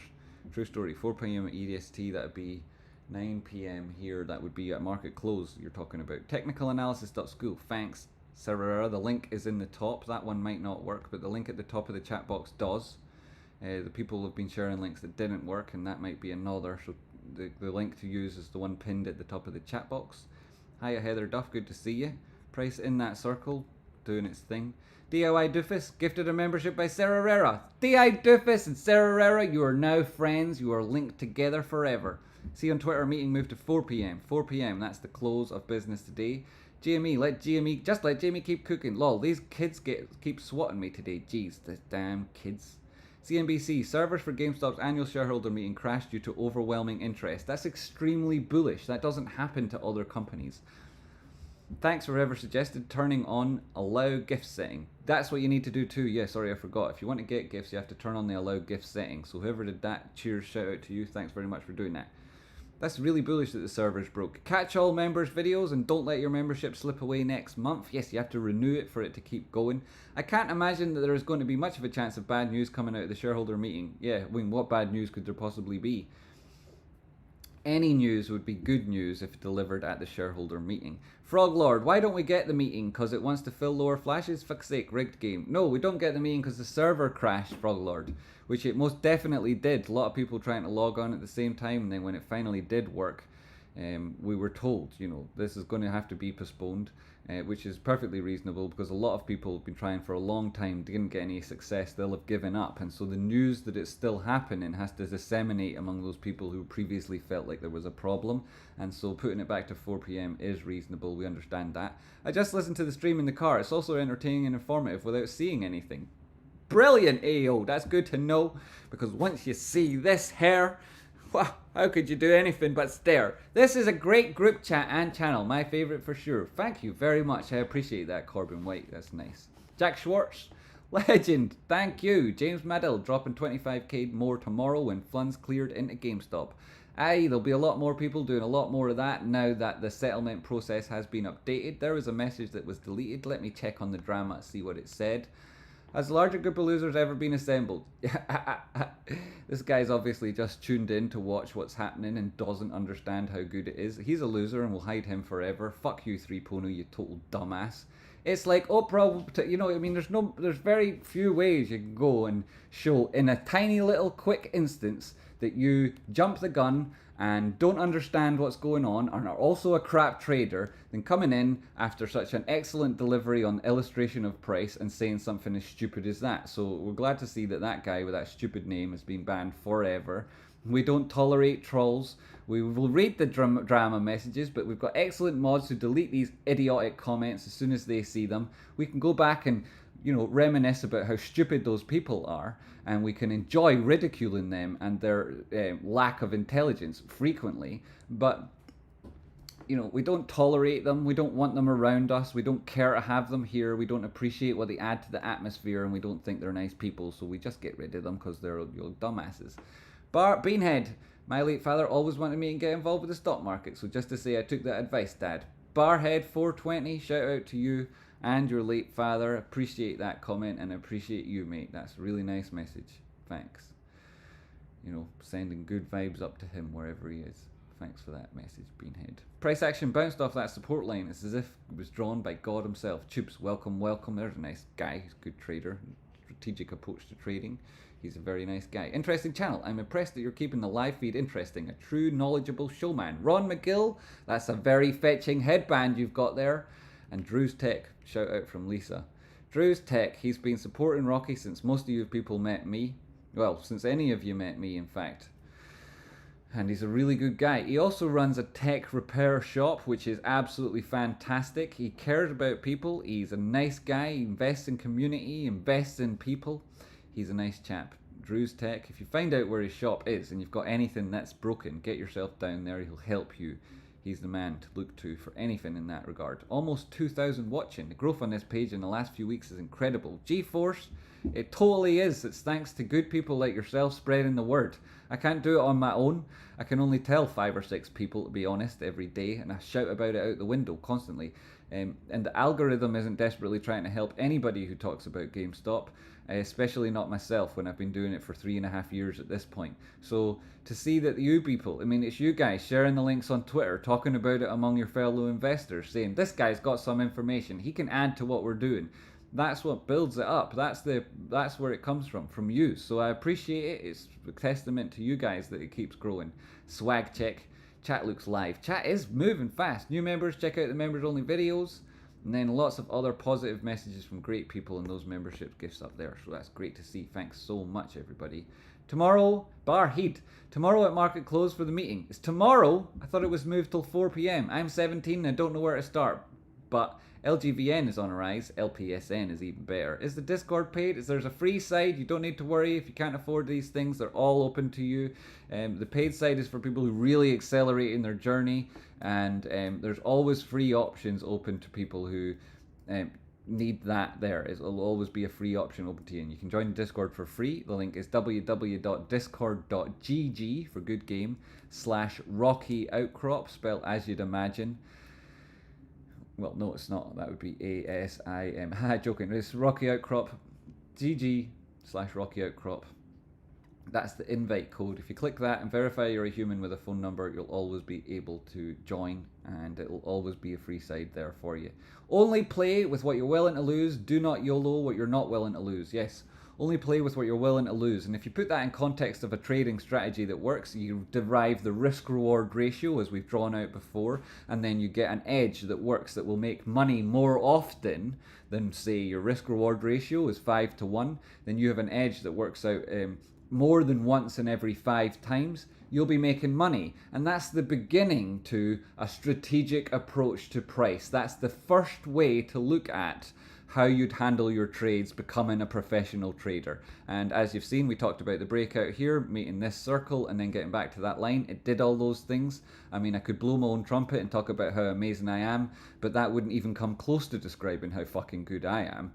So I'll not bother. You can see it for yourself live in front of your eyes. Guys, I think GME is about to rip. I think having tested support on a macro level and got back to that previous level of resistance, now exceeding it and putting in moves to these high targets, wick down and that being rejected immediately, that's super good news, and it could be that that happens. Grizz London, how you doing, buddy?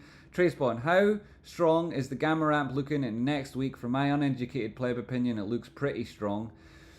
Gamma being the fact that market makers need to go and acquire shares to meet the option contracts that pushes up price and then leads to further moves pushing up the price into the next strike, so that more option contracts are in the money, so that market makers need to acquire more shares to meet that obligation. The whole time shorts closing, it's very positive. If you were to take the PhD maths of a gamma ramp, then you'd see that it's maybe even ambiguous or dubious if those things exist at all. So to put too much science into it is to perhaps take away from the extent and the strength of this idea and concept. So we'll keep it vague, we'll keep it ambiguous, and we'll talk about how it looks beautiful, it smells great, it feels wonderful, and we enjoy it. As to the mathematics of the thing, we're going to stay well away from that without blowing anybody's bubble, busting anybody's bubble. But if you're PhD maths and you've looked at the dissertations and the deep studies that have been done into this idea of a gamma ramp, then you'll know that certain conditions favor it better than others, and that's when you've got a real strong investor base,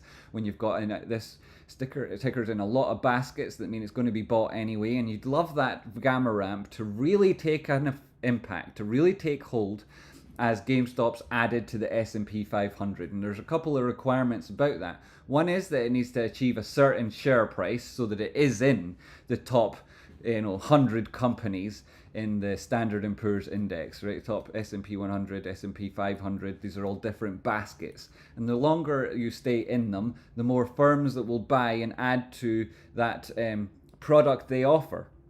So an ETF that offers the S&P 500, it would have to include these sort of stocks here. In the S&P 100, again, new basket, you need to include them as stocks. And so, there's lots of different baskets and lots of different ETFs, and the higher the share price goes, the more likely you'll be in them. S&P itself is determined by committee rather than exclusively share price alone. They don't like to put stocks in there that have just spiked up and likely don't hold that fundamental value, so they want a narrative behind that move that exceeds the idea of simply short squeezes alone or gamma ramps that took it there. And so once you get in there and qualify and have been approved by committee, then you start your gamma ramp, then we start making huge moves. That's when you see thousands and thousands of dollars per share, when the real MOAS, then those targets that people talked about really come out. Sauce Food Cart, if this was the GME meeting, then the Lipson one is going to be mental. You're telling me. I can't wait till that.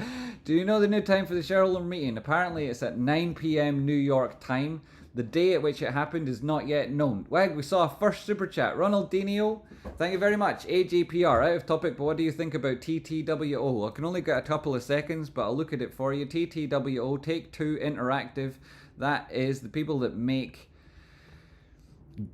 Grand Theft Auto. You had a trend line to the top side. You exceeded certain targets. That was a 2618, was it? Yep, that's a 1618, pardon me. So you would have got to that level, found an oscillation. You want to come back now and find support at that previous high on price action. That suggests that you could come slightly lower at 156. You've done the majority of it. You've got a potential inverted head and shoulders.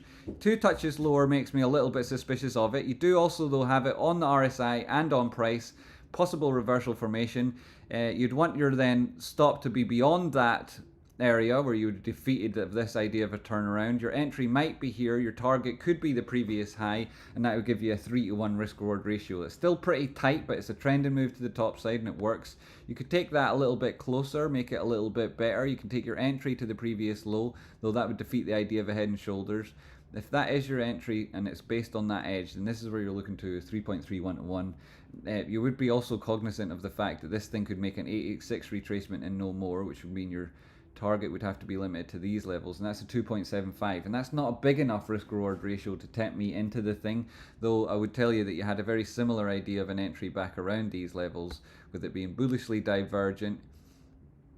This thing started an uptrend, higher highs, higher lows, and then breaking into that linear move up on an exponential, on a logarithmic chart, talks about exponential rise. So, you know, you are adding to the price, you're halving the amount of time it takes for that to happen. Once it reaches true exponential, so that it's doubling, as the prices increase, that price increase, the delta doubles as the time it takes to happen halves, and that's the true expression of an exponential move on price. When you see that, it's the edge of the parabola, and it's when prices make an extreme breakouts. You had a good move here, and then you've got this retest lower and oscillation back, and that's the sort of thing you would expect. Back to GameStop at 27.25, which is what most of the people watching now are tuning in for. I hope that was helpful, Ronaldinho. If you want more on it, I'll do it when I'm not looking at this. I also had a donation about Bitcoin from Bad Mama Jama I should be getting back to look at properly in a moment. I can do that when people aren't daily interested in GameStop and what we're doing here. So this oscillation, touch of a support line, back at resistance, seeding 886,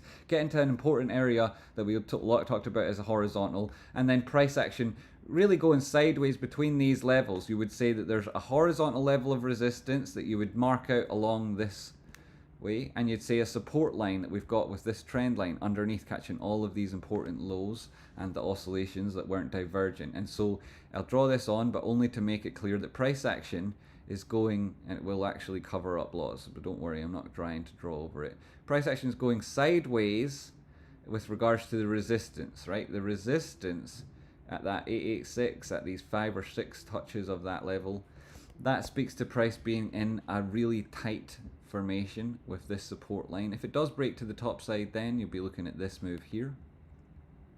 That's the measured move from that breakout, which takes price all the way up to 30 bucks.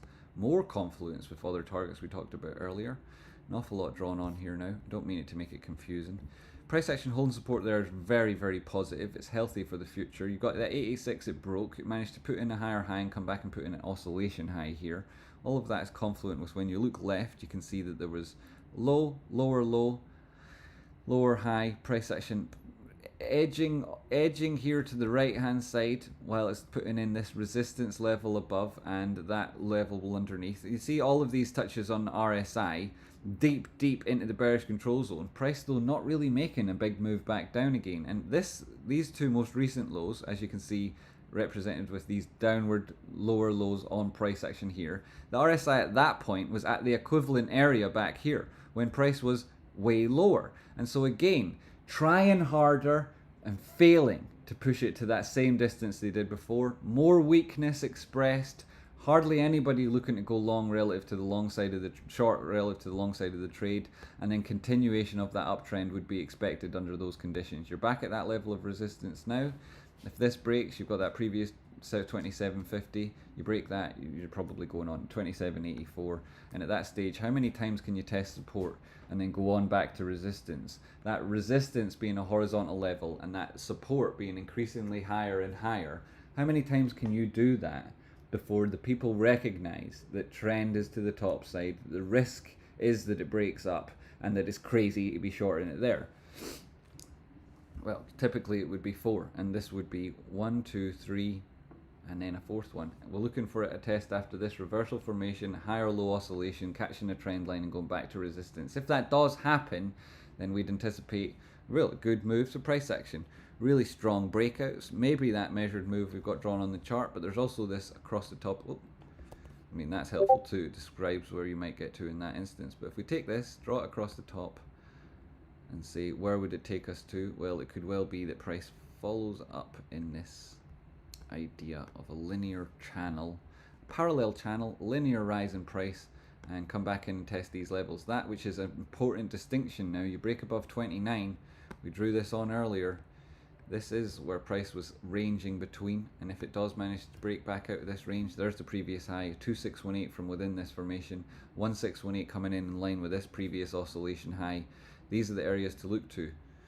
You could also look at that guy and say that there's something at 30, there's something more at 31.30, and there's, you know, the actual high on this guy at 33.50. But I think that all of those would be obviously broken straight away if price then went through 29 and change, because you'd have defeated the idea that you're coming back down to test 24.39. You'd have decided that the accumulation period was what was defining the consolidation. It was accumulation, it was at resistance, and like I say, consolidation at resistance, accumulation proved with a breakout. These tend to lead to really big moves on price. What's the chat box saying? Get in there.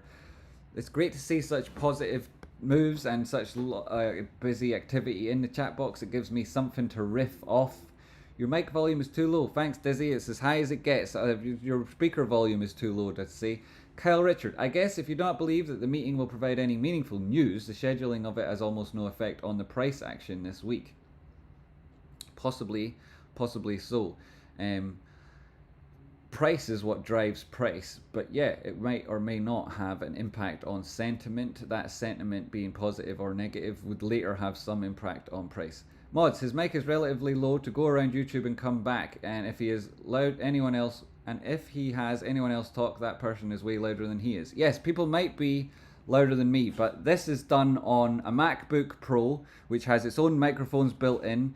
The level of the receiver on the streaming platform I'm using is at its maximum. There's thousands of people watching who are able to hear me perfectly well, and while other people might talk louder on YouTube, they probably aren't delivering the most amazing information. So you know, I can't do much about it, mate. If you can turn up your volume, that's great. If you can't, using the device you're on, you can connect that to a TV and use the volume on it to create that extra amplification. But I can't meet you any further than halfway. Dizzy, it's not hard to adjust your own volume. From YouTube, you are loud and clear. Thank you very much, Kyle Richard. I appreciate it. She wants to break out here. She just needs a volume push. DB, volume, when you've already got trend, momentum, volatility, then you get volume as confirmation. Until then, and without that, it doesn't really mean anything on of its own. Every buy comes with a sell, so asking for volume isn't really as important as asking for buying pressure. Buying pressure comes when your thesis is proved correct and the risk is reduced. So what we're looking for is confirmation and signals, and then confirmation of those signals. The volume, that follows in behind, and it may well be that lower volume on the books, and even then equivalent also coming in terms of lower volume and market orders, could lead to greater volatility. Are you even a live person? Yeah, real men go live person. I always max up mine. The problem with maxing up volume on this channel is sometimes the alerts are so loud, and I know that there is some little discrepancy on the tech here. So I understand what you're saying there, buddy, about the volume not being high enough, and I do appreciate you pointing out that the other YouTube channels have louder volume. It's just this is the best I'm able to manage right now, and so thank you very much for bearing with me. If you find it to be difficult, I will solve that problem eventually, and I'll definitely try to meet you there in the request you're saying. Your sound is perfect for listening while I'm at work. Smooth, soothing even. This is soothing? Oh my god, what job do? You must be a deep sea diver, underwater welder, or some sort of a surgeon, or, you know, in charge of the nuclear button. Funny watching you switch from audio volume to talking about the chart. I know, I can go from one to the other. It's incredible. How do you set up the horizontal lines? Looks like, what are you looking for, by the way? I love the content you're talking about, so interesting. I look for previous support and resistance. I look for Fibonacci targets within the sequence. I measure out various oscillations, and then based on the liquidity that we've seen within the pattern we've measured, I draw measured rules to determine targets, and all of those things go together to create those horizontal lines. If there's confluence between those factors, then I put more emphasis on them. Sounds perfect. I just deal with it, says Twalia. Thank you very much for putting yourself through that, Twalia. I appreciate it. Thoughts on this gamma ramp of out of the money calls expiring Friday? Out of the money calls can't deliver a gamma ramp, of course. It speaks to market makers needing to acquire the shares to meet those contracts that are being exercised, and people don't do that without the money calls because they just buy the shares and the underlying. Can you show how you determine fib lines? Yes. The easiest way of doing it is getting the Rocky Outcrop toolkit, which comes with Fibonacci levels and puts the appropriate Fibonacci on any oscillation. So as you can see, it's done it here from the low at this and the most recent high, and it draws them all out here for you, and it works on every time frame. It also picks the most appropriate area to put that fib, drops it on for you. As you see, it auto-populates, so you don't need to do it yourself. You get it at www.patreon.com/rockyoutcrop, and that determines your fib levels. Boom, there it goes, auto-populated. I didn't have to draw it. I don't have to work out where it is. There's the daily one. It'll do it too. Auto-populated. I won't have to draw it. Boom, there it is. You can see. And then I could go up to the weekly and it'll do it too. It'll drop it on. Boom, there it is. And there you go. All of these levels giving us confluence with other targets. As you've seen them pop up and disappear, that'll be providing you with a degree of confidence in your alongside trades, I expect. If you want to draw them yourself, then you find an oscillation high. You define the trend with higher lows and lower highs. Then you've got an oscillation, and then you draw the Fibonacci from a high to a low. You can draw it from a low to a high, and it'll always measure the retracement against the trend. So this is a low to a high, the measuring a retracement against it, so back to that low. This is a high to a low, so you're measuring the retracement against this move down with this sequence back up again. And so that's how the Fibonacci works. It's a measuring retracements against the trend that you're looking at, from the oscillation high to the oscillation low, or the oscillation low to the oscillation high. A lot of people, including famous YouTubers, will take their Fibonacci there and go to the left and draw it from that low to that high, which means their fib is upside down, their sequence is wrong, and they should know better, but they don't because they're idiots. And so that's not the way that you do them. So always make sure to follow Rocky Outcrop's tip. Draw your fibs from left to right. They go the same direction as price action, and that way it will ensure that you never get run over when crossing the road, regardless of the rules in your own country. So that's what we're looking at with regards to Fibonacci's, how you draw them. The best way of doing it is getting a tool that does it for you. The best tool is the Rocky Outcrop Toolkit. You get it at patreon.com/rockyoutcrop. You also get the Rocky Outcrop Flash and access to the paid side of Discord. So, you know, there's an awful lot of value in that link, and I suggest that you would probably benefit you if you were to go and have a look at it. GameStop doing now, like we said it would do, pushing higher to those targets that we talked about. Great to see, up towards that resistance level, which we anticipate getting shattered.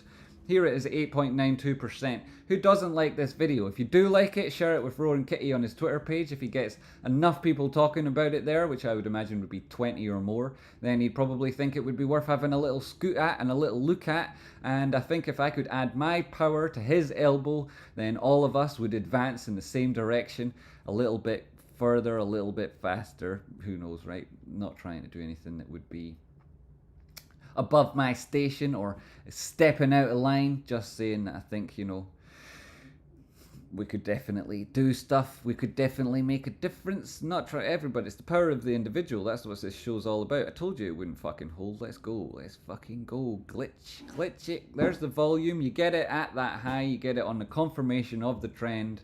When the momentum is with you, you're going into the bullish control zone. Your oscillation back down again was to hold the center line, the RSI. This is a breakout, folks. This is a breakout. A higher high on price action today, up 9.74% there, going to press. There it is, pushing higher further still. It's going to be at double-digit percentages. Then algorithms are going to get interested in price. Barclays Bank, run a volatility desk designed to attack you, the retail trader in GameStop. They hate you. They've tried to take your money for years. Barclays are one of the most evil companies that exist in the world. They've been breaking the law for decades and decades now. Often they get caught, and again, their fines measly compared to the money they make for breaking the law. They're a disgusting company. They're probably the worst bank in the world. The people who run it are one of the first people. The guy that ran Barclays, he was one of the first people that ran a bank who at the same time was convicted for fraud by the Serious Fraud Office. He also associated with Jeffrey Epstein, who himself was on trial and in prison for what is abusing in minors, right? So Barclays, disgusting bastards. And the truth of what I'm saying there is as valid as the truth of the technical analysis I put on charts. GameStop's up 10.72%, pushing higher still, back above 28 bucks. New highs for the day, breaking back above the basis line of this grand channel we're looking at. Coming here and testing this previous high at $28 and change. There it is now, oscillating around those levels. What did I tell you, folks? There was the best entry. We got it to you before it broke down. You managed your risk at that area. You had the reversal formation. You've got the breakout, the retest of that breakout area happening now. And the next best trade on the chart is here. You've had the confirmation in volume. You've had the break of support and resistance. And now you're pushing higher still again. This is an excellent day for GameStop. See more of that? More power to you, price. Keep going. Let's see how it works out. Now you're back at the bottom side of that bullish control zone here. It could well take a breath and start going through another period of consolidation. We had our accumulation and our break, but there it is. There is no break. There is no pause for price. It just keeps on going, and my chips will be ruined.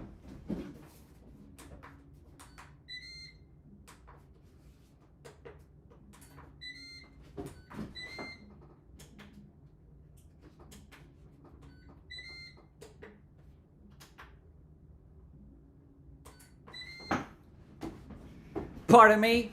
What's price been doing? Where did you get to, price? 28.77. Holy crap, it's nearly at that 28.90. 77. We said 28.80, 28.90.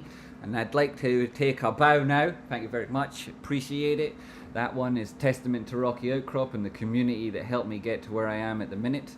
I wouldn't be able to speak to you if the people that aren't members and stuck with me for the 3.5 years of a downtrend, that had faith in what I'm trying to do, had not supported what I was up to, because it hasn't been easy for anybody, and I'm included in that group and I'm proud to be.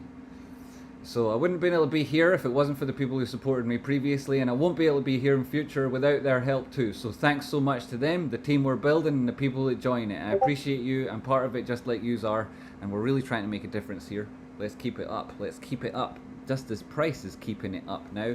That's what you call that exponential break, that parabola occurring where the increase in price is doubling, the time it takes to happen is halving, and that's what a true expression of an exponential is, and why it delivers a parabola, and that's the maths behind the shape behind the price changing lives.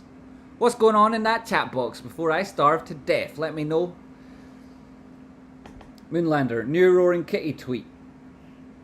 Thank you very much. Let's check it out. Can't stop, won't stop supporting this legend. Alex, when I was saying that, I was thinking of yourself.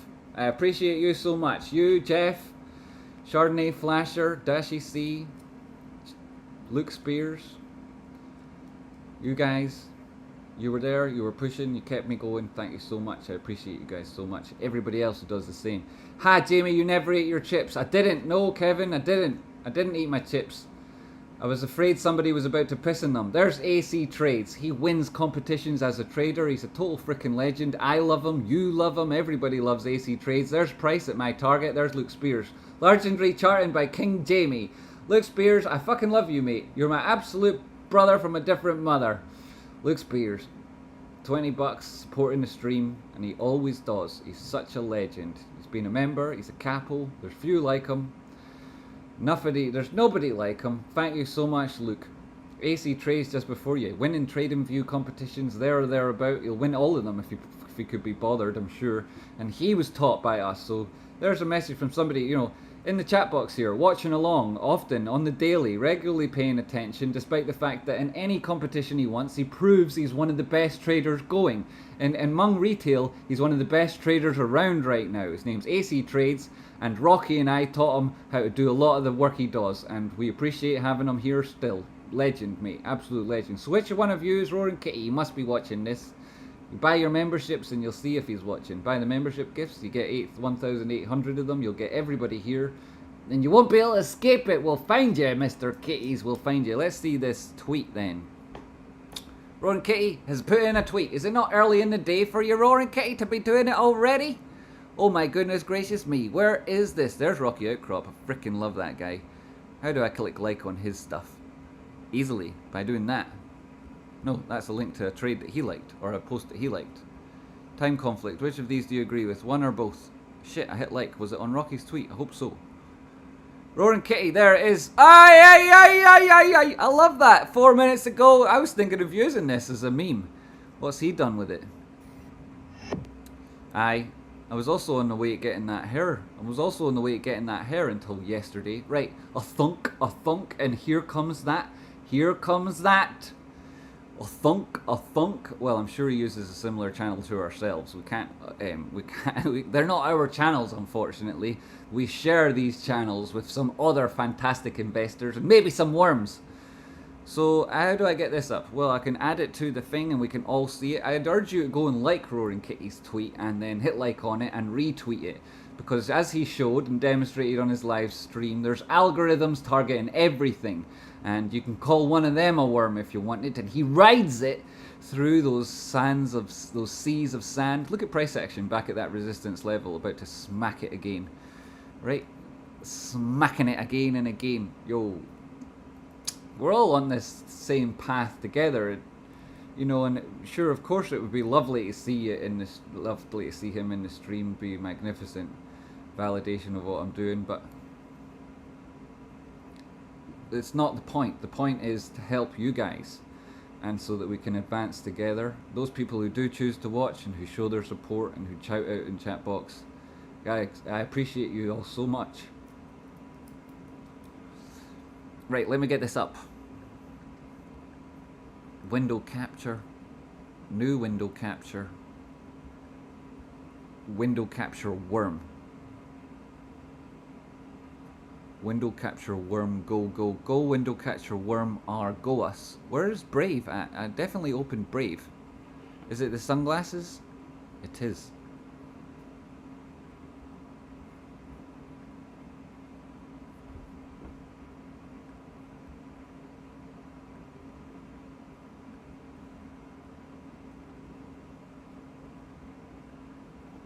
That's too big. We'll keep it this size so that it fits.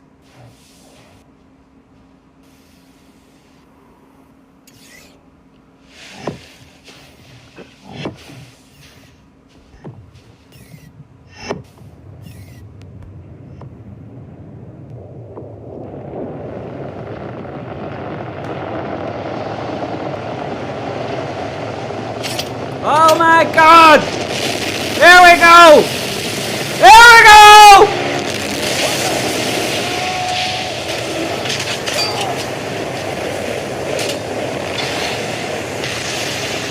Boom!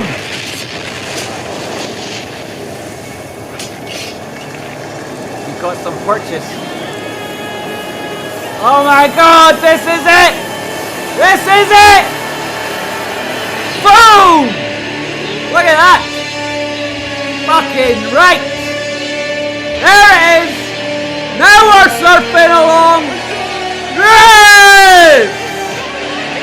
Boom! Right, get down and do the worm! Bang.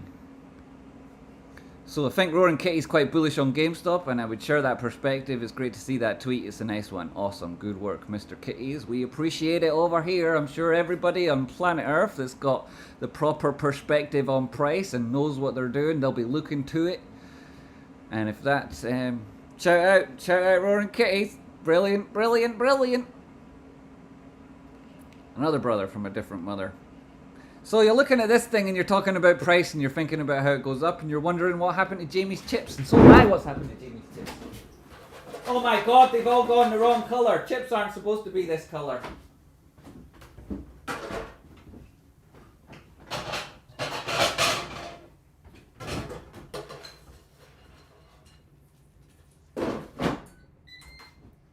Yeah, chips aren't supposed to be that colour. Price action. It's doing a good job. Chips not quite so much. Jamie's rising.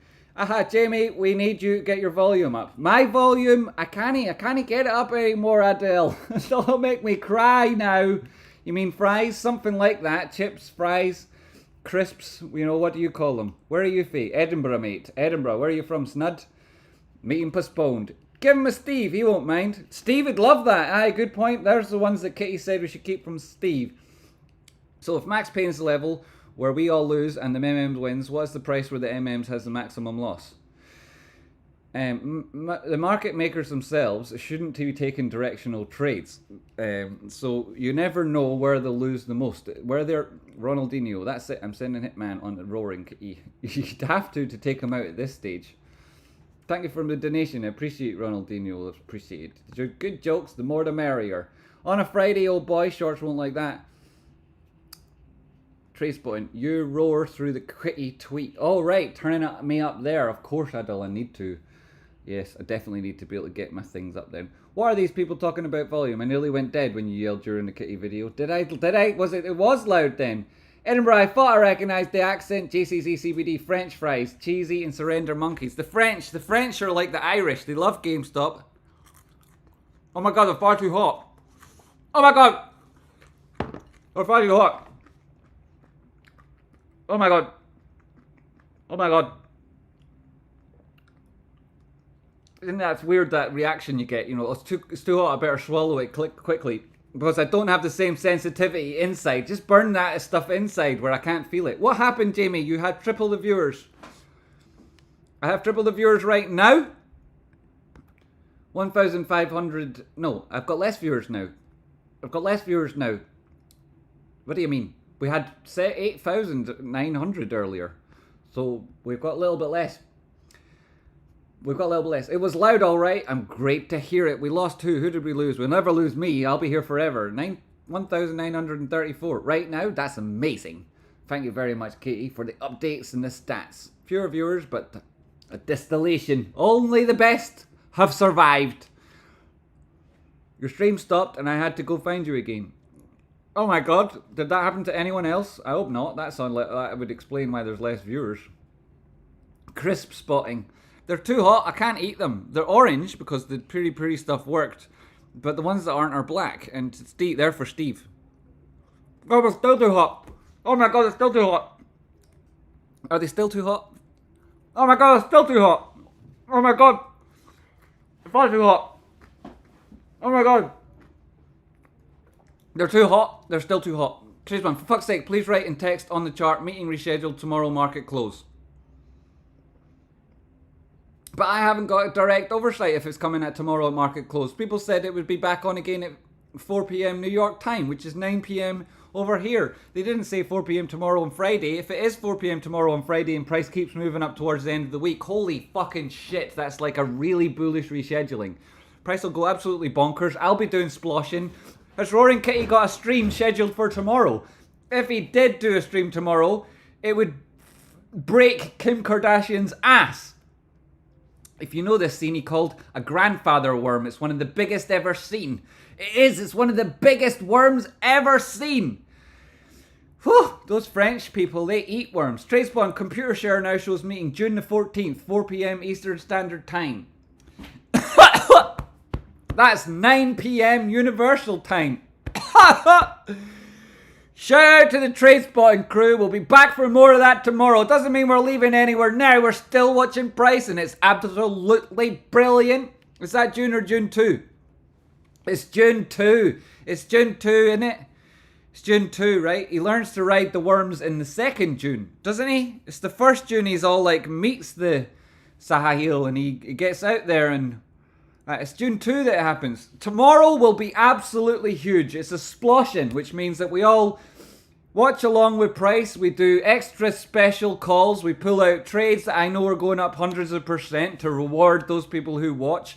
We have a great time with each other in the chat box. We drink along. Some people play a drinking game where every time I say Fibonacci, they take a drink. I'll have booze, I'll have shots, and we'll be enjoying ourselves together. If that sounds like your kind of party, with some GameStop in the background with an update on price, then get involved. If you're interested in cryptocurrency and you like technical analysis, follow Rocky on Twitter. That's the one to go to. I'll replace the link for the course with that now. And you should follow Rocky Outcrop on Twitter. He's my brother, he's brilliant at what he does, and he'll help you out. So check it out, enjoy the show.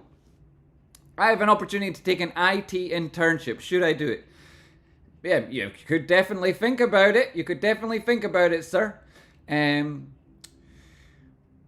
Well, what's your goals in life, right? What do you want to do? Do you have to, you paid? It's an internship, right? So they're paying you. Is that what you've looked to do? Would you enjoy it? Is it interesting? Go for it. I took out so many calls expiring tomorrow expecting this earnings meeting. I feel cheated. No, but price has gone up, mate.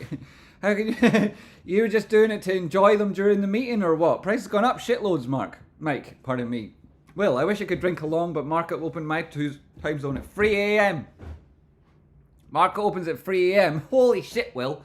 You are dedicated. R5PS205, that's what she said. And we listened. And we cared. Because we're like those 90s men.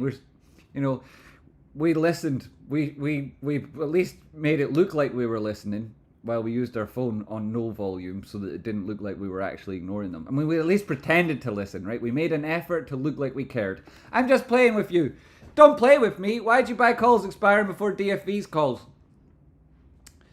Why did you do that? Because I thought why did you do that? It's a good question.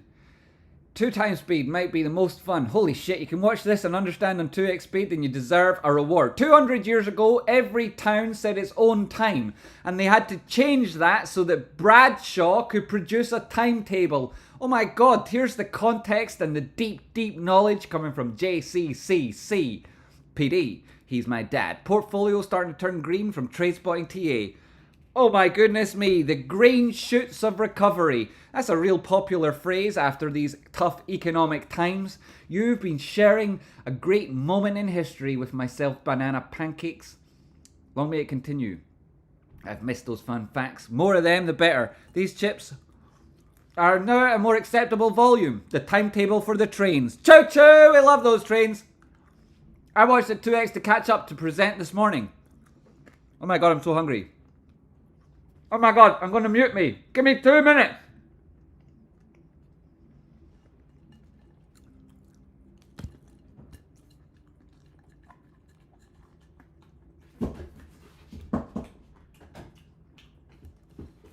Oh my god, I'm drinking these chips.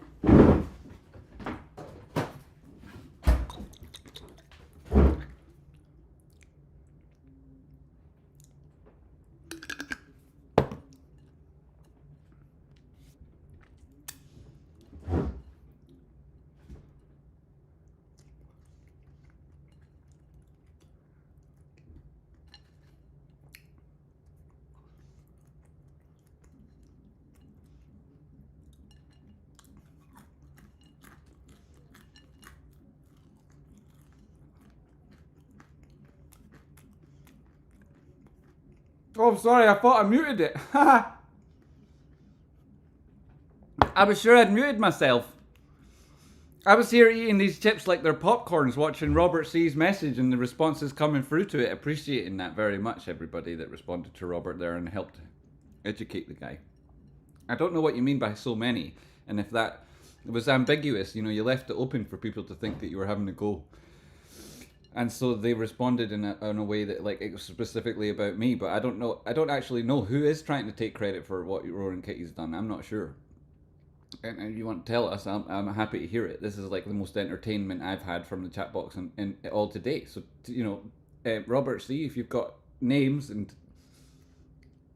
taken names and what's the rest of that expression? taking names and something, right? Snapping necks and cashing checks. If you've got names and you've got a reason, tell me. I'm eating the chips. They sound just like they look, black and hard and not orange like they should be. You know, yesterday we talked about how, yesterday we talked about how those pinko commies are trying to steal your precious bodily fluids. They want your essence. You know, and it's not like I, avoid women. I just don't let them have that essence. And that's because, like Jamie did, I recognize the precious nature of water. There is no water in these chips. Sorry, I can't answer questions. I've got chips in my mouth.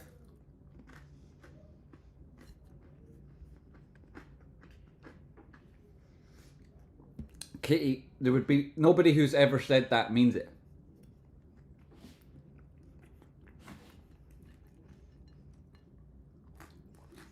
Yes, Ian!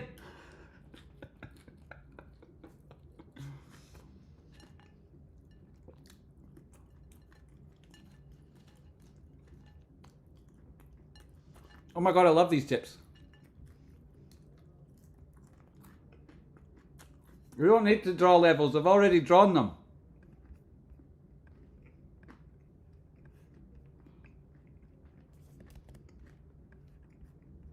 They're there on the price scale on the right in purple and here. That's the level. So you can pause it and screenshot it and you'll have them. But we have to get back to the tiny seconds to see as it moves. Look how good those lines worked. Holy shit, what the I just saw those lines move, did you? I can't see my chips, wait. Sorry, they're too dark and my glasses are obscuring them, so I couldn't see my chips.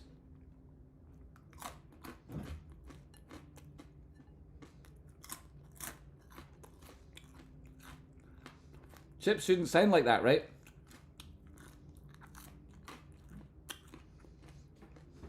But I cooked them 3 times.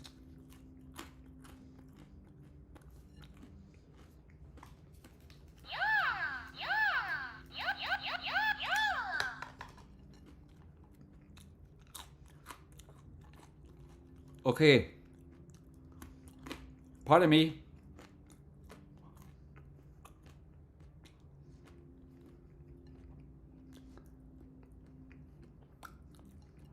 Pardon me.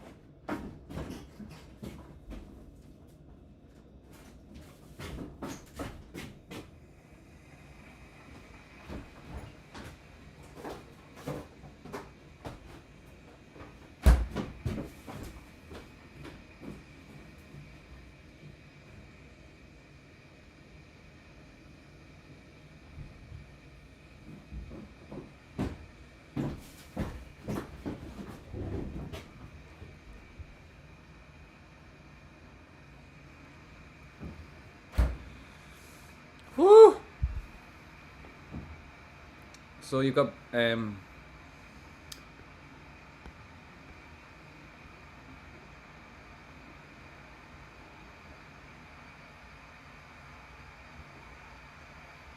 this is both a test of a 382 and a test of an 886 and 50%. So you could easily come. This isn't a trend line. This is a measured move. So I'll just move it out of the way. You could easily come back down and test 27.98, 27.80 before pushing higher again. Could easily do it. I mean, it doesn't really matter. It's up 11.5% here. It was up shitloads more at 29. And I think that we helped Brandon out with his message at the start of the show about how he'd manage positions. I know that there's thousands of people, not just watching, like, I mean, there's a lot of people watching now. Thank you for your support. And in the greater community that we're all part of, there's thousands, tens of thousands of people sitting on option contracts that are making money, which in total represents hundreds, if not thousands, no, hundreds of thousands, if not millions of dollars. And a big chunk of that will roll back into GameStop if any of those trades are executed. And shout out to you guys. You're absolutely legends. The work you're doing, the efforts you make, the difference that's occurring. It's what we want to see. We're changing the world. And Luke Spear's right. Rocky and I, we worked at an institution. We saw what happened in 2008 and we just couldn't fucking stand it anymore. And every time you say anything, people have got an opinion. And, you know, that show, Saving Private Ryan, right? Well, what's going on in the world today is called Saving Private Equity. And the people who try to do it, they're fighting us. We're fighting them. They're a lot older than us. They've got a lot more money, but they're a lot older than us, so they'll all slowly move out of the way, and you'll only thing that's going to be left. And like the greatest transfer, the greatest wealth transfer of our generation will be us leading the financial markets. There'll be a couple of vehicles that take us there. You can call it Roaring Kitty, you can call it GameStop, you can call it Luke Spears, you can call it Sarah Rera, you can call it Chardonnay Flasher, you can call it Rocky Outcrop. Call it what you like, but it's absolutely brilliant. So this is pretty obvious, right? Do you want to see it? The obvious nature of what's happening next. Can you guess what's happening next? I could probably draw that downward sloping support line more accurately so this whole thing looks more impressive and exciting. I could probably do that again on the top side too, but at this point I'm getting bored of doing it. Then, not you guys getting bored of drawing that exact line. And you'd be looking at this and you see that prior high here and that's a 236. Draw that line, when price goes there, give me a high five! Still up double-digit percentage points, despite the fact that it went to an extreme peak and it needs to come back and find support now. And it's finding support at the minute, still up 10% on the day. And this isn't a one move to end them all. This isn't a blast off move. This is just an oscillation within the context of price and what it's been doing recently. Nothing actually completely out of this world surprising. And it's coming back to find a low at 10% up on the day. Like, that's incredible. When stocks do that, it's absolutely incredible. For a while there, I was thinking that the pace at which I was speaking and the information that I was delivering was of such a high quality that that was the reason that people have tuned in. But when I've had those chips and I've come to my senses, I've realized that part of it's convenience because people tuned in initially for the shareholder meeting and they're sticking around because they like what they see, but they don't need it to be so intense or so fast because even that standard average that I deliver is interesting enough for people to watch. And I appreciate people who stick around as I now reduce the intensity and ferocity of the information delivered in order to chat to you more and interact with people in the chat box, to learn more about you guys and, if possible, help you out with your own positions on trading. What is the trading on the screen? The trading on the screen, I've not got that. I've not got my brokerage account attached. I fucking better not have my brokerage account it's not on the screen. Whew, heart attack avoided. Thank you for the help. To the moon. Yo, Brandon, you're freaking welcome. I hope it worked out for you, mate. I wasn't sure if... Stop doing that. I wasn't sure if you were still here. Update us on your position. This is your 5th super chat on a live stream, and I appreciate you, buddy. Very entertaining. I'll be back tomorrow. Thank you very much, Kyle. I appreciate you, mate. Information delivery intensifies. One question. Is GME currently a good exploration for normal shares, but what did they long...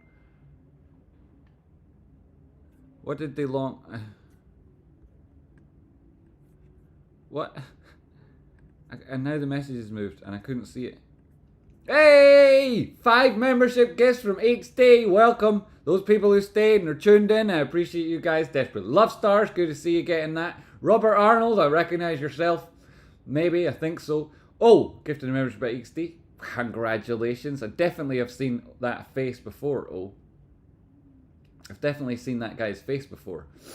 Luke Spears will recognize that. Roger Mayagi. Congratulations. And Shiro FU. Shiro FU for sure. I'm same as Josh. What was Josh saying? Dark Dimension Vader. Thanks, mate. But what GME? But what's GME? I'm new here. Okay, I'm GME. If you type in youtube.com/@JME, you've got GME. That's me. Look at Luke Sotos. Already sold some of his options early today and it was already ported. Now the question is, what does he do with the money? I wonder, eh? I wonder what he's going to do with his money. What have we seen him do with his money in the past? Oh shit, I've moved that onto screen. I've moved it off screen. Sorry. Ah shit, now I'm moving the wrong stuff again. Oops. That's better. I think that's right now. And look, I said you'd get a high five when price did what I said it would do, and it did it. You know, it's done it nearly exactly. So here comes that high five. 3, 2, 1. BMJ 5 memberships. Mitchell Schooler, Johnny Diggs, Ape Hart, Tyler Smith, Damien. If you've just been given a membership gift, or at any stage you've been given a membership gift, and you notice it, and you thank the person who did it, I'd appreciate seeing that because they care about you and they care about me. First super chat on a live stream. Howler! $1. Thank you much, very much, Howler. I appreciate that. That is appreciated, Howler. Cheers, mate. I saw you laughing earlier. I think that was yourself. I hope you're still able to chat normally.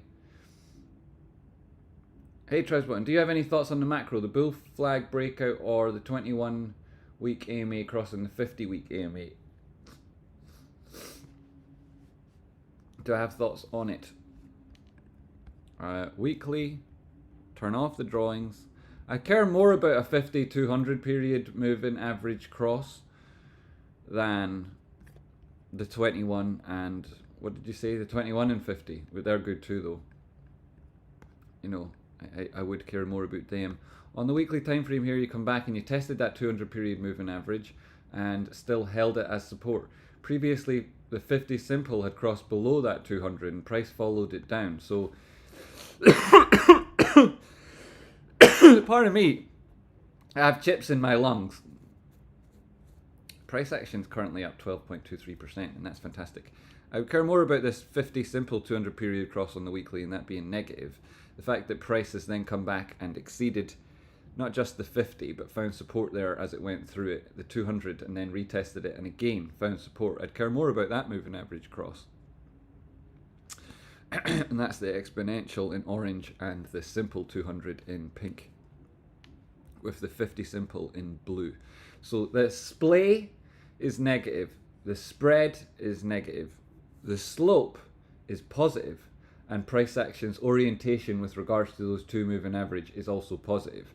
What I would like to see now is the 50 simple approach that 200, but price to have been very, very high and to keep going high before that cross happens, which will take a while because of the nature of how a moving average evolves. Every time a price falls off the back end, and it's a 50 simple, so 50 periods ago, price will fall off as a new one's added to the front, like that worm that Roaring Kitty is riding at the minute. And so maybe it is that 21 exponential that you'd look to stay above. Down to the toolkit.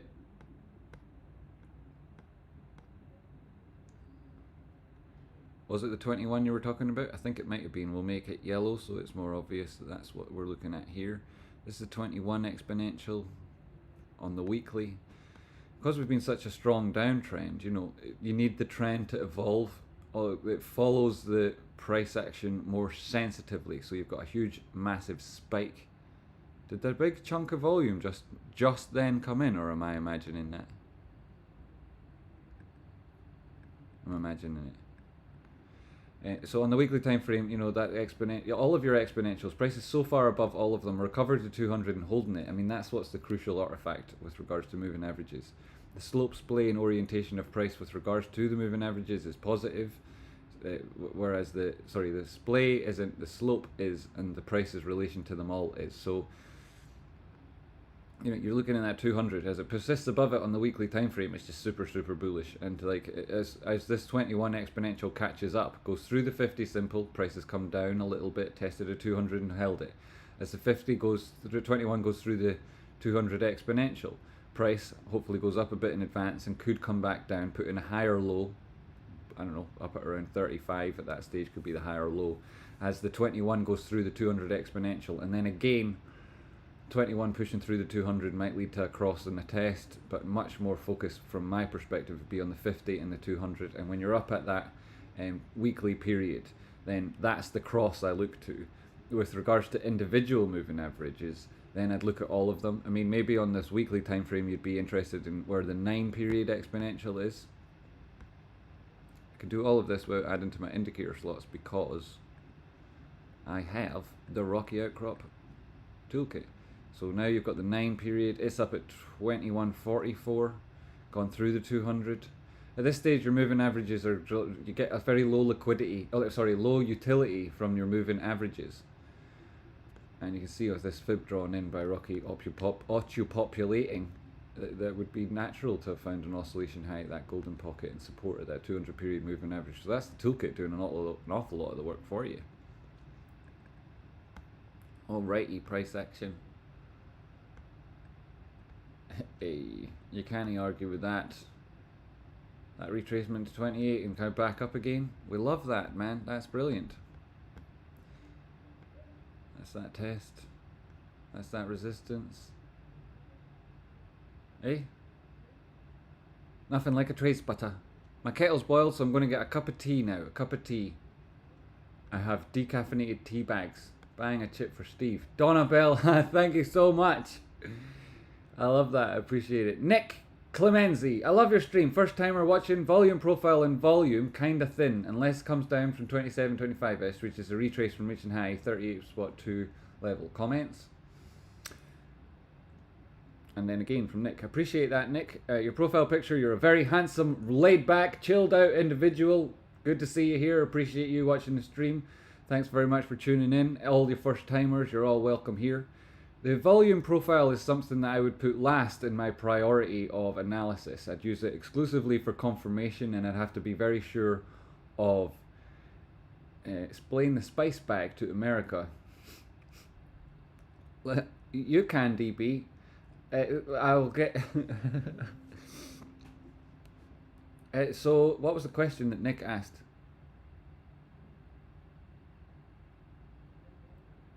$27-ish, be a retrace from recent high to the 382.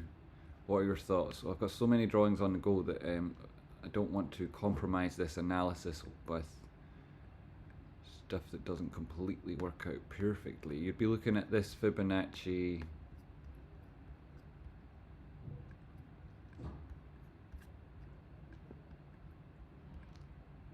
$382. You're talking about this guy, I think. Right, where is the low there? There, and that's your 382, 27.83. That is an important level on the charts, and I wouldn't be too surprised if that happened. This also would be where you find, let's get back, zoom in again. It's also be where you find support on this channel that I just drew out that trend line from. Here.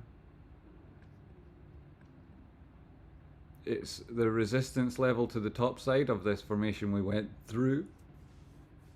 Could well be that it comes down here. It's just that it's already had a test of that approximate area in this $28 here, and that being confluent, you know, with previous highs might mean that these highs and this prior level of resistance that price got to, you know, and the enthusiasm we're seeing on the charts today, Nick, might mean that that sort of acts as a proxy for exactly the same thing, and you get the oscillation from here. If that is the case, it could get tested a couple of times, so we might see 28 again shortly. It's only 50 cents away, and that's not crazy range. So, you know, yeah, it's worth considering. It's a good point, and if that, there it goes now to look for it. And yeah, well pointed out there. What the heckin' hell is that? I just closed my chat box. I hope not. There it is. Thank goodness. Loving your stream, first timer. Thanks, mate. And then what did I miss? It was DB. Explain the spice bag to America. Hit like on it. Hit love on it. And then you want to hear about the spice bag. Hopefully that's better for chat. I'm not selling until I can buy all the boats. All the boats! Nicholas Ryan. I joined the channel to access the shareholder meeting, but I'm very glad I did. Excellent information and models. Thank you very much, Justin De Angelis. I appreciate that. You look incredibly professional in your profile photo there. Great to be speaking to you. Thank you very much. I always tell my wife a third touch is confirmation. Does she listen though? I'm expecting that after the meeting tomorrow we drop to 25.50 since we saw their algo strategy to start shorting it during the meeting and then jump back up later on. Thoughts? Still can't get over the backward fibs drawing fannies.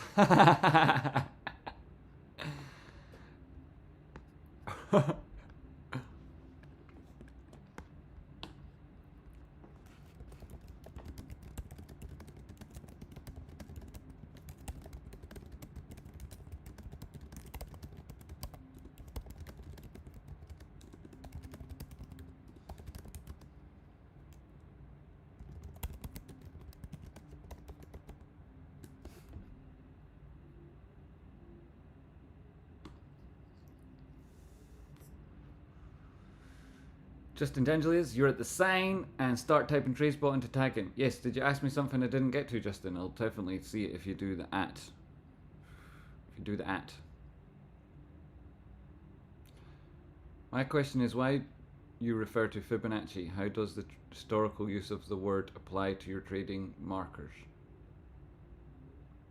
Why you refer to Kitty? See, you're copying in his message, right? And now that's good and all, but if there's spelling mistakes or if it's articulated differently and I then see one level of distortion from it, I can't understand what it is and I don't trust that you're actually properly copy and pasting or whatever. Not to say I don't trust you, but you know, one level of distortion, Chinese whispers. And my question is why you refer to Fibonacci? How does? That's two questions. And I'm not sure how you're phrasing it there. Historical use of the word apply to your trading markers. I think what Justin's asking is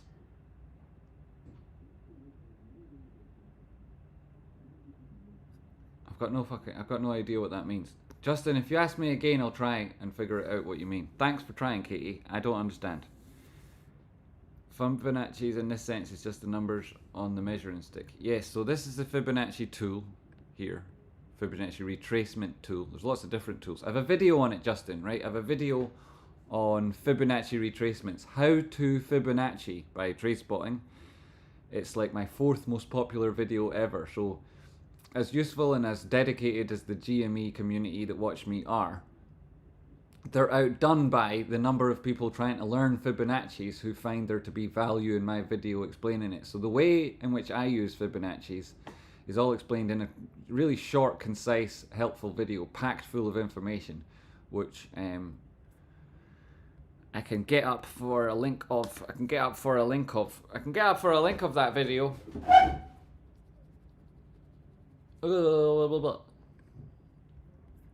Here in the background-io, and then put it into the chat box if anyone wants to see it. Or if a mod can find it super fast and get it before me, even better. But I can probably find it before you guys if I go crazy looking for it. If I go really crazy looking for it.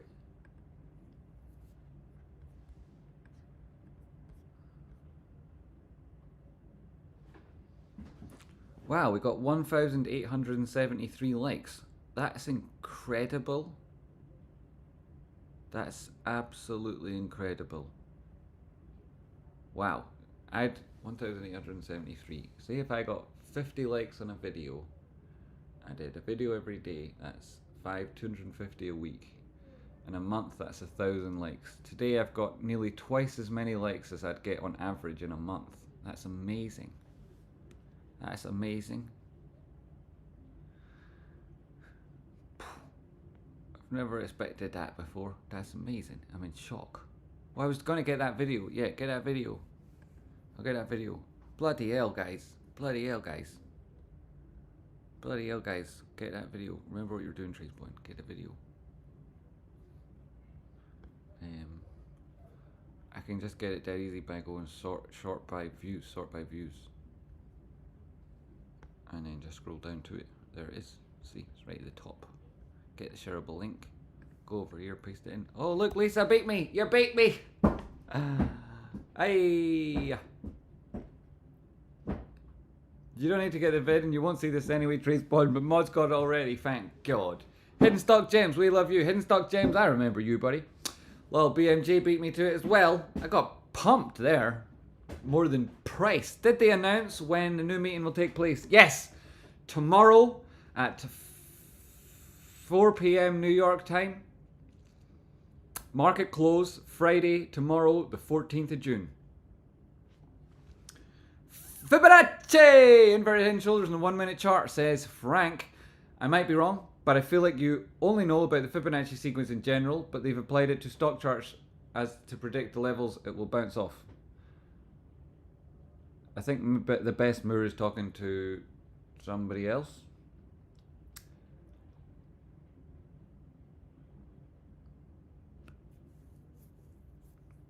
I think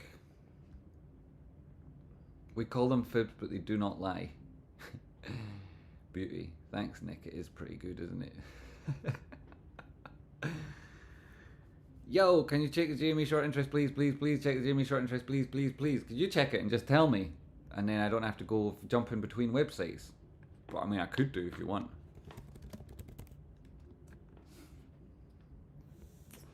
You want to be looking at Fintel from the officially reported stuff yesterday, then this is your website here, and the short interest, off exchange, short volume, boom, boom, boom, short interest, boom, boom, 0.26 days to cover.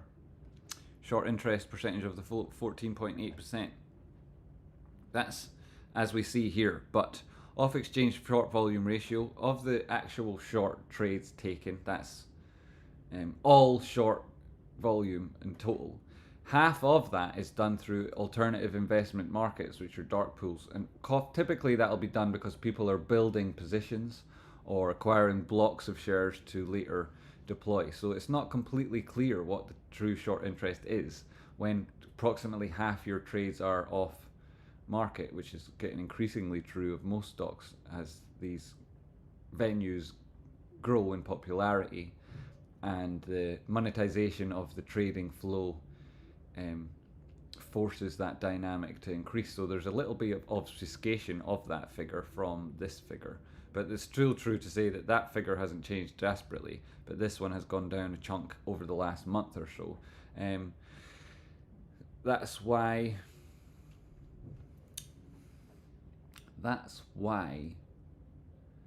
it's difficult to describe this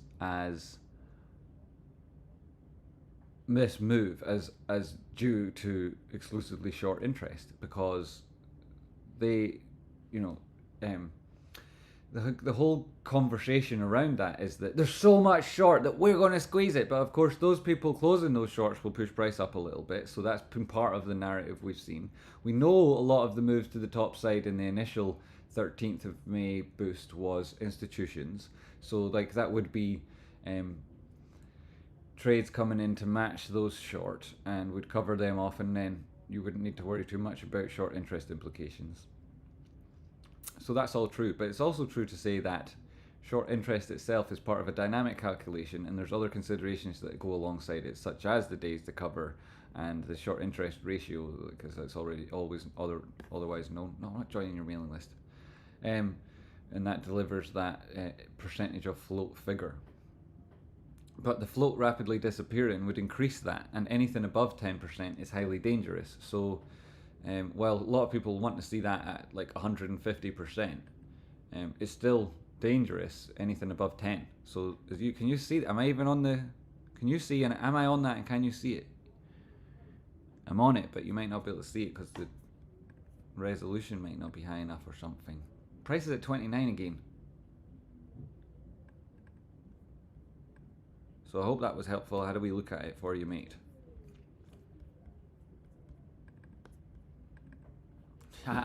So the whole time I've been talking, everything I've been saying, the people downstairs working in the bar have been able to hear it, and they've been a little bit, probably a little bit upset by the fact they're working in the cheese sandwich factory, and I'm up here laughing and screaming and having a great time about stocks and shares.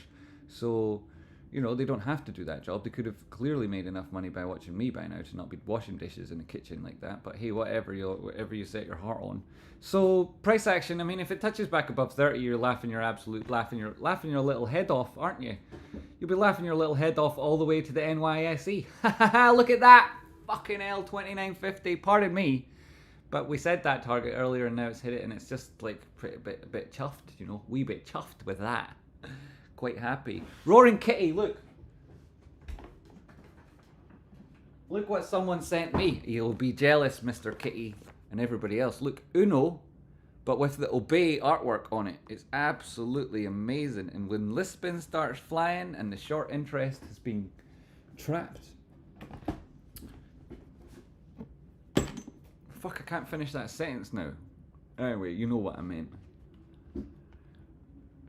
Boom.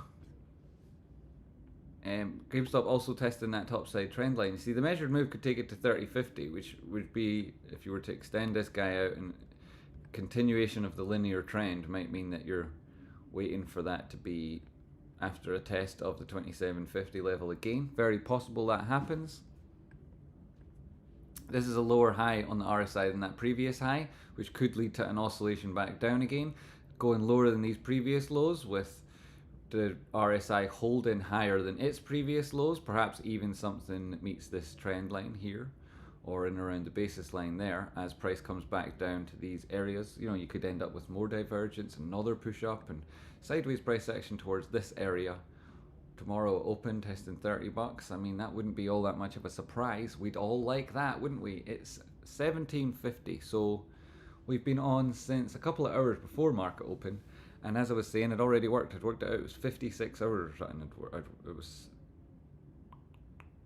57 hours I'd already worked this week before today's show started, which you can tell. I need a cup of tea already. That's what I'm trying to say, right? I'm going to get a cup of tea.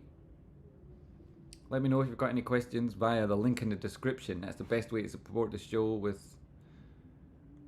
your requests, is using the link in the description below as opposed to the super chat button, because YouTube take 30%, but I'm happy to help everybody. Smiley face with the glasses. That's that me. How they're doing an impression of me.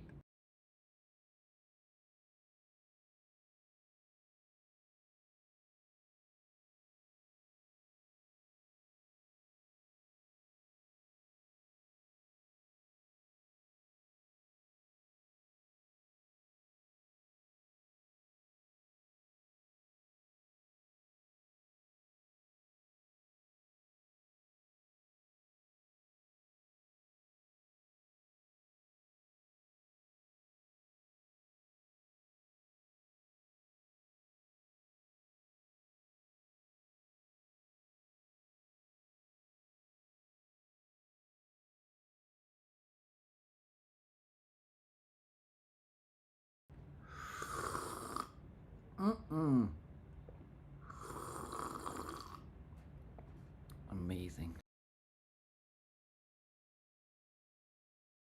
Okay, what did I miss in that 3 seconds? What's the poll? Good question. Are we having a poll? We should do. Let's have a poll.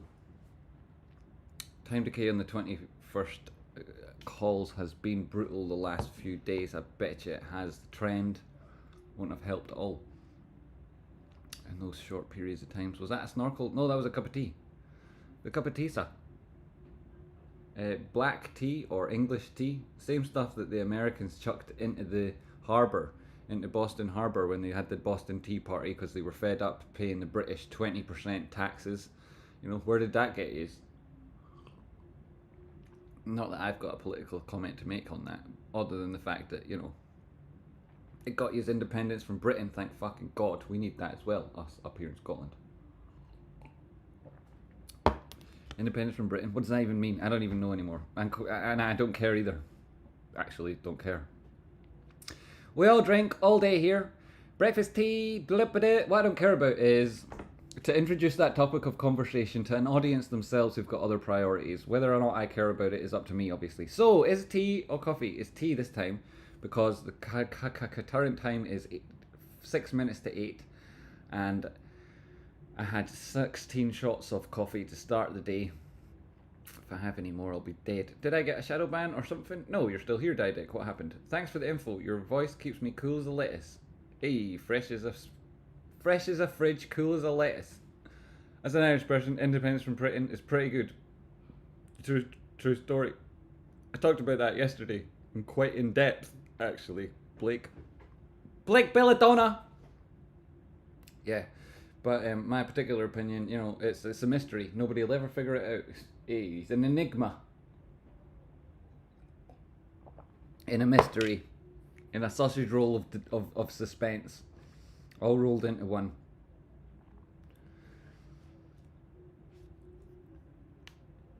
The green candle has me do a happy scream and my kids came in. My son says, does that mean you'll buy me Roblox? I promised GameStop can't fail, just try and get a kid off a video game. The best moor, that's a lovely story.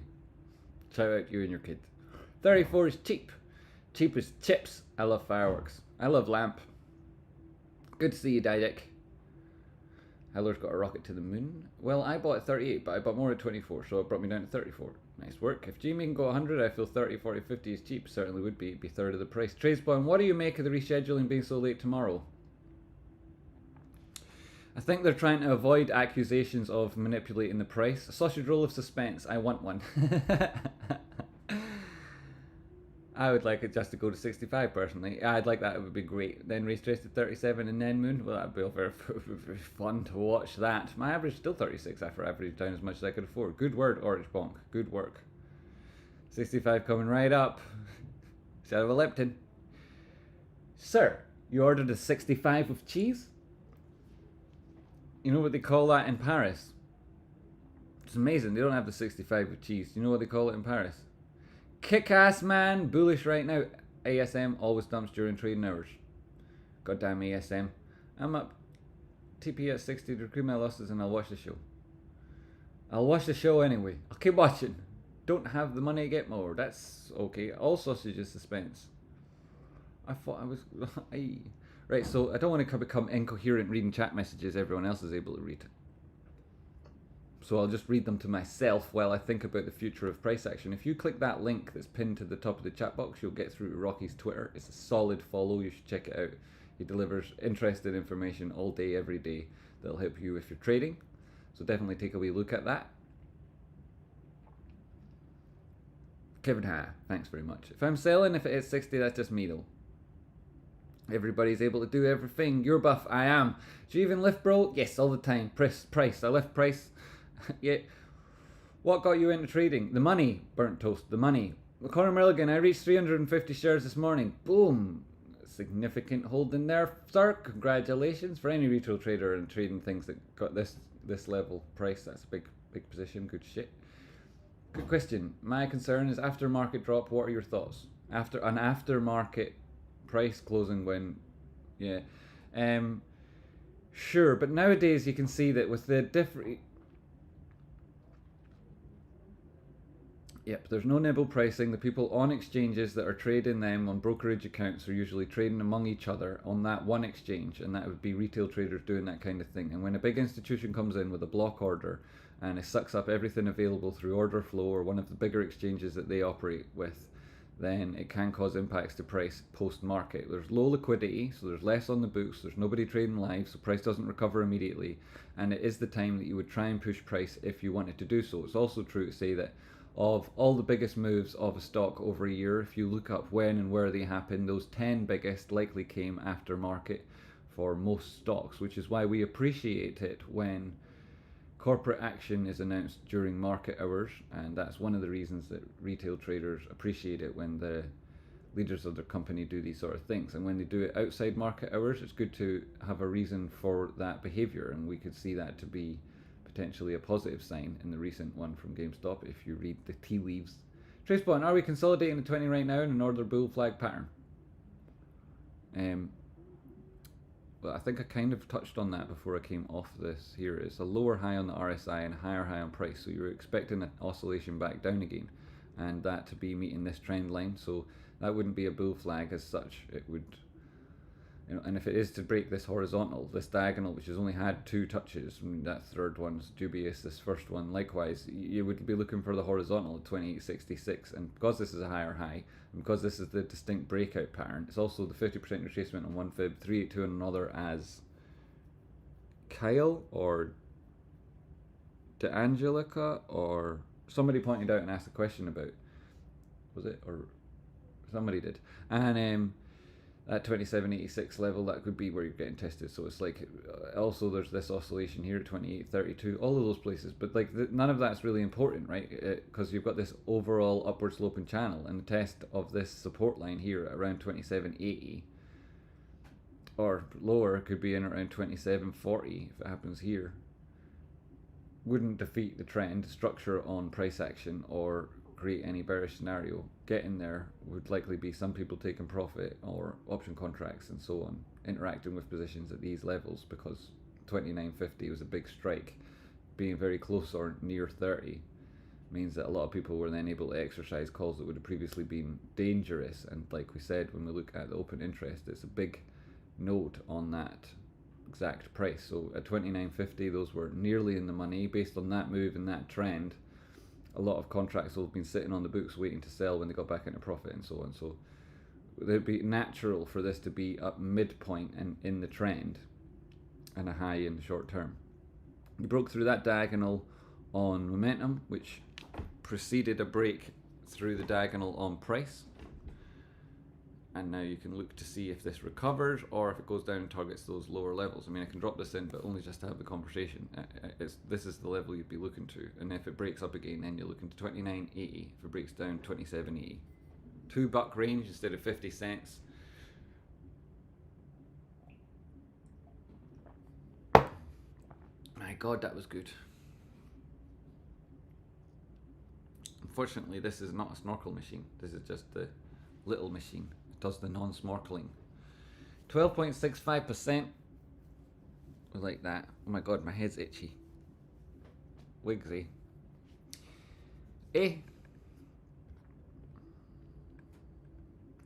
So everybody's having a good show. My voice sometimes seems like it's going to crack, but then it comes back.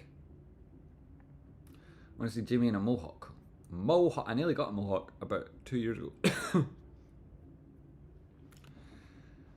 About 2 years ago. Pardon me. Nice example of the flash working on the 5 second there.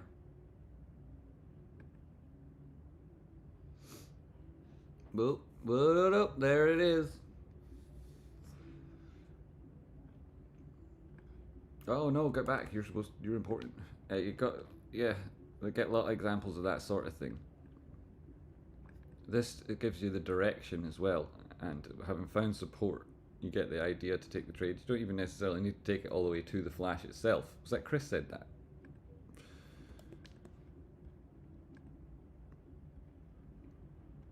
Colin. Pardon me. Thanks, Colin. Yeah, nice example. Follow me if you like crypto on YouTube and or Twitter. If you don't like it, then probably best you don't bother following me. But yeah, actually it is though. Probably good you do follow him. You know, you might not like crypto right now, but if you like freedom and you like freedom money, then you'll love Bitcoin and you'll love Rocky Outcrop. And it's well worth it. A solid follow there, Rocky. He's linked at the top of the chat box there. You definitely follow him. I think you should do. I do. I think ultimately you'll end up following him. So you should just do it. You should do it. I'll send you a mohawk, Jamie. Sir, you don't have to. I'll try and get one. I'll try and get one. You're working hard out there doing the Lord's work.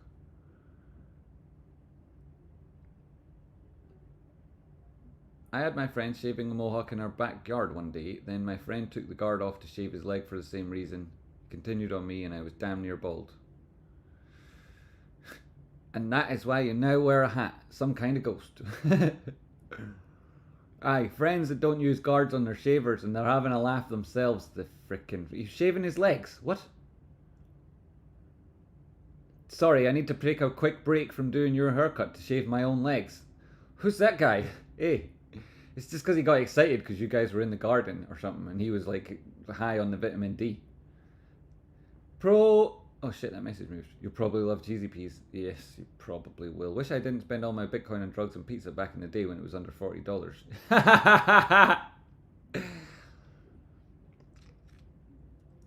I tried to get banned one day, but he was playing at being the bigger person, so I took over his chat box for like 2 hours. That's a good idea. Keep doing that. The more you do that, the better. And there's plenty of people here who could do that over and over again, make a big impact. Look at that for the Rocky Outcrop Flash. This is the indicator Rocky Outcrop invented. Follow him on Twitter and you'll get amazing value. What an amazing move. Yeah, that guy Jackie Lititz who stole from me and now talks to the GME community, and people don't know that he stole from me. And he's made approximately $900,000 selling my stolen shit. Way more than I've ever made in my life doing this sort of thing, and way more than I'll ever hope to make doing YouTube.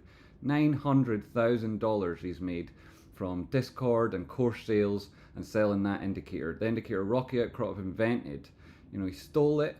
And I've got evidence of it, and when eventually I'm able to, because I've got too many things going on. I look after my dad who's got a brain tumor, and my brother Rocky himself has got chronic fatigue syndrome because he nearly died. And that point when Rocky was in hospital with sepsis and doctors were telling me and our parents that he wasn't going to live, Jackie took the advantage of our emotional vulnerability and our time away to steal from us, and then set up his own thing selling our stuff on the back end, and he gets away with it because he uses GME as his vehicle, that which he doesn't even respect or appreciate, never mind people like me in the community. And I'd appreciate if you tore him a new orifice for that behaviour. It's disgusting. He's a disgusting human being.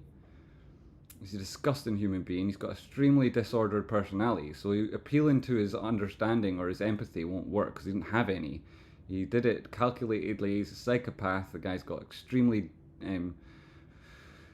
spotted history in his past, having created problems with everyone close to him, including all of his family. And he abuses and exploits people no end, and it's disgusting. It's disgusting what he does.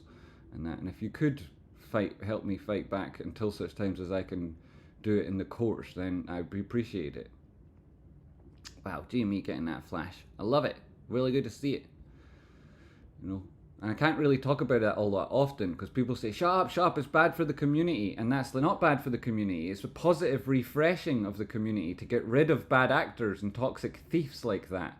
You know, it really would be if we could remove him from it. It'd be much better for everybody involved if he was gone. It's disgusting what he does. And he uses people defending GameStop and saying, don't talk about it because it's bad for GameStop. He uses GameStop as a vehicle to rob off me and steal from me. And he's tried it with other YouTube creators too. And if you search YouTube and see it, people recently have been talking about how he tried to do it to them as well. So the sooner it's stopped, the better. He's a plague on this community. It's disgusting. He's a parasite and a thief and a coward. A total coward.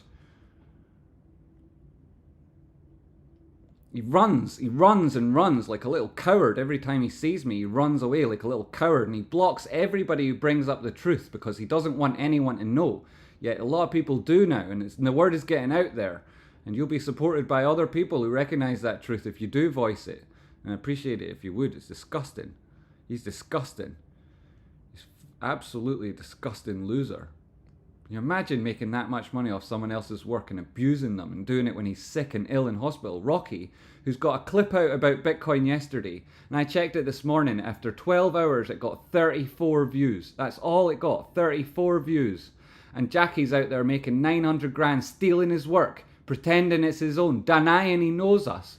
I've got plenty of screenshots. You can see them on Twitter of him saying, thanks, man. That's amazing. I'll never betray you. I'll never let you down. I'll always be by your side. You guys have taught me everything. I was a terrible trader beforehand. And then as soon as Rocky's ill, as soon as he can do this sort of stuff, and he goes ahead and robs. It's disgusting. Anyway, I have to stop talking about it because it puts me in an upset mood. You know, it really does. It makes me think that I'd have been better off never talking about GameStop in the first place, because then I'd have never met Jackie, and Rocky and I would have just used that indicator and but without introducing it to the world, without having ourselves exploited, and we'd have made that money, and I wouldn't have had to have, you know, suffered this cost and pain, which persists every day, you know. And like, had people managed to helped me sooner fix that problem, then maybe you wouldn't have such a massive return and massive audience, and that maybe more people would know the truth. You know, but there's like a lot of complacency until such times as this channel got popular again and GameStop started popping. A lot of the people watching along would have just not really wanted to get involved in the fight because they were already down themselves from what happened in GameStop. Again, using GameStop as a vehicle to rob from me, then Jackie was. So if you could recommit to fighting these evil people, I'd appreciate it. You know, appreciate it, because it's tough to do on your own when. You know what people are like that have these psychotic traits. They also have others that abuse people who don't know these things about them, and if the truth was more widely known, I suspect that righteousness would prevail. But as it is, you know, evil stalks the land. It's a shame it's in GameStop, this behaviour. That's one of the reasons why I'd love to get validation from like the bigger influencers that talk about stock shares, crypto, and GameStop in particular, and you know who specifically, because then, you know, there would be some recognition of the extra pain and cost I've been through to do this job, you know, which isn't spoken about and isn't seen every day. You know, like there's hidden costs to this work, that and exploitation and abuse that I've had to take that isn't obvious to the greater community. And I don't want to bring everyone down with my burdens, but it's so hard, you know, and it is really tough living through this abuse, which continues all the time. You yourself, if you've not earned £1 million from stealing somebody else's work, you'll look at that fact and you'll feel very angry, and I'm not surprised. And if it was happening to you, you'd also feel very hurt. Price action on GameStop, still holding $29. This support line, which was previously resistance, relevant to price action in the short term. In the medium term, you're still looking at this overall channel, and in the context of what that means from where we've come from and where we're going. Pushing back towards these highs. If you did manage to exceed $34, $35 at this stage, you'd have put in a higher high on this oscillation. That would have come subsequent to a higher low, and at this leg of the trend you'd describe as an uptrend. That would defeat the idea of this being a head and shoulders, because a lot of people would look at this as the neckline of that, and this being the resistance level. So if price pushes back above these levels here, then it would certainly do a lot of damage to that formation and anybody who would be trading for it. So that is positive if GameStop does push higher. The fact that it's gone so far in that period of time. Did I move that line, or why is it right there? But the fact that it's gone this far in this period of time is a lot, and to ask for more feels like it'd be greedy. And to near enough, close enough is near enough, and the man who recognizes that will always have enough, or the woman.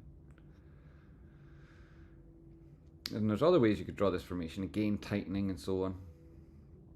So we'll see how that evolves. Did I miss any questions or anything in here? Is this Bandage Chapel asking why I stole from Rocky's work? Thanks, Jose. Appreciated. More people that do that, the better. Thanks. GME stock price is respecting the 50 moving average. It's interesting on the. It's interesting there on the daily. Noran, he said he's been in our group who he fell out with. Yeah, because he stole off us. He stole off us. Fortnite chills. I mean, he stole off us, and he did it when Rocky was in a coma, dying, right? And when my dad's brain tumor. And I'm looking after him, and I'm trying to juggle all this at once. If you do actually know him, like properly know him, then this is the group he stole from, this and abused. And people in this group will tell you the truth of that. Everyone he left behind will tell you the truth that he did that. There's Sarah Herrera sharing a link to proof that he stole. There's a link right there in the chat box, right there, which is photographic proof written in his own handwriting of him stealing. Right there.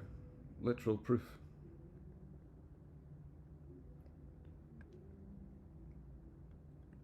How disgusting that he would say that when that being the truth. And he thinks he can get away with lying to people. Like, everyone will expose his lies. Everyone will expose them. And that proves that the other untruths are also that.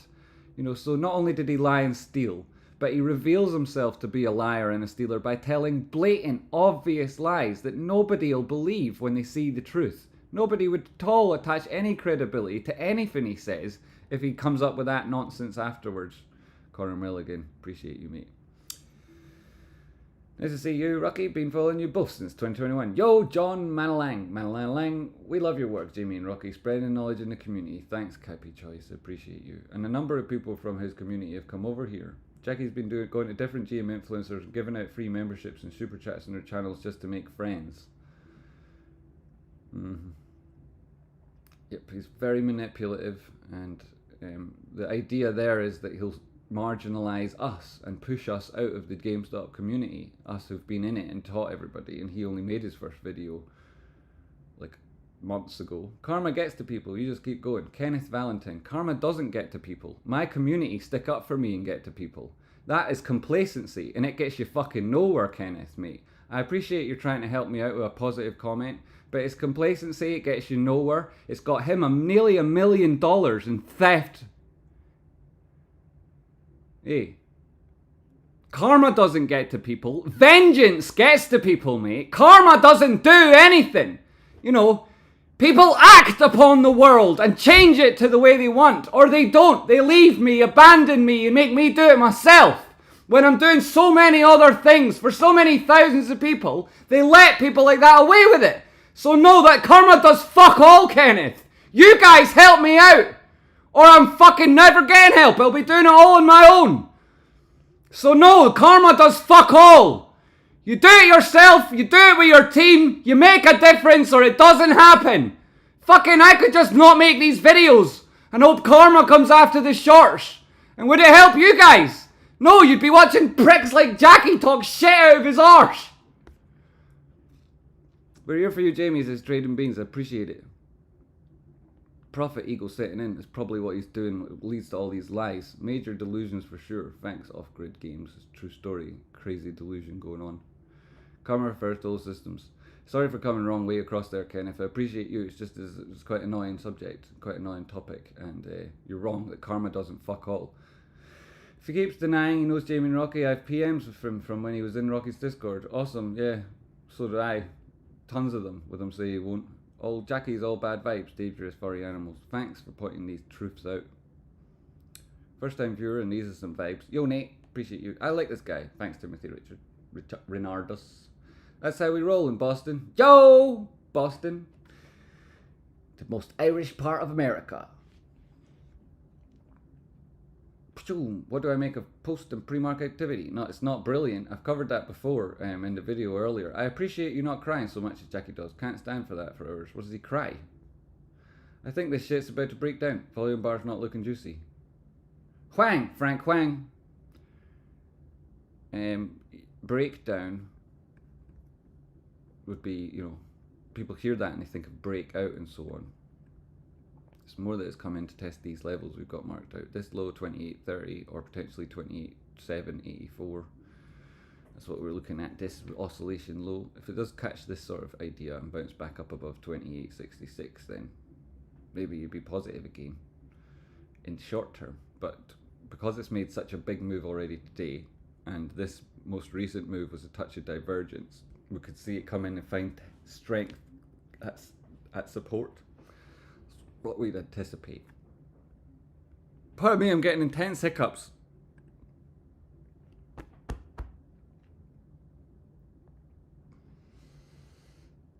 We stand with you. Thank you, Howler. I appreciate you guys.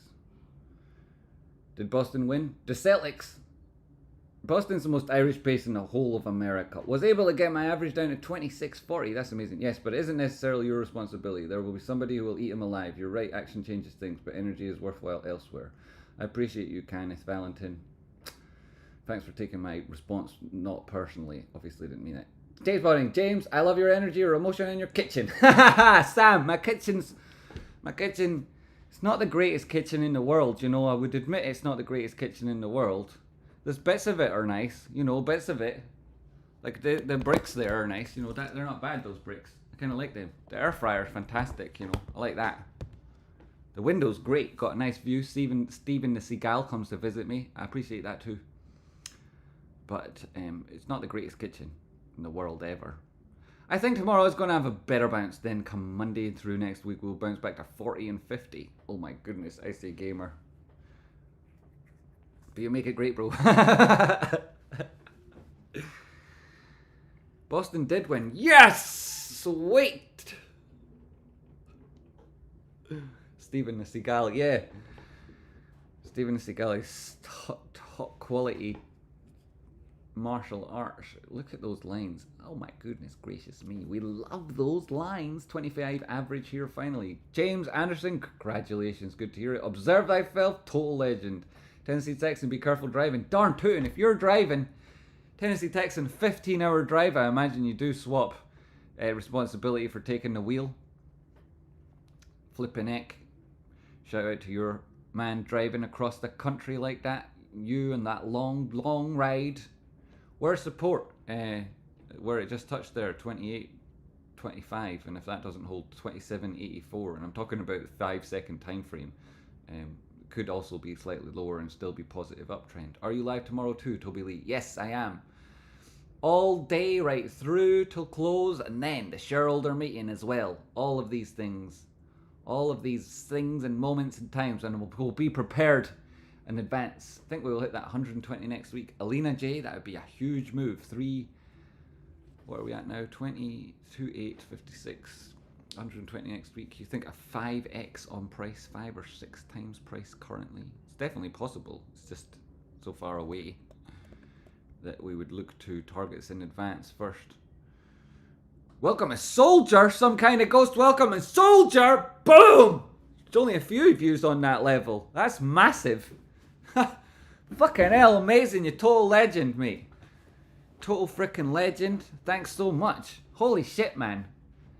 Some kind of soldier. He's some kind of ghost, pardon me. He's the guy who his friends took the guard off his shaver when they were giving him mohawk, and they just so they could shave their legs. So they could shave their legs. It's because they're scared. Katie, they probably are. Whoever they are, they probably are. If they see us and focus on us, then they would be scared. I would be. Probably not. I hope you're enjoying your life. Kevin Ha? Yeah.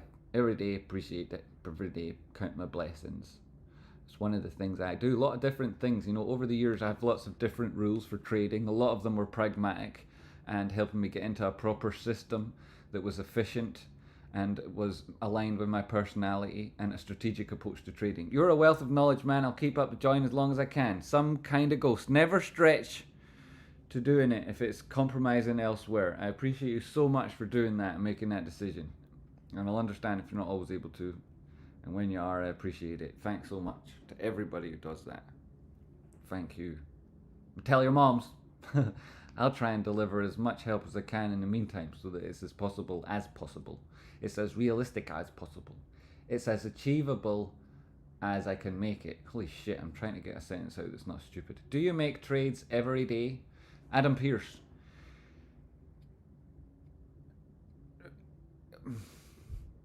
No, not every day.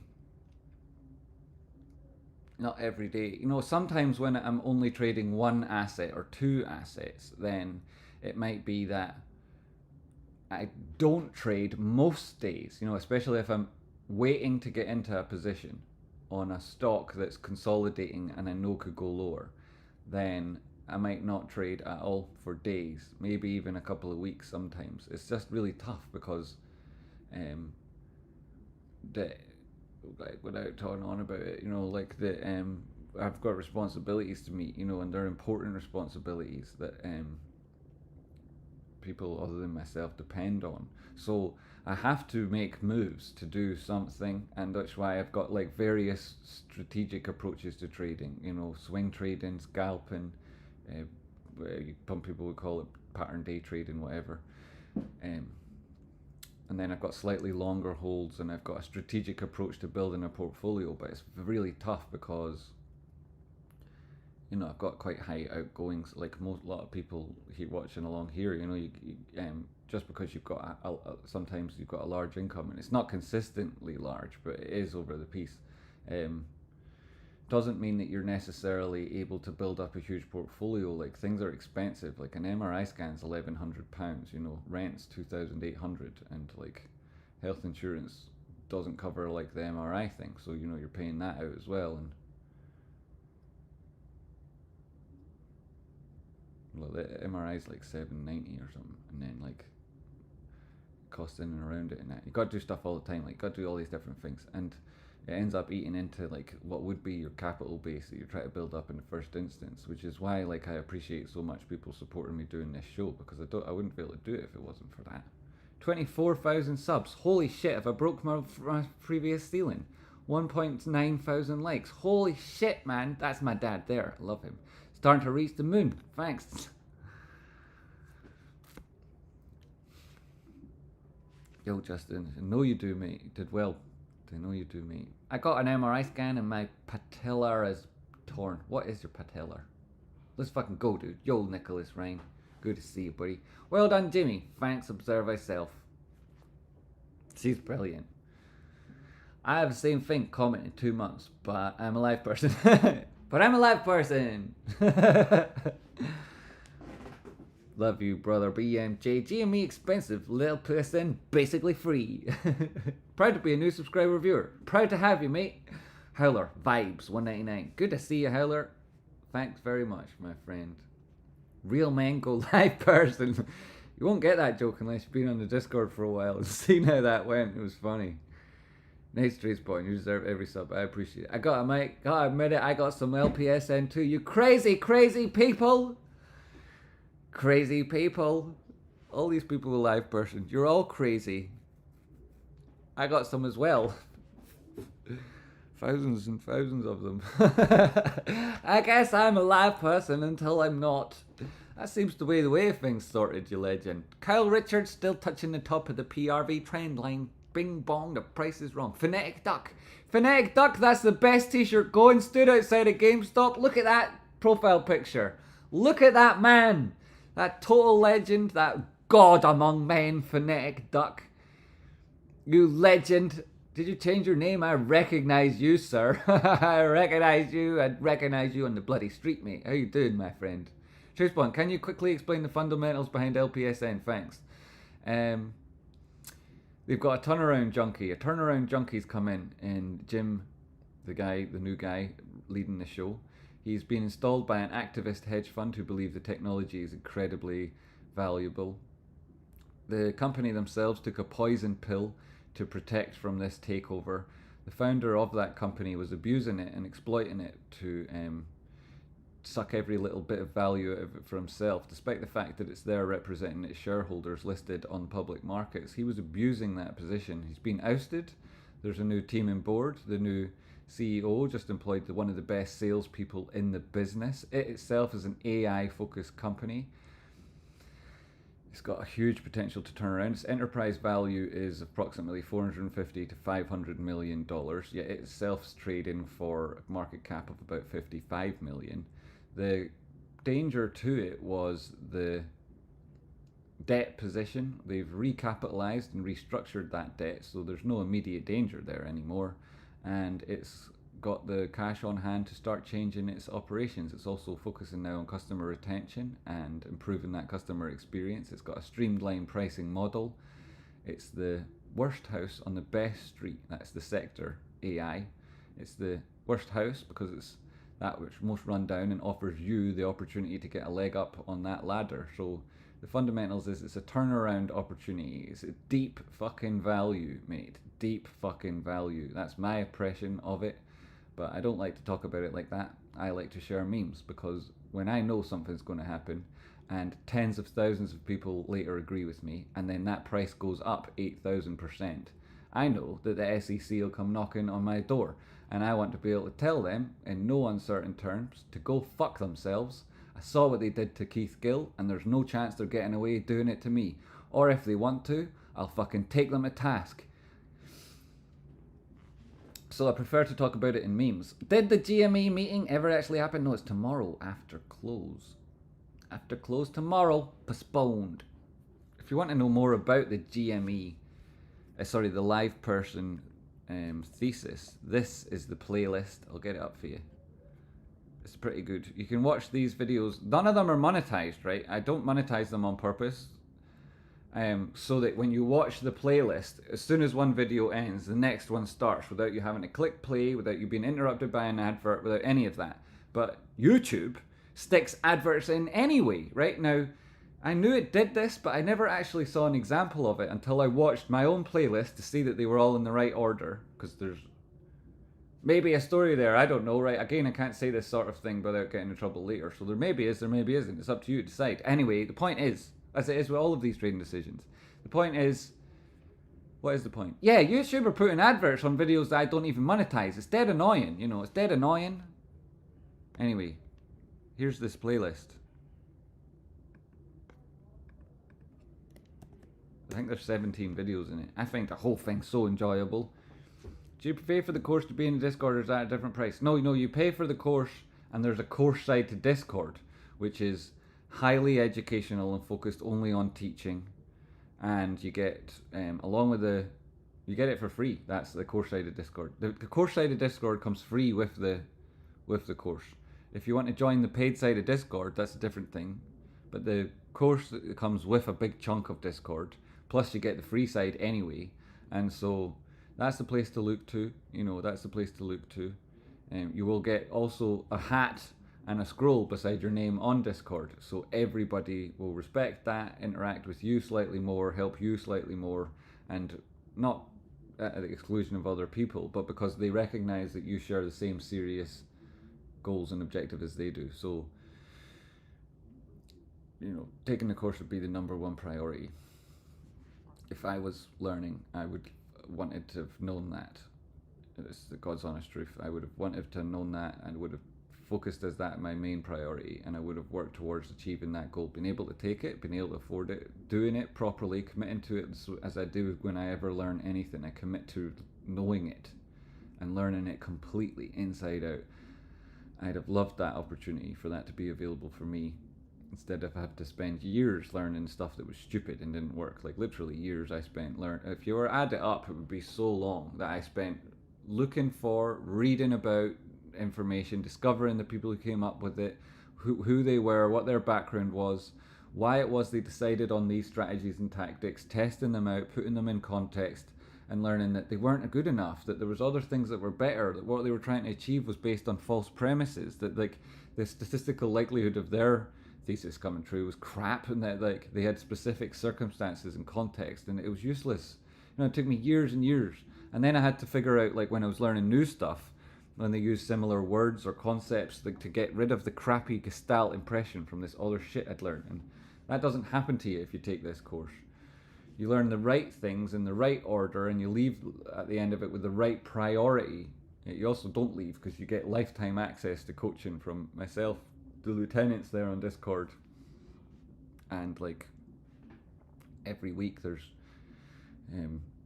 potential for you to join into a live class, which sometimes lasts 6-7 hours, where people talk about everything they could possibly want to know, recap on what they've learned, ask questions about anything, and a big group of amazing traders who are doing really good. Some of them in there with, it's not relevant, right, but loads of people with loads of money there. LPSN is crazy, and only a crazy person would buy a bunch before it went to get groceries.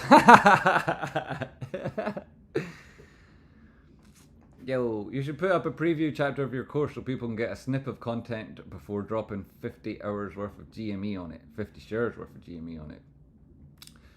I wouldn't use that comparison, mate. I'd say that if you take that course, you will be able to afford shitloads more than 50 shares in GME. You should have done it long before you ever bought any GME. You'd have more, you'd make more from your GME position.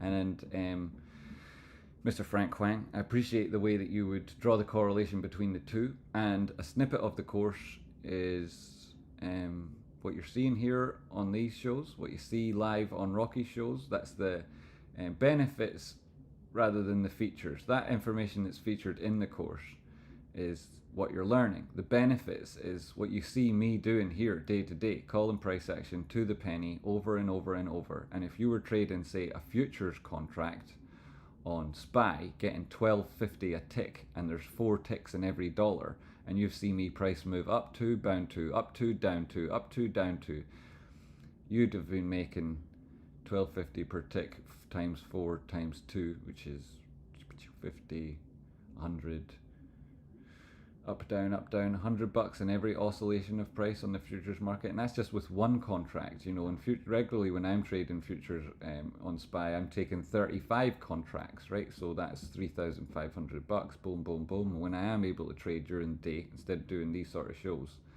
you know, that's the sort of stuff you're up to, you know, that sort of thing. So I don't compare it to how many shares of GME you could buy it for or not buy it for, right? Because the price of GME fluctuate. The price of that course is pretty steady. Sup, Shadow? Hey, Trade, your lines are drawn on point. Thanks very much, Tactical Tiger. Okay, then you should have your top student host one of these streams so you can say everything she is doing is learned from the course. Much more compelling selling position, in my opinion. That's maybe true, you know, that's maybe true. I rely on people self-identifying rather than try to make money from the course. As I say, that money that does get raised is like essentially in a fund that will be exploited by the people who graduate and become part of the team, rather than me taking it and spending it on coffee or chips or whatever. Now, I think I'll only trade stocks on hypes. I just love investing into shares. Boom, boom. Stocks and shares. Fortnite chills. NTH. What does that mean? NTH. Nothing. Nothing I like. Yeah, no, nothing I like. I'll only trade stocks and hypes. I love investing in shares. You come to the Discord and you will see the students in work and what we do behind the scenes. Yeah. Frank Wang, join Discord, jump in the voice chats, look at the free threads there, crypto, GameStop, whatever it happens to be you're interested in. You'll see a lot of interesting information. Everyone who's been through the course, you'll see recommendations and testimonials from those people. You'll see them on the live voice chat, sharing their screen, talking about trades, exploring all of the information they've learned and applying it to the charts, making money, doing well, sharing their positions. Like BMJ there just said that. He shared a screenshot in the Discord before I went live today with a lot of different trades, and they're one of them 100% up in that. Like, you know, there's no trivial pissing around. This is a serious course for serious people. Like, you know, it's like, of course you could probably sell more Ferraris if you had like the people who bought them drive around town, and I stood on the corners of streets and said, that's a fucking Ferrari, look at that, man, it's amazing, and gave you a business card. You probably sell loads of Ferraris, right? But like the people who sell Ferraris, they don't do that, you know, they don't do that. They just sit there with their expensive Ferraris in their shop, and people who can afford them know that this is what you do when you really want to make it. You go, you get that Ferrari, and it's the same with this course. You go, you get it. Good idea to get some of your students to do a small presentation on what they gain from the course. Well, if my dad agrees with you, Frank, now I'm starting to agree with you. It's a good shout. Share meeting is now tomorrow at close. Thanks, Dartek. I promise you'll see tons of value. It's true story, you will. Someone mentioned banana shake earlier. I've just gotten one for lunch and it's so good. Cheers. Yes, it was me, CC's Ghost. It's the Shareholders meeting. The AI thumbnail I created before I started putting my own one on it. Sell a car, buy Lamborghinis. Yo! Hey, GME is awesome. The stream is just the tip of the iceberg. Thanks, Kevin. Herbert Wong, really like your stream. Just subbed in like. I got into a mess for 50 IE at $1. I really like your opinion on that, please. Yeah, 50. So we've talked about this recently. A lot of people checking this thing out. I don't know. The people on the course, right, and you can go and see this in Discord, they identified it as being interesting in around here at 0.03, and they sold it in around where you bought the thing. And that's why I don't like talking about it too much, because most people are trapped above where everyone in our Discord saw it and then got out of the trade. So it's like, you know, I also know that it's like extremely dangerous to be in this thing. It probably does pop again, at which point I'd advise you to get the shit and hell out of it. But that doesn't mean that like that's enough of a reason to hold on to the thing. The opportunity cost is massive, and they're not sure what sort of a mess you're in. If come down and test this 50% once, and that's held and not been too bad, but there's been zero reversal formations, and it looks like it's going to continue that downtrend. It could easily come in and test 0.19 and so on, at which point some people would want to hold on or add to their position. What you want to consider is from here to the level it probably goes to test, that's 22%, and do you want to do that? I mean, the money you've got there that's not in your position that you're hoping will recover when it price moves back up again, won't be that same money. It'll be new money, and you'll be in a different trade, and the opportunity cost of it going down 22% means you'd have to absorb even more money in that. So it's very difficult, and like maybe your perspective is just to get the hell out of the thing. And if it does just 22% for the first level, like should it go any lower, right? You could be looking at a test way down of 61%, and at that point, you know, if you would have closed your trade because you can't bear it anymore and the emotions of it all have been so painful, then it's worth considering that reality here when it's 61% more and you don't have to take so much of a hit. And if you trade sensibly, you watch me, you stick along with the lessons I deliver, then you will be able to recover the losses you've made in future. But that won't be a recovery of losses. It'll be new money you've made as a profitable trader. And that's where I'd like to bring you to, like a consistently profitable trader who enters at lows and sells at highs. So that's all true to be said. Like if you did take it like this and measure the 236, you're finding resistance there every time it gets to it, you know. Every time. So it's worth considering that price probably trades between those ranges. If you wanted to get back to $1, you need it up at around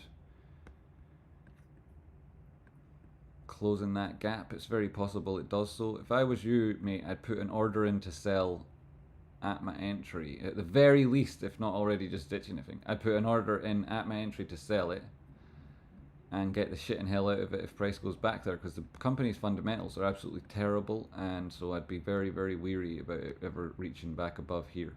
Nor does it even have to get here.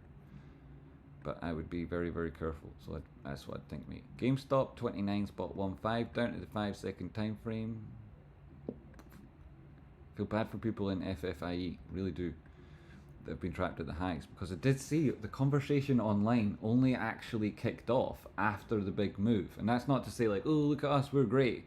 You know, we're great for other reasons. Like, we didn't need that to prove it. It's the subsequent conversation online being so intense, attracting people into the thing, that makes me think like a lot of people like who were thinking in a positive way, who were excited about the idea of trading, and who had first tried to approach this stock might have taken a trade or behaved in a way which later hurt them, and I feel that pain people are in when that happens, you know.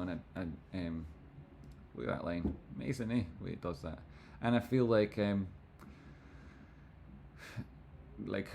some ways I've been put here to help people, you know, and like, you know, if there was a grand plan, the choice that somebody somewhere made would have been that I can help these people who might not be able to do it without me, and so I feel obligated to do it. And that when I see things like that happen in Fifi, it makes me so frustrated, like that this happens and that I can't get there sooner to fix things. But then afterwards, it's like, oh, mate, this, you know, I don't really know if I can help everybody at every stage, because everyone's got different perspective. And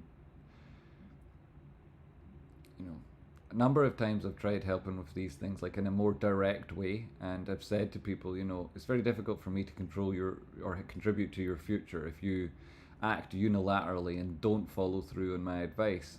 And almost exclusively people then hear that comment, promise to do what I suggest, say they'll never take an action without speaking to me first, and then the next time I'm speaking to them, they're acting unilaterally, they've taken shitloads of decisions, everything's got worse, and I'm helping someone really just deal with the emotional pain of being themselves, and that's not what I've been put on earth to do. I've got other things to do, like look to the future of this community and these people, or you know.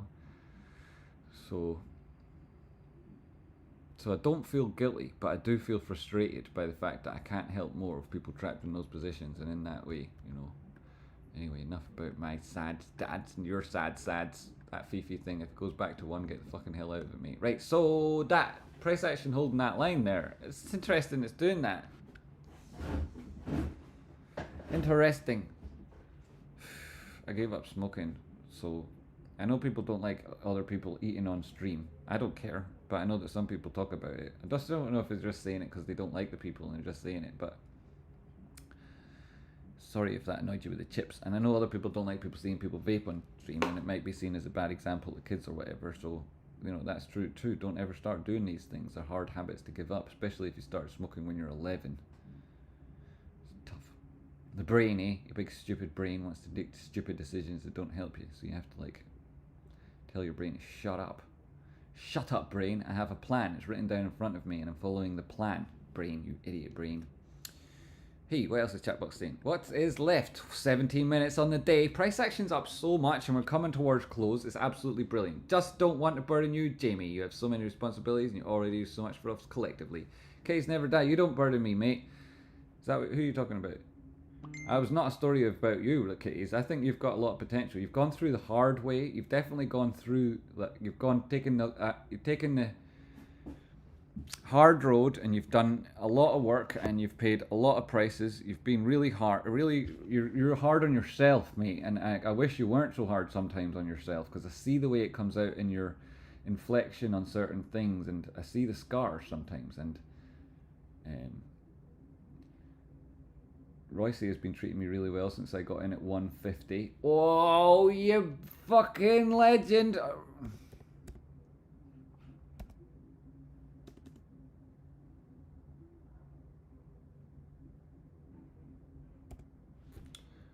Aye,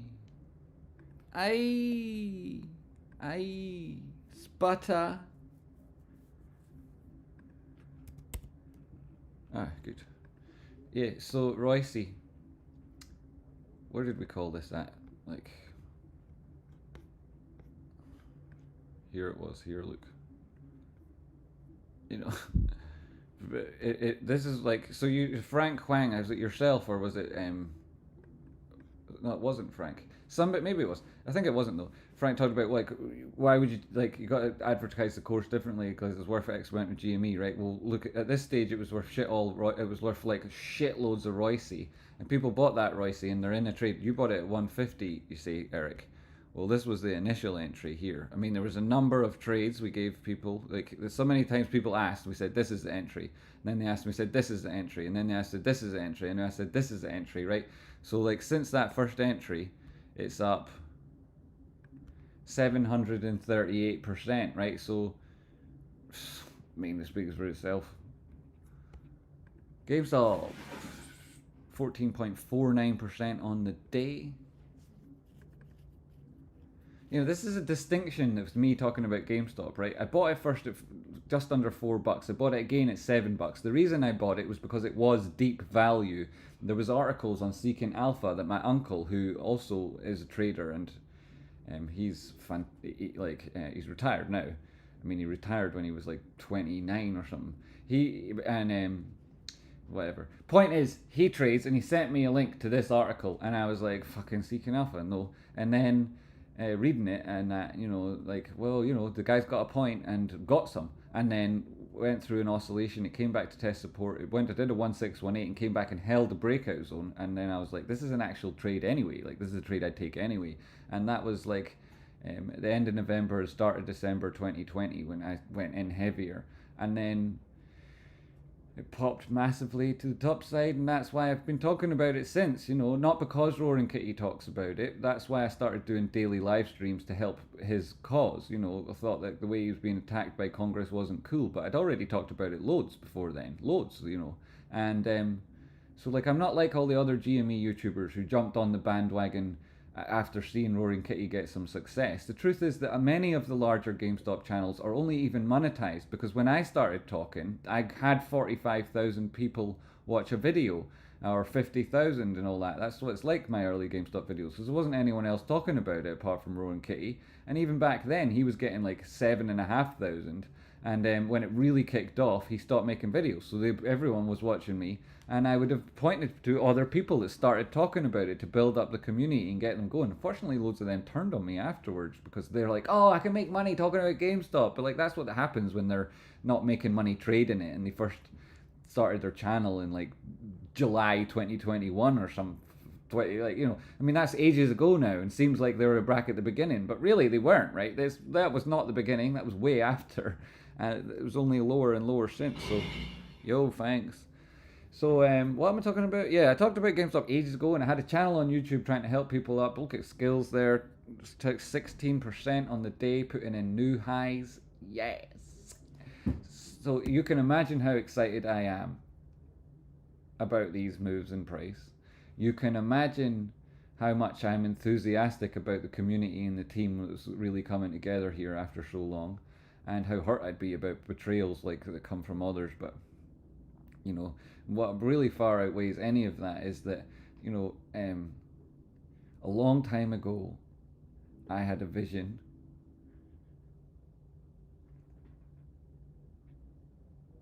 and some of it seemed unrealistic because I'm so very ambitious. But as time goes on, those realistic objectives, they're up a couple of rungs on what my vision would have been like. That thing that I would describe as being maybe too ambitious is now 3 or 4 steps higher in what would have previously I would have thought would be complete dreamland. And so every day when I see things like this happening, I see the channel getting views, I see the likes being breaking records, I see subscribers numbers higher than they've been, I think, you know, these are possible goals. Like, and when you've seen me on stream saying, I think we're going to change the world and talk about what that might look like, you know, less of it is ambitious and less of it is aspirational and more of it is realistic. And not only that, but we're taking great strides to those places, you know. So you see the conversation that Jim Cramer has. It would have been briefly mentioning GameStop every so often. But now with this resurgence and with communities like this one making these kind of moves, they talk about it in a begrudging way, that it makes it onto their daily diet. It's part of their Monday milk. It's the conversation they have to have, rather than that which they're choosing to have to boost their own reach and engagement. It's what they have to do because they have to acknowledge our status now. You know, instead of sticking our head round the door and being told to get out, now we're in a circle and they're looking at us thinking, fucking hell, you know, this new money, this new group, these wannabe people, this startup, you know, this is ours. How dare they? And we're like, nah, mate. It was never yours. It was never yours. And it's all in front of us. You guys hold the pen. This is the future. 10 minutes left in GameStop. It's at 29.35. It's up 15% today. Absolutely flying. Absolutely flying. Onto the 15-minute time frame. Turn off the drawings and spread them. Price. Spread them. Get rid of that RSI. Don't need the volume up. Doesn't matter. Trend is the dominant. And you can see this is a higher low. Price now pushing back towards the midpoint of the previous oscillation. And maybe by the end of the week you're looking up at around 33 bucks. Maybe you're looking at 38. Maybe you're looking at 40. Those are the targets. 32.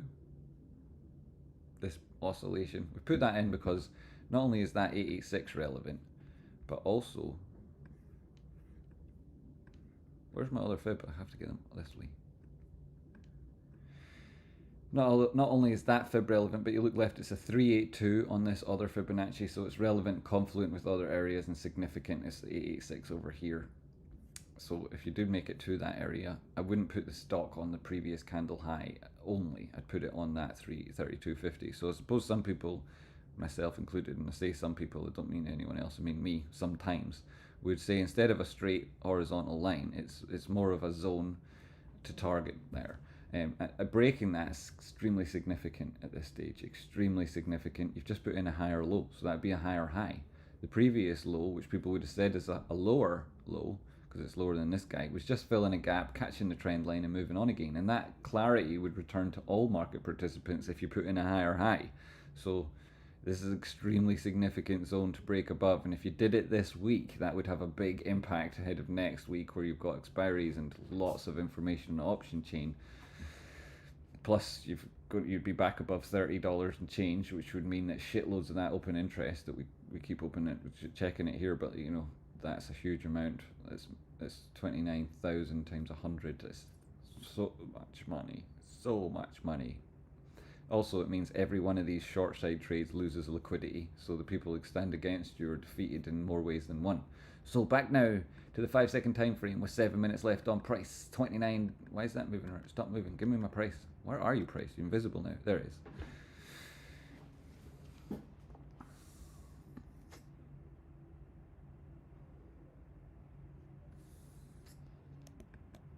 Hey, it's that trend line. It's the end of the day.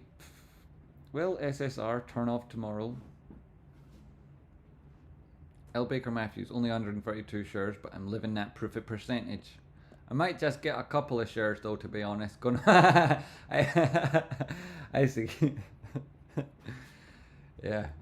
And then it turns into like hundreds and hundreds. I mean, I might just get a couple more hundred, you know.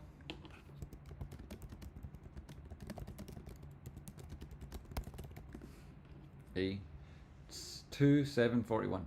Doing a stream about stocks and talking that much for that long must be exhausting. Whoa, every day of the week, mate. Every day of the week. You never stop. You keep going. Yes. Got other things on the go too, as you know. Nice reaction in price there. It is tough. It's not easy. But I find that I feel a great affinity with the people in the chat box. Like, there's Yes from Luke Spears. Now, I love that guy. And I get so much energy and fuel from seeing him here. Because I like him so much. And it's the same with everybody else that I called out as being on that level of importance to me. Every time I see the name, there's Dan Ernst. Every time I see there's Eric Sorensen. Every time I see those names, I'm like, boom, let's fucking go, guys, you know. And I run on adrenaline. I always have. So it's a massive boost. And even seeing like now, like I'll start speaking faster. You know, I feel it running inside my veins. Longest stream to date? No, I've got a 15-hour stream, Googleplex in there. I've got a 15-hour stream. People popping back in. Good to see the people popping back in. Great to see everybody who's joined today. Thanks very much. If you haven't hit that like button, hit it now. Lurking again, these streams have become very engaging to follow along. Victor Bardos, I appreciate you, buddy. Lisa, look at that. And now she puts in shitloads of effort and does lots of work. And I know a lot of the people who work on this channel will do other work outside of what they do here. And it's not massively dissimilar. They're good people. They make a difference in the world, in their communities, in not just their families, their household, and outside their front door, but across the world. These people make difference. Like, there's people in that chat box whose name have come up today who've done magnificent things. And I'm just proud to be part of this team and get loads and loads of fuel from them. So it might be hard, but then what's fucking worth doing is not hard. Part of the reward is it's tough, right? Like climbing a mountain, it's more satisfying to climb the bigger ones, and like it is exhausting. Of course it is, but when you see yourself and you know you're approaching the peak, you go more, don't you? And you do sometimes see that like a bit of a plateau, it flattens out, and what does that do? It gives you a chance to speed up. It gives you a chance to speed up so that when you hit the next slope, you're carried by momentum. Boom, that's what it is. No rest. I'm a big believer in working hard, and then when it gets hard, working harder. I don't think you should stop, take off your shoes and untie your shoelaces, because your feet will swell up. You'll never get those shoes back on. And you don't know how close you are to the finish line. And the only people who don't win, who don't make it to the end, who don't cross that finish line, the only people are the people who give up and stop. And the only people who make it and cross it are the people who keep going and never stop. And there is nothing in between. It's you make it or you keep going. And that's what it is for me here. Keep going, keep working, keep doing it. I know there's loads of difficult things in and around this, and sometimes I feel like I'm neglecting other responsibilities, which I worry, because if an event does happen in future that I can't fix or wind back time, then I'll wonder if I've spent my time right. And I never know, you know, I never know, and you can't know. So faith I have in what I'm doing is from you guys, and I appreciate it. 3 minutes left on price action. Boom. Oh, somebody asked about the SSR, and will we see the stops, the halts, the short seller regulations paused because of what we've seen? 1,000 viewers still. This is awesome. Short sale restrictions. These are the SEC rules that ostensibly prevent short sellers from exacerbating a stock's decline because they see it moving in that direction already. The alternative uptick rule is regulation SHO, or Rule 201, other names for it. And when prices drop a significant amount, specifically more than 10% from the previous day's close, then an SSR is often triggered. and once it has been triggered, for the rest of the day it's in effect, which and the entirety of the next day. So seeing it on a Friday means that if it is that stock drops more than 10% and closes at that price, having previously closed whatever today comes in at, then it could well be that you see that restriction put in place for the rest of Friday after it moves to 10% and for the Monday. It's supposed to stop short sellers from executing a short sale unless that price of the stock is above the current national best bid. That's the nibble pricing. Market makers have got an exemption though, so it's not actually useful if the people that are pushing price down are a hedge fund that are supposed to be air gapped from market makers but still have oversight of order flow because they're the same firm, and of course they fucking temptation there is so huge and power corrupts so well that you'd have to be some sort of dumbass to think that they aren't exploiting that on some level. Of course they are. You see it all the time. It's abuse of the markets. It's disgusting. It happens all the time. And then Roaring Kitty gets taken up in front of Congress, and Ken Griffin's there in the same meeting being also supposed to be given a talking to, and nobody even fucking mentions this stuff to him. And you're like, what the fuck, man? So the idea that it helps market stability, that's stupid. The idea that it provides investor protection, that's naive. And the suggestion it would deliver a fair trading environment, that's absurd. So it doesn't do the things it's supposed to do. It's nonsense, and anyone who claims otherwise is silly. You're a big silly. Markets have closed 29.08. Traders, GameStop, huge moves, massive moves. We expected the shareholder meeting today. It's actually been rescheduled for 4 p.m. New York time tomorrow, 14th of June 2024. And it'll be a big, interesting moment because it'll come at the weekly close. A weekly close after a fantastic week on price action. Here is that week on the charts behind us. Brilliant drawings. Anyone who's been in today's live show will likely be watching this clip and comment below about how accurate and stunning it was watching along. But we don't need the drawings on. We just need to look at this week. A strong recovery from this low wick. The previous week's close, a really positive one, and then a continuation of this uptrend. Only thing that happened this week was this wick low came in and closed that gap that we had on the charts. The gap has been filled, the shareholder meeting tomorrow, and we're up 14.22% today. Absolutely massive moves, and at the high today we tested 29.58. Really close to that $30 target. The open interest on GameStop for this week, an important volume node at that area, a really massive one at 40, but the highest interest on that particular close, this expiry tomorrow, is at $128.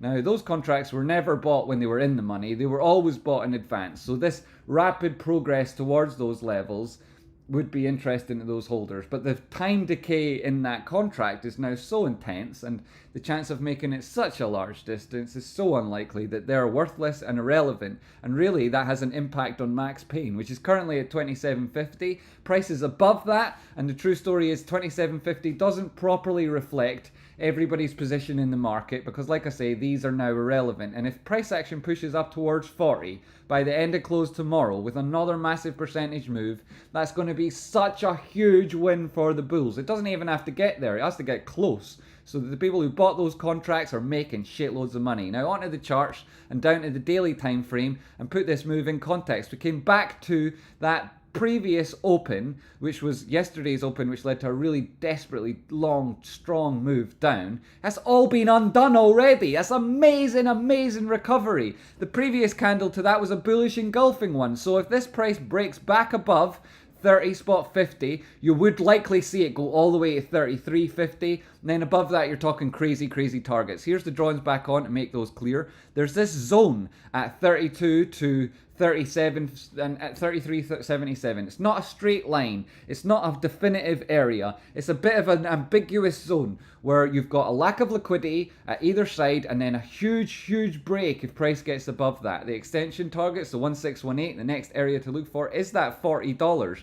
It does meet this downward sloping trend line, and that's why it's not unrealistic that these targets could happen, could be by the end of close tomorrow. The short interest at 14.86%, that doesn't tell the full story because half of the short trades are done on alternative investment markets. So you can't see somebody building a big, large position. The settlement period is a complete mess and we don't get any real confidence or trust in that or the markets in general, which is part of the reason why we're doing what we are here. We believe in the power of individual investors, and there are no groups or sections of the market that are trying to do what we've done, and none of them are looking at anywhere else right now. Everybody's eyes are on us and on this target, on these stocks, and this move in price. So more to be coming tomorrow. We would expect continuation as traders. All good traders look for it. Here's the formation that chart is in. It's a linear increase to the top side. If it does come down again, 27.86, that looks to be where you would find support. You found it a number of times in this move. You can see if the price moves higher, you've got a resistance line to the top side, and those targets at 29.77, we've already approached them once. If you get there again and you're not looking for support in advance, it'll be knocking on heaven's door, and eventually we'll kick that fucking thing in. You're looking to break that level and get back up and close these zones that's we talked about, and then push back above that and head towards that $40 target. Can it happen tomorrow? It definitely could, with you, me, and everybody else pushing in the same direction. I know that we're looking for continuation in price. Everybody who's against you will start closing those trades as you break through resistance. Their closing will be them buying, and that'll be pushing price back up through resistance. It's been an amazing day. We've seen a brilliant meme from Kitty. Roaring Kitty never, he never stops, and neither do we. Price action continuing to the top side. More of the same, please. The 1618, that's where we're looking. $41. That's the next target if you get through these zones. I'll be covering this all day live tomorrow. We'll be here with each other in the chat box. We'll have the Discord open. We'll have all of the streams ready so that no matter the technical issues with the shareholder meeting, we're there and we're covering it. There's a number of things on the agenda. 5 new directors that we're probably all just going to vote yes on, because why not? If the company wants to, I'm all for it. And then we're going to agree on executive pay so that their objectives and performance are aligned with our goals and targets. And I'm going to say yes to that, which I already, because why not? Obviously, that's what we all want. And then they're appointing Deloitte so that they can be the new accountants, and we'll have those financial heavyweights in our corner, along with the financial guru, the feline fantastic trader, Roaring Kitty, the greatest retail trader of our generation, on our side. And with you, him, and us together, what's stopping us getting to the moon? Not very much, mate. Not very much. Hit the like button, tune in tomorrow for the live show, and thanks very much. Appreciate you guys. See you then. That's the clip for GameStop. 922 people watching. Clip it, ship it, get it out there. I've clipped it. I shall get to shipping it shortly. I'll get to shipping it shortly, and I appreciate everybody who watched today's show. Thanks so much for putting in your support. We've got a number of donations. JCC CPD, $50. May the farce be with you. I got it, Dad. I saw it. It came up here. May the farce be with you. The alert box. There it is, and here we'll replay it on the stream now. Does it work on the replay? It should do. Click the button. Let's see. May the farce be with you. I appreciate that, Dad. Thank you very much.